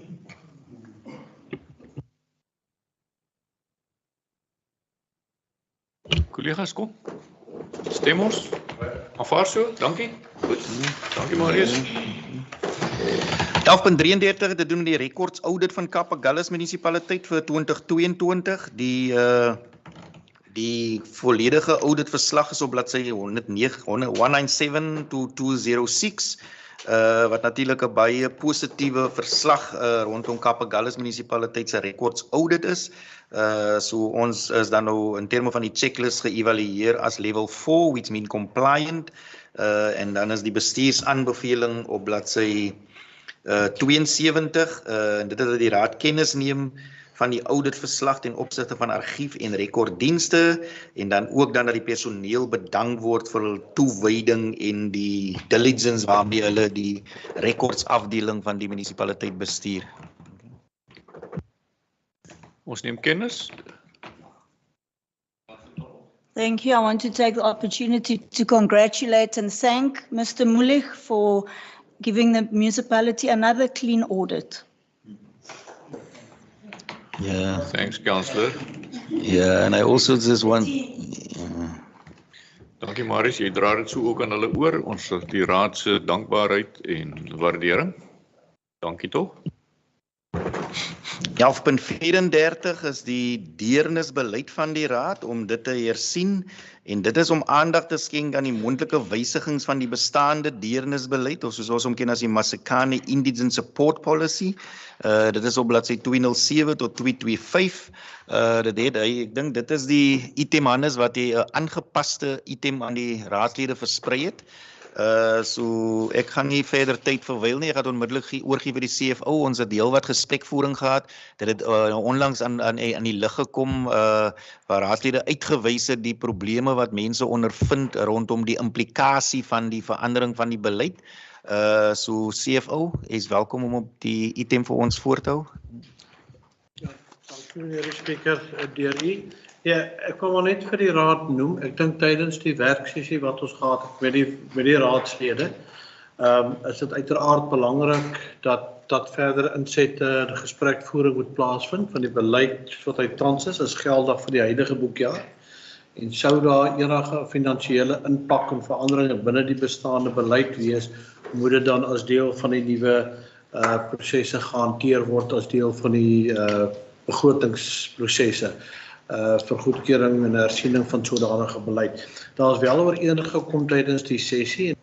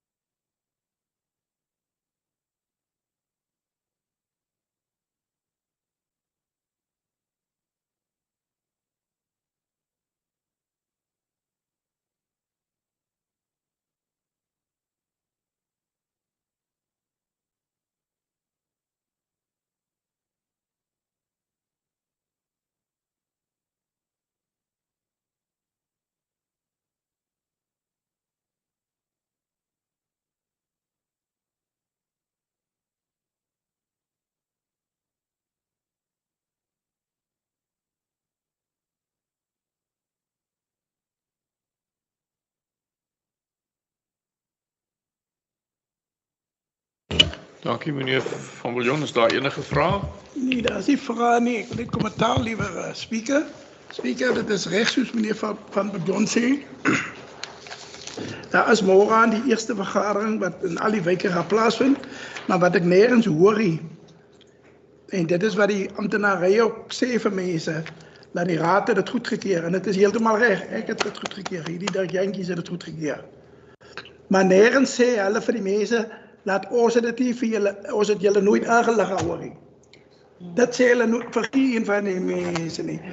Maar soos ek sê, daar is goed in plek gesit, môre aan van die eerste vergadering plaas en die mense moet maar hulle saak omstel. Ek het hom so, dankie. Nog 'n kommentaar? I just want to add to what Alderman Jantjies has mentioned now is that I've also mentioned it in the committee meeting the other day. I think after council meetings and committee meetings, there needs to go out a letter, Speaker, with all of the decisions that council has taken that people need to take note of. Because not everyone is watching this online. If you go and look, there's about 11 or 12 people watching. But there needs to be proper communication, and that is one of the major challenges that we have in council and also within the municipality. And that's why I think we also need to capacitate the communications department for this, because they need to also be here to sit in. I know Tracy is here, but to take notes of certain decisions that are being taken and stuff that needs to go out, so that people can be informed on a monthly basis about the decisions that council made, because that policy of 2019, it is coming back to bite us as new council members now, and we have to explain a policy that we received, and we also need to understand it and then explain it to people. But if these things are being communicated on a monthly basis, the municipality won't sit with all of these unnecessary tensions and emotions within the community and the animosity towards the municipality because of the communication problem that we have, Speaker. Thank you. The lack of communication will always be with us. But remember, as ward councillor, you have monthly meetings and you should take the minutes as soon as you get them to the ward committee and explain to them, and they have to roll it out as well, as one of the means of communication. That's one. I agree, there should be more, but that is really your duty as a councillor to inform your committee and let them take it to their different constituents or whatever you want to call them. But you can have communication on top of the list of things that we have to give attention to, and it will always be on that list. So we have to endeavor to communicate more and better, two-way, not one way only. Okay, I agree with you, Speaker, but in practical sense, it doesn't always work like you are saying. For an example, look, we are councillors, we're sitting here. We're sitting in meetings for 6-7 hours. Do you understand? Whilst we're not in our wards. And I've actually written to the municipality and also municipal manager and to strategic services about us getting assistance, even EPWP assistance for us in the ward that can assist us with these type of things. When we sit in here now, Speaker, we have to go out. We still have to go and then convene another meetings. And you've sat there the whole day. You are tired when you come out of meetings. Then you still have to engage with your ward committee who's also working. We don't have anybody because we are part-time councillors as we are sitting here. We don't have PAs that can assist us or ward clerks that can assist us with these type of things, Speaker. And I think council need to take note of that because we're spending too much hours, long hours sitting in meetings and discussing and debating these issues, whilst we also can have assistance in the ward that can make our life very easier. But as it also goes out with, like I said, the newsletter or at least a kind of a communication about the decisions that has been made. I think the more we communicate, it will be much better and people will be informed. That is just what I want to add to that. Thank you, Speaker.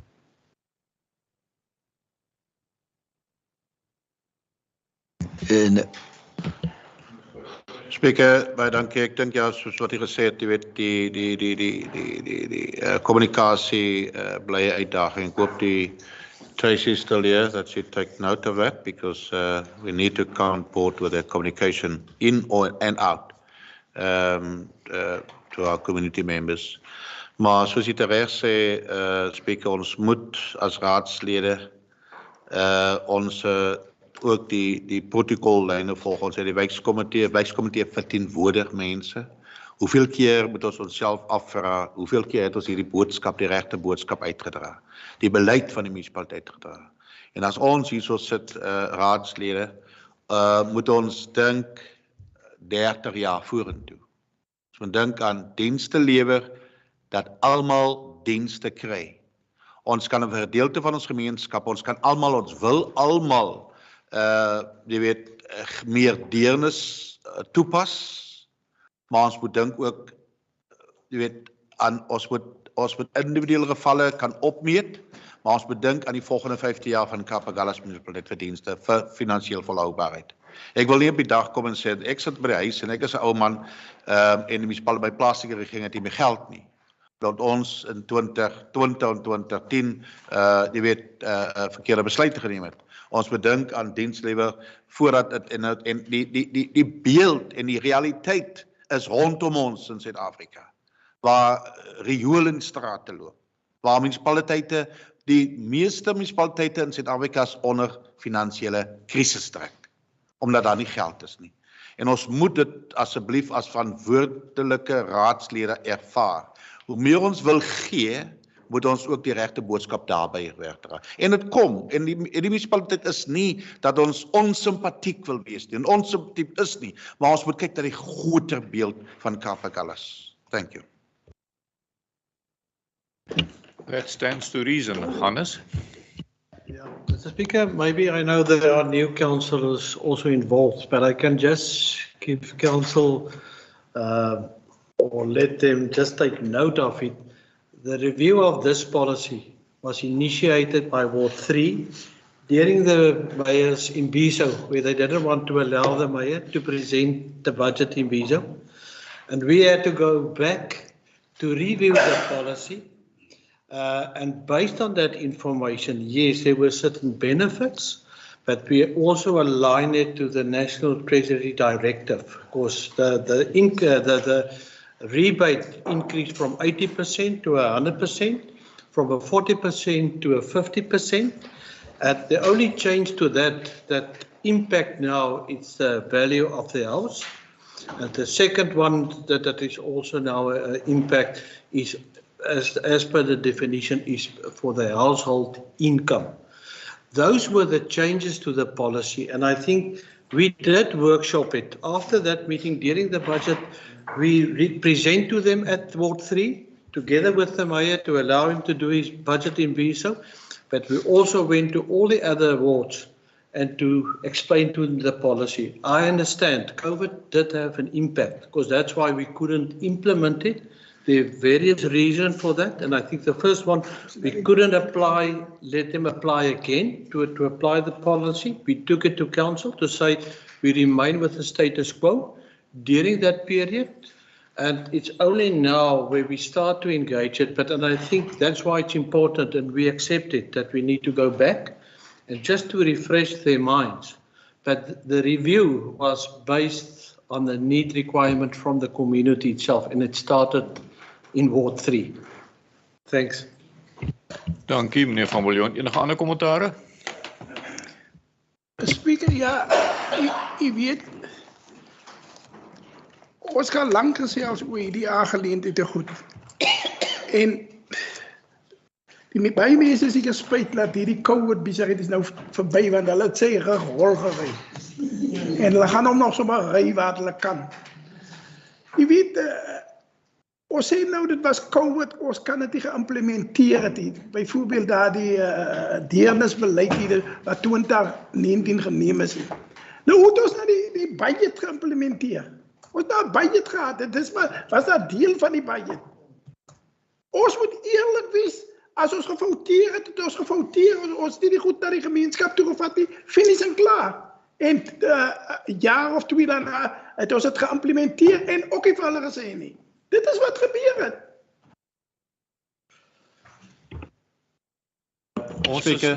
Ons is nog op aarde, ons is nog nie in die paradys nie, hoor.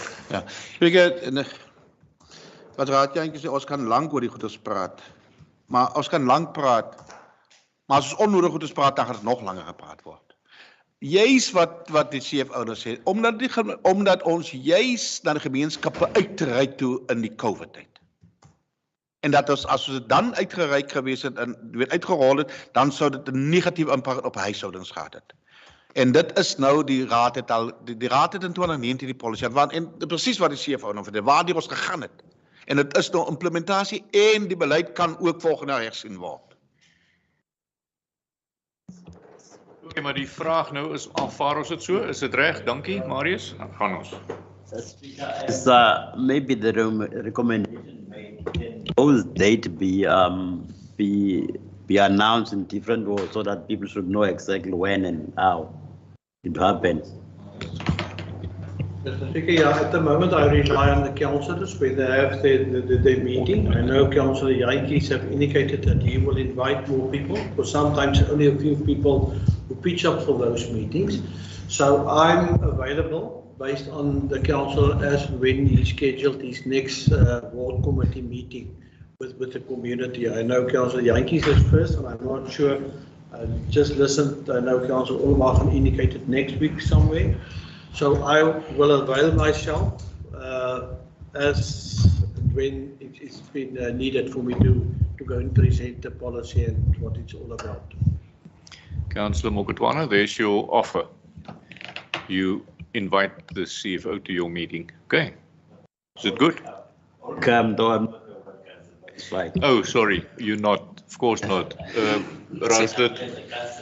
The community of Cape Colors. Yes. Get respect. Ja, maar raadslid Martinus, jy sal dit so aanvaar, né? Ek sal dit so aanvaar. Dankie tog. Speaker, ek dink wat is net belangrik is dat especially Tracy, when Paul sends out the invites to those meetings, that people are also aware that this matter is going to be discussed there. Dat die regte mense kan opdaag by die vergaderings vir wie dit affekteer. Want anders gaan ons ook 'n geval hê waar ons gaan met verkeerde mense praat daaromtrent. So Tracy, if Paul can just liaise with Hannes and the ward councillor and make sure that people that we communicate effectively that this matter is going to be informed to the community in all the different wards. Thanks.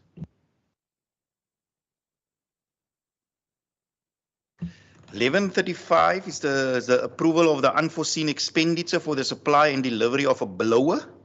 CFO, maybe you can just enlighten us on this matter, please.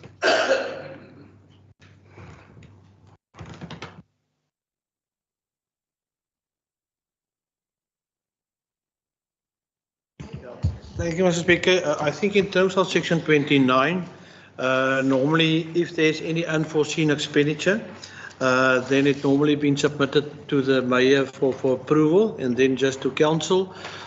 This is actually from one of the departments actually where they submitted, there was a shortage in terms of the blower, the cost to that, where they utilized saving from the one to the other.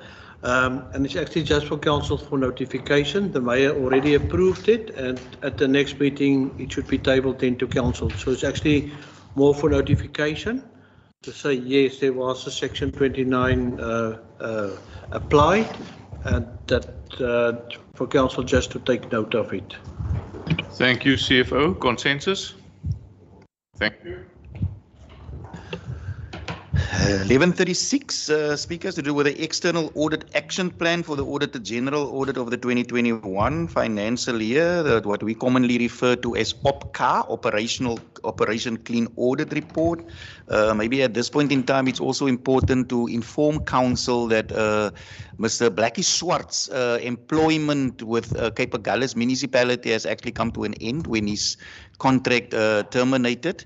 But he's still assisting us, has been appointed just to assist the municipality to see us through this round of auditing, because you would have seen the auditors are on the premises already, and we did not want to put the acting chief audit executive, Mr. Zoli Lebaka, in a situation where he had now to face the audit process on his own with no support. So we had to make a purpose or a consensus decision in terms of that to provide him with capacity. So I'm just announcing that Mr. Zolile is now the acting chief audit executive of Cape Agulhas municipality. Thank you. So maybe, I'm not sure, Chief Audit Executive or yourself or Blackie, are you going to inform us on this? This is now an opportunity for you, Zolile, just to come and... That's right, yeah. You can see, so he's delegating already, Mr. Zolile. Yeah, this morning I said I like the new arrangements, but not anymore. On the OPCAR, just to inform everybody, the previous year's OPCAR, the 2021 audit has now been finalized. Everything has been implemented. The new auditors have started. We just finalized the stat plan last week Friday and discussed it with the audit committee this morning. The audit is going to be basically the same, but the two areas that they have added now, focus area of further audit is HR. In the past, they only used to concentrate on the salaries part, the expenditure part, but they're now including the whole HR compliance, as well as infrastructure, Department of Water and Sewage. So that's going to be additional focus areas. So far, they're still busy with the finalizing of their planning. There's a couple of issues that they have raised so far, but that will come out through ComAFs, and then we will develop the new OPCAR for the new financial year. But the current one is now finalized. Dankie, meneer Swart, kan ons dit so aanvaar, collega's? Dankie toch. Thank you. Then 11:37, the report to Council on the Public Accounts Committee's activities for July, August and September. And the MPAC had a number of meetings and where the chairperson has made sure that the documentation has been circulated within the agenda. And this is for the committee to report to Council on its meetings held on 28th of July, 26th of August, 7th of September, 28th of December, and bring it to Council's attention and also make specific recommendations to the Council at this point in time. So ek gaan onmiddellik oorgie vir die MPAC voorsitter, Raadsheer Dirk Jantjies. Ek weet nie of daar enigiets wat jy wil uitlig uit die MPAC verslae wat ons die raad moet kennis van neem en dan ook natuurlik besluite moet maak daaromtrent. Nee, voorsitter, dit is voorliggend wat hier in die agenda staan. So. Goed, dankie. Ons aanvaar dit so, burgemeester. Voorzitter, maar ek dink ons moet as daar dis wat ons ken, weet Jesus. Jammer. Lees ons dit altyd of nie lees het nie. So ek wil hê almal daarvan note vat en dat die inhoud dat ons in 'n komitee of in die volgende raadsvergadering Bakel daaroor praat. Dis reg so. Dit speaker, die MPAC komitee het mos 'n voorstel ook gemaak en wanneer besluit die raad daaroor? Dit is mos in die agenda nou. Dis ons nou op die tafel. Ja. Dis reg. So wat stel jy voor ons as ek het nou my ons vir die voorstel maak. Ons is hier vir werklik jullie intrek. Saam met ons raadslede en daardeur stap dan so dit minimum waak. Dat ons besluit neem as ons tot 'n datum kry waarop ons as groep kan uitpraat. Korrek. So, ek nie my kan nie. Is dit reg so, Raadsheer Jantjies? Ja, dat ons as MPAC komitee net uitslag kry by ons volgende vergadering wat het sou vandag gewees het net na hierdie vergadering, maar die tyd is te kort, dat is 'n belangrike goed wat ons moet besluit, so dat ons dit by die volgende vergadering, Blackie sal die datum nog bepaal wanneer het gaan wees, dat ons dit het asseblief, dat dit nie uitgereik gaan word nie. Okay, Blackie, jou hand is op. Dankie voorsitter. Ek wil net klarigheid kry oor die aanbevelings wat MPAC gemaak het. Jy sê nou dit moet bespreek word, maar wanneer en hoe gaan dit bespreek word? Dis hoekom dit is 'n verslag aan die hele raad. Nee, dis 'n verslag aan die hele raad is doodreg en hier's 'n klompie aanbevelings in. Ja. Wat ek net sê is sal dit nie sinvol wees want dit word in jou charter so aangedui dat ons kan. Sal dit nie sinvol wees as jy en die CFO en Zolile en ons as 'n raad om 'n tafel sit en ons werk deur hulle en neem sommer die besluite en kry klaar. Dan kan ons in die raad rapporteer, dan sit ons die notulen in die raad.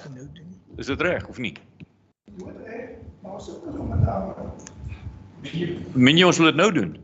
O, okay, ek het nie daarmee 'n probleem nie.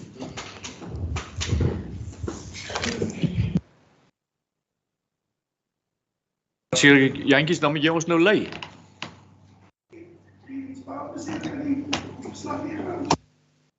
O, okay. Okay, dankie voorsitter. Ek dink van die aanbevelings wat die MPEC komitee maak is op bladsy 75.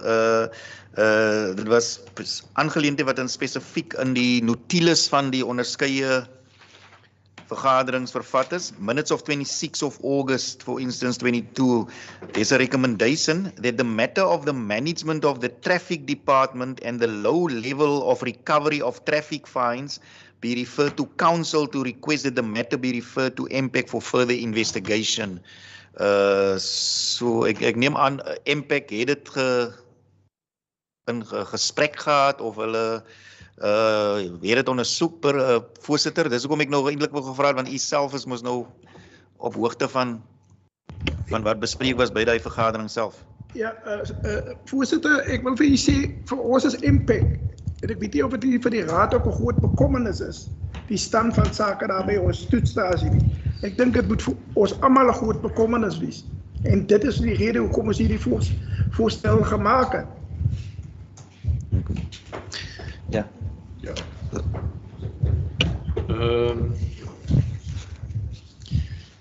Ja, jy sien, ek het nou die detail hier voor my wat meer om die lyf het. En dis hoekom ek gaan kyk het na die charter om te sien of dit kan en dit kan. So ons julle mag. So julle het die reg of die prerogatief om te vra dat dit terugverwys word na julle toe dat julle dit verder ondersoek, want dis wat in jou notules staan. En dis wat jy sê, nee. Nie 'n probleem daarmee nie, jy mag volgens die charter. So jy kan maar voortgaan daarmee. Ja, dis hoekom ek sê, speaker, miskien moet ons net praat oor Blackie en Zolile regarding the mode of investigation. Are we going to do it internally? Will we get somebody else from outside to investigate the matter? Are we going to call in assistance in order to get an independent investigation in this matter? So there's a couple of practical issues that we just need to clarify. Chairperson, in terms of Impact's charter, they can call in anybody that they need for any investigation. They can call in any document that they need. So my suggestion would be that we meet, Impact meet just to determine the process. But my suggestion would be that we determine a specific date where we call in all the role players. It will be the CFO, Manager Protection Services, Director Protection Service, Management Services, where Impact can then investigate and interrogate and get the answers, or lack of answers, if you want to put it, to then draw up a report for council, decisions, recommendations on how to rectify the issues. Because this is a management issue that's happening on ground level. It's not a financial issue, it's a management issue. And Impact can ask any questions to anybody that they want. That would be my suggestion.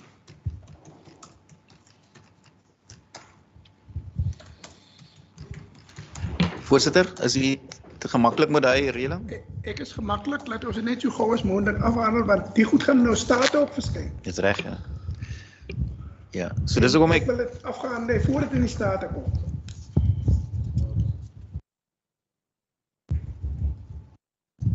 So speaker, tussen myself en die CFO en Blackie sal ons die nodige logistieke reëlings tref om so die aangeleentheid by Impact die komitee te kry en dan net al die verskillende rolspelers kry. Ons sal natuurlik die aard van die saak is 'n omvattende verslag aanvra van die direkteur bestuursdienste sodat dit gaan vir ons meer meaningful besprekings gee by so 'n sessie self.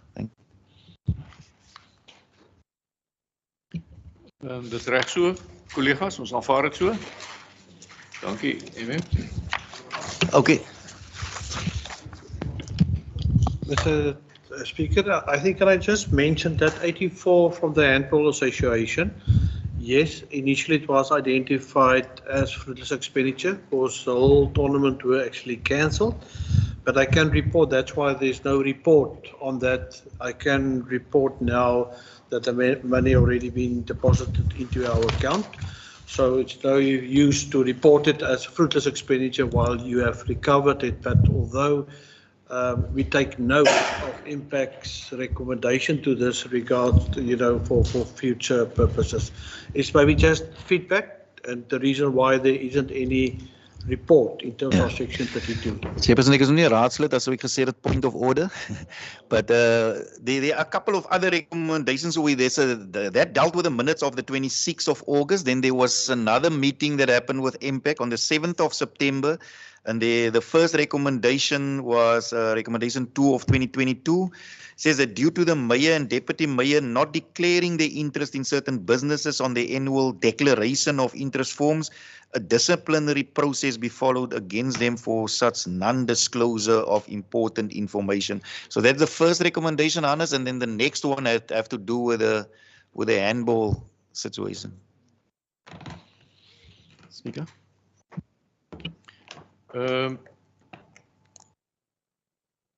Die eerste ene dissiplinêre proses, ons kan dit doen, maar beide gaan onskuldig bevind word want dis ook afgehandel, is gediregistreer en verklaar. So as jy wil hê ons moet voortgaan, dan moet ons, maar is dit nodig? Maar hulle het klaar hulle belange verklaar. Okay, maar ek het nie 'n probleem nie. Burgemeester sal geen probleem hê nie.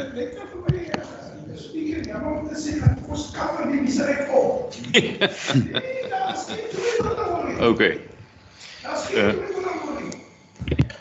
Die goeie ding is dat die Impact het gevra vir 'n ondersoek. Die interne ouditeur het dit ondersoek.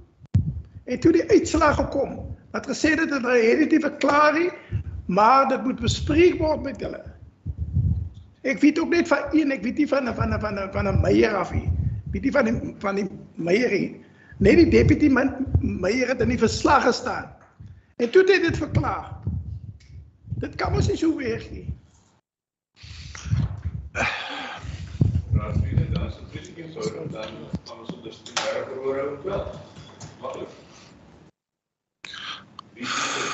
Voorzitter, ek weet nie of dit 'n geleentheid om hierop te reageer nie. Is dit die platform te reageer hierop? Okay. Nee, die Impact voorsitter sê hy weet nie van die meier nie. Hy weet van die deputy meier. Maar hy het juist die meier gaan ondersoek op sy eie. Hy het daar oral gaan rond daartoe om die meier te gaan ondersoek by die meier se boekhouers en se auditeure tot in Elim. En as iets in 2012 gebeur het, en wat hy nou gesê het, goed word toegesmeer. En ek moet sê, jy weet, as ek hieroor moet bekommerd wees, wil ek vir my dieselfde vraag eers afhou, hoekom word dit gedoen? Goed wat in 2012 gebeur het, wat die man, wat dormant gelê het, waarvan ek al vergeet het al. En wat net nie verklaar was nie. As ek moet verklaar, dan verklaar ek. As ek iets moet verklaar wat deel het van die munisipaliteit, dan moet ek dit verklaar. En as ek dit nie verklaar nie, dan moet ek tronk toe gaan. Maar wat is die doel? Om te gaan uitkrap goeders, oral aan nou vandag gesê, goed word toegesmeer. En hy weet nie van die meier af nie. Hy het die meier op die agenda geplaas. So dit is iets, voorsitter, as ons wil saamwerk, vra vir my iets. As ek dit nie verklaar het nie, wat is die rede hoekom ek nie verklaar het nie? Daar's twee goeders wat ek nie verklaar het nie, wat die een is nou man, die een het ek al vergeet al, en die een moes al lankal deur die boekhouers my naam net afgehaal het, maar dit het absoluut niks, en ek verstaan, jy moet verklaar, maar dit het absoluut niks, dit het geen besigheid met die munisipaliteit nie, dit het absoluut niks besigheid, die een rondom die Elim Gemeenskap Trust, dit was die jaar toe Jan van Riebeeck in die Kaap aangekom het, toe hy trust gestig was, en ek kan met sekerheid sê, en ek moet proud sê, ek was een van die stigterslede van Elim Gemeenskap Trust. Maar jare, voordat ek in 2016 hierdie munisipaliteit gekom het, was ek al lankal nie meer lid van die Elim Gemeenskap Trust nie. En op daai stadium, toe die geld oor, om Elim is dit slegs die opsiensraad wat op ons boek is vir wie ons kan geld oorbetaal vir. En op daai stadium, die erfenisfees word gereël deur die erfeniskomitee. Wat nie op die Kaap-Agulhas database, maar die opsiensraad wat die custodian is, wat die raad is, behalwe die twee statutêre liggame in Elim is die kerkraad en die opsiensraad en bo hulle die kerkbestuur. Wat die geld oorbetaal in die opsiensraad het op hulle beurt oorbetaal in die erfeniskomitee, want elke jaar vir Elim Blommefees en vir die erfenisfees geld gewees vir feeste soos vir enige ander fees in Elim gemeenskap of in Kaap-Agulhas. So om vandag goeders te maak, ek sê dit altyd, enigeen kan my beskuldig van wat, maar moenie my integriteit bevraagteken nie. Don't do that. Om mense buitekant, jy weet, op 'n wantroue pad te plaas nie. Dan gaan dit terugkom na jou toe. En ek sê dit vandag, dit sal terugkom na jou toe. Moenie my integriteit bevraagteken nie. En enigiets, ek het al gesê al, enige ondersoek waaraan die naam van die uitvoerende burgemeester van Kaap-Agulhas gekoppel is, sal ek plat wees en ek sal my onderwerp aan enige ondersoek. Dankie, Speaker. Raadslid Jantjies. Speaker.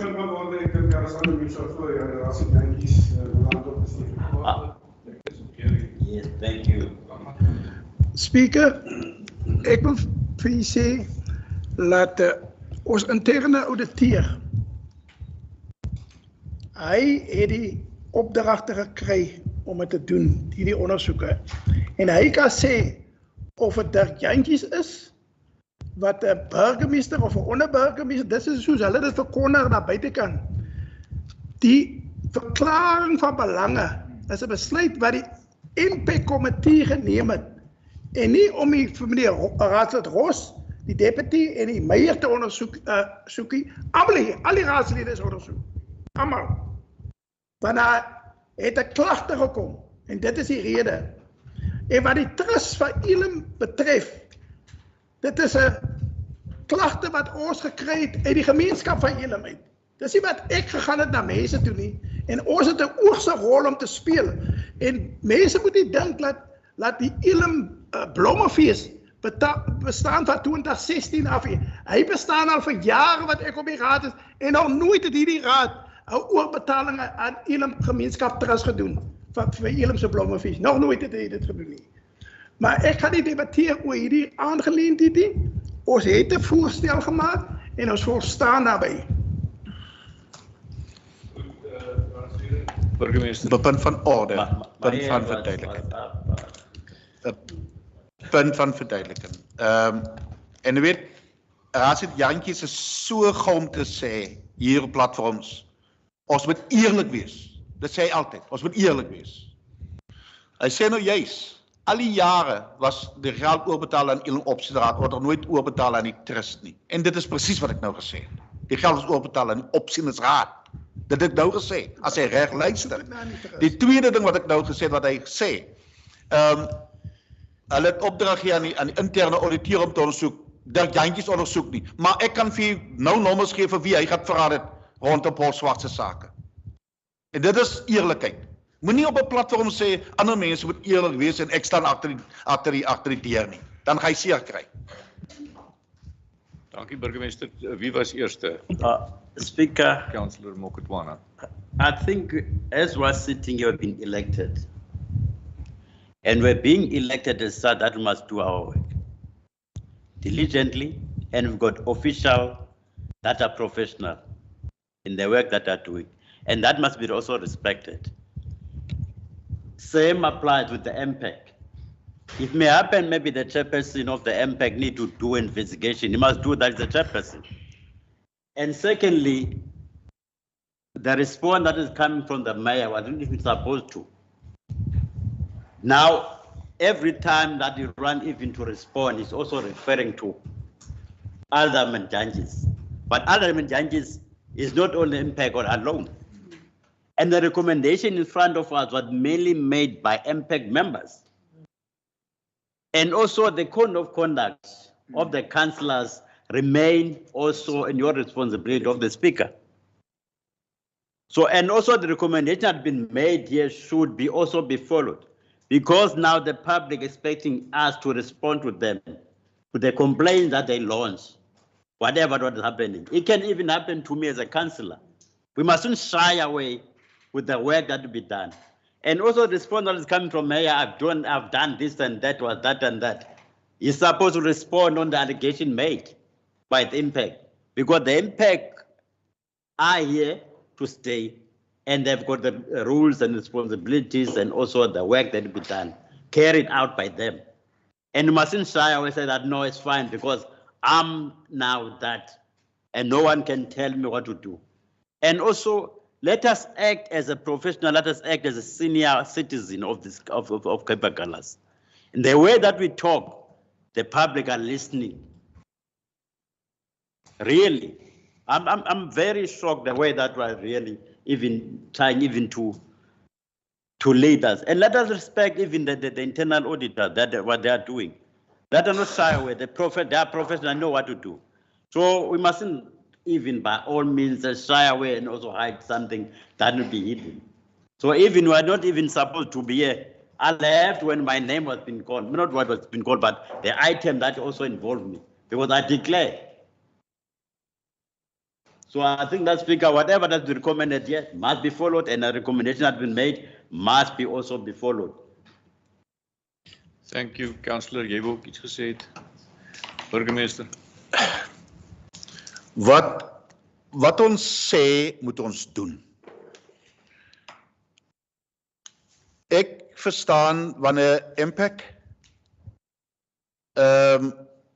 iets het om te ondersoek, dan moet dit ondersoek. Dan moet jy in 'n oop vergadering kom, wat Raad Magatrono sê, die publiek luister. Want die publiek het 'n reg om te luister wie is eerlik en wie is nie eerlik nie.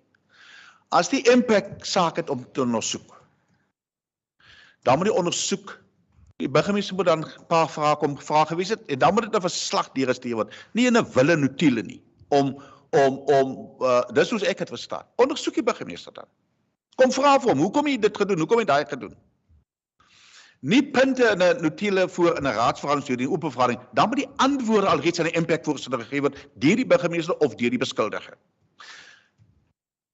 Aan die einde van die dag, hier moet ek gesit het, handjies gevou het, vir my toegehou het en sê, toe hier afgelees was in die publiek, wat juis gelei, nie deur 'n MPEC ondersoek nie, maar deur 'n mosie van wantroue wat juis spruit uit hierdie goeders uit. Hoekom moet ek sit in toestand? Hoekom moet ek dan nie, daar het ek gesit. Nou het ek vir u gevra, Speaker, is dit die geleentheid om te reageer. Ek het hier gesit en nie een woord gesê die dag toe die mosie van wantroue hier ingedis het. So wat ek wel die sekerheid wil kry, as die MPEC enigeen van ons ondersoek, doen die ondersoek en bring die verslag. Dis dieselfde in zo'n se tydperk. 'n Klomp goeders gesê, MPEC voorstel gekom en daar was vir hom gevra of gesê ook in 'n vergadering hier. Zo'n gaan ondersoek die goeders en kom met 'n verslag. Dis hoekom julle daar is.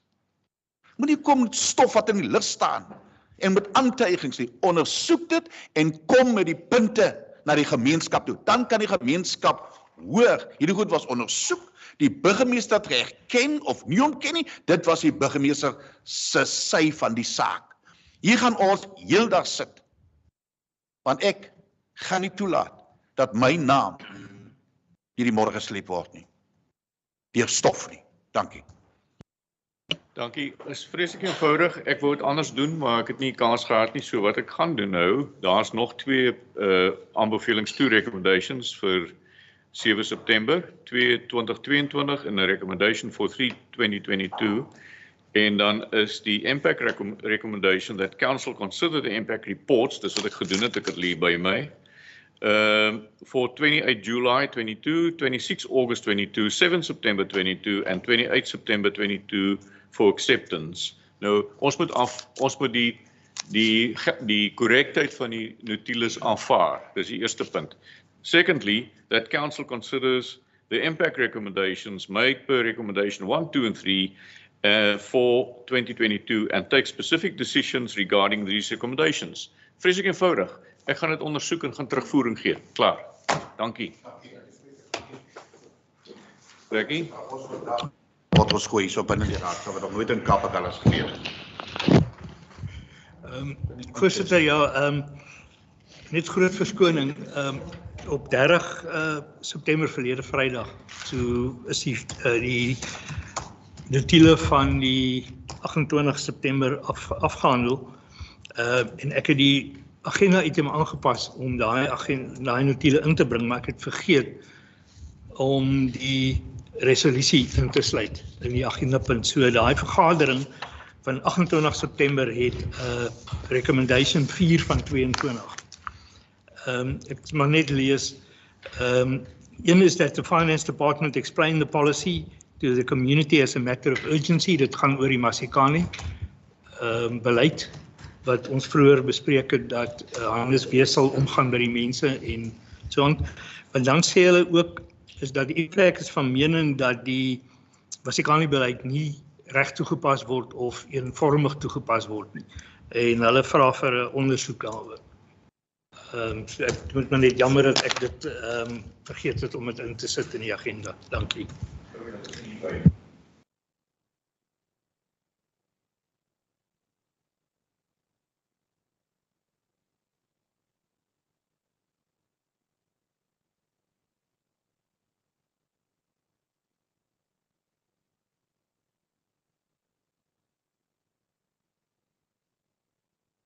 Recommendation 4 of 2022. Speaker, kan ek vra dit wat u nou net gesê het voordat dat u dit op die manier doen. Dat u as speaker, kan wie ook al inroep of wakal om hierdie sake te ondersoek en 'n verslag voorlê. Baie dankie. Becky, dis nie in nie hoor, so jy kan hom maar net vir my apart gee asseblief. Hy's nie, hier's nie recommendation by nie. O, daar sou hy tog. Department of Spring Community, yes, get hom, dankie.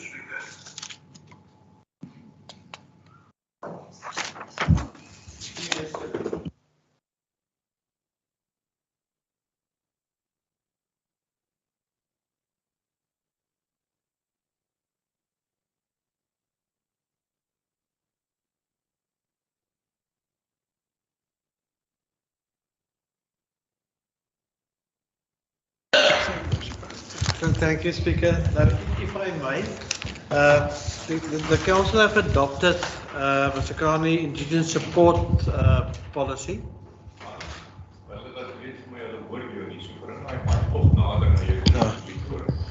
Okay, so Council have adopted the Masikani Indigenous Support Policy that is managing the budget allocation to its councillors, that allocation to the various wards.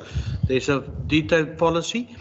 And I think one of the criteria is that the money cannot be spent at any private property, whatever the case may be. Now I understand there's a request, from one of the wards where they want maybe to assist one of the lifters, Nessie, with rust on the windows and to try to replace or to maintain that at a specific cost. But due to that specific clause that limit execution, it was actually to bring it to council to say yes, that we will allow only with the discretion of the municipal manager, for charity organizations, non-profit organizations, or child welfare and all of that, so that he can apply his mind, and then also with the majority of the support from that specific ward. Now, this request is from Ward 2.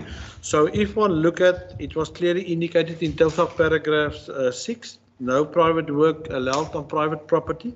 So we just give a little bit more extension to that to allow the MM to apply his discretion within the purpose and the objective of the policy. So this is what it's all about. I know they cannot proceed anything, although it was a request from the ward committee to assist Liefdes Nessie to improve some of their living condition there.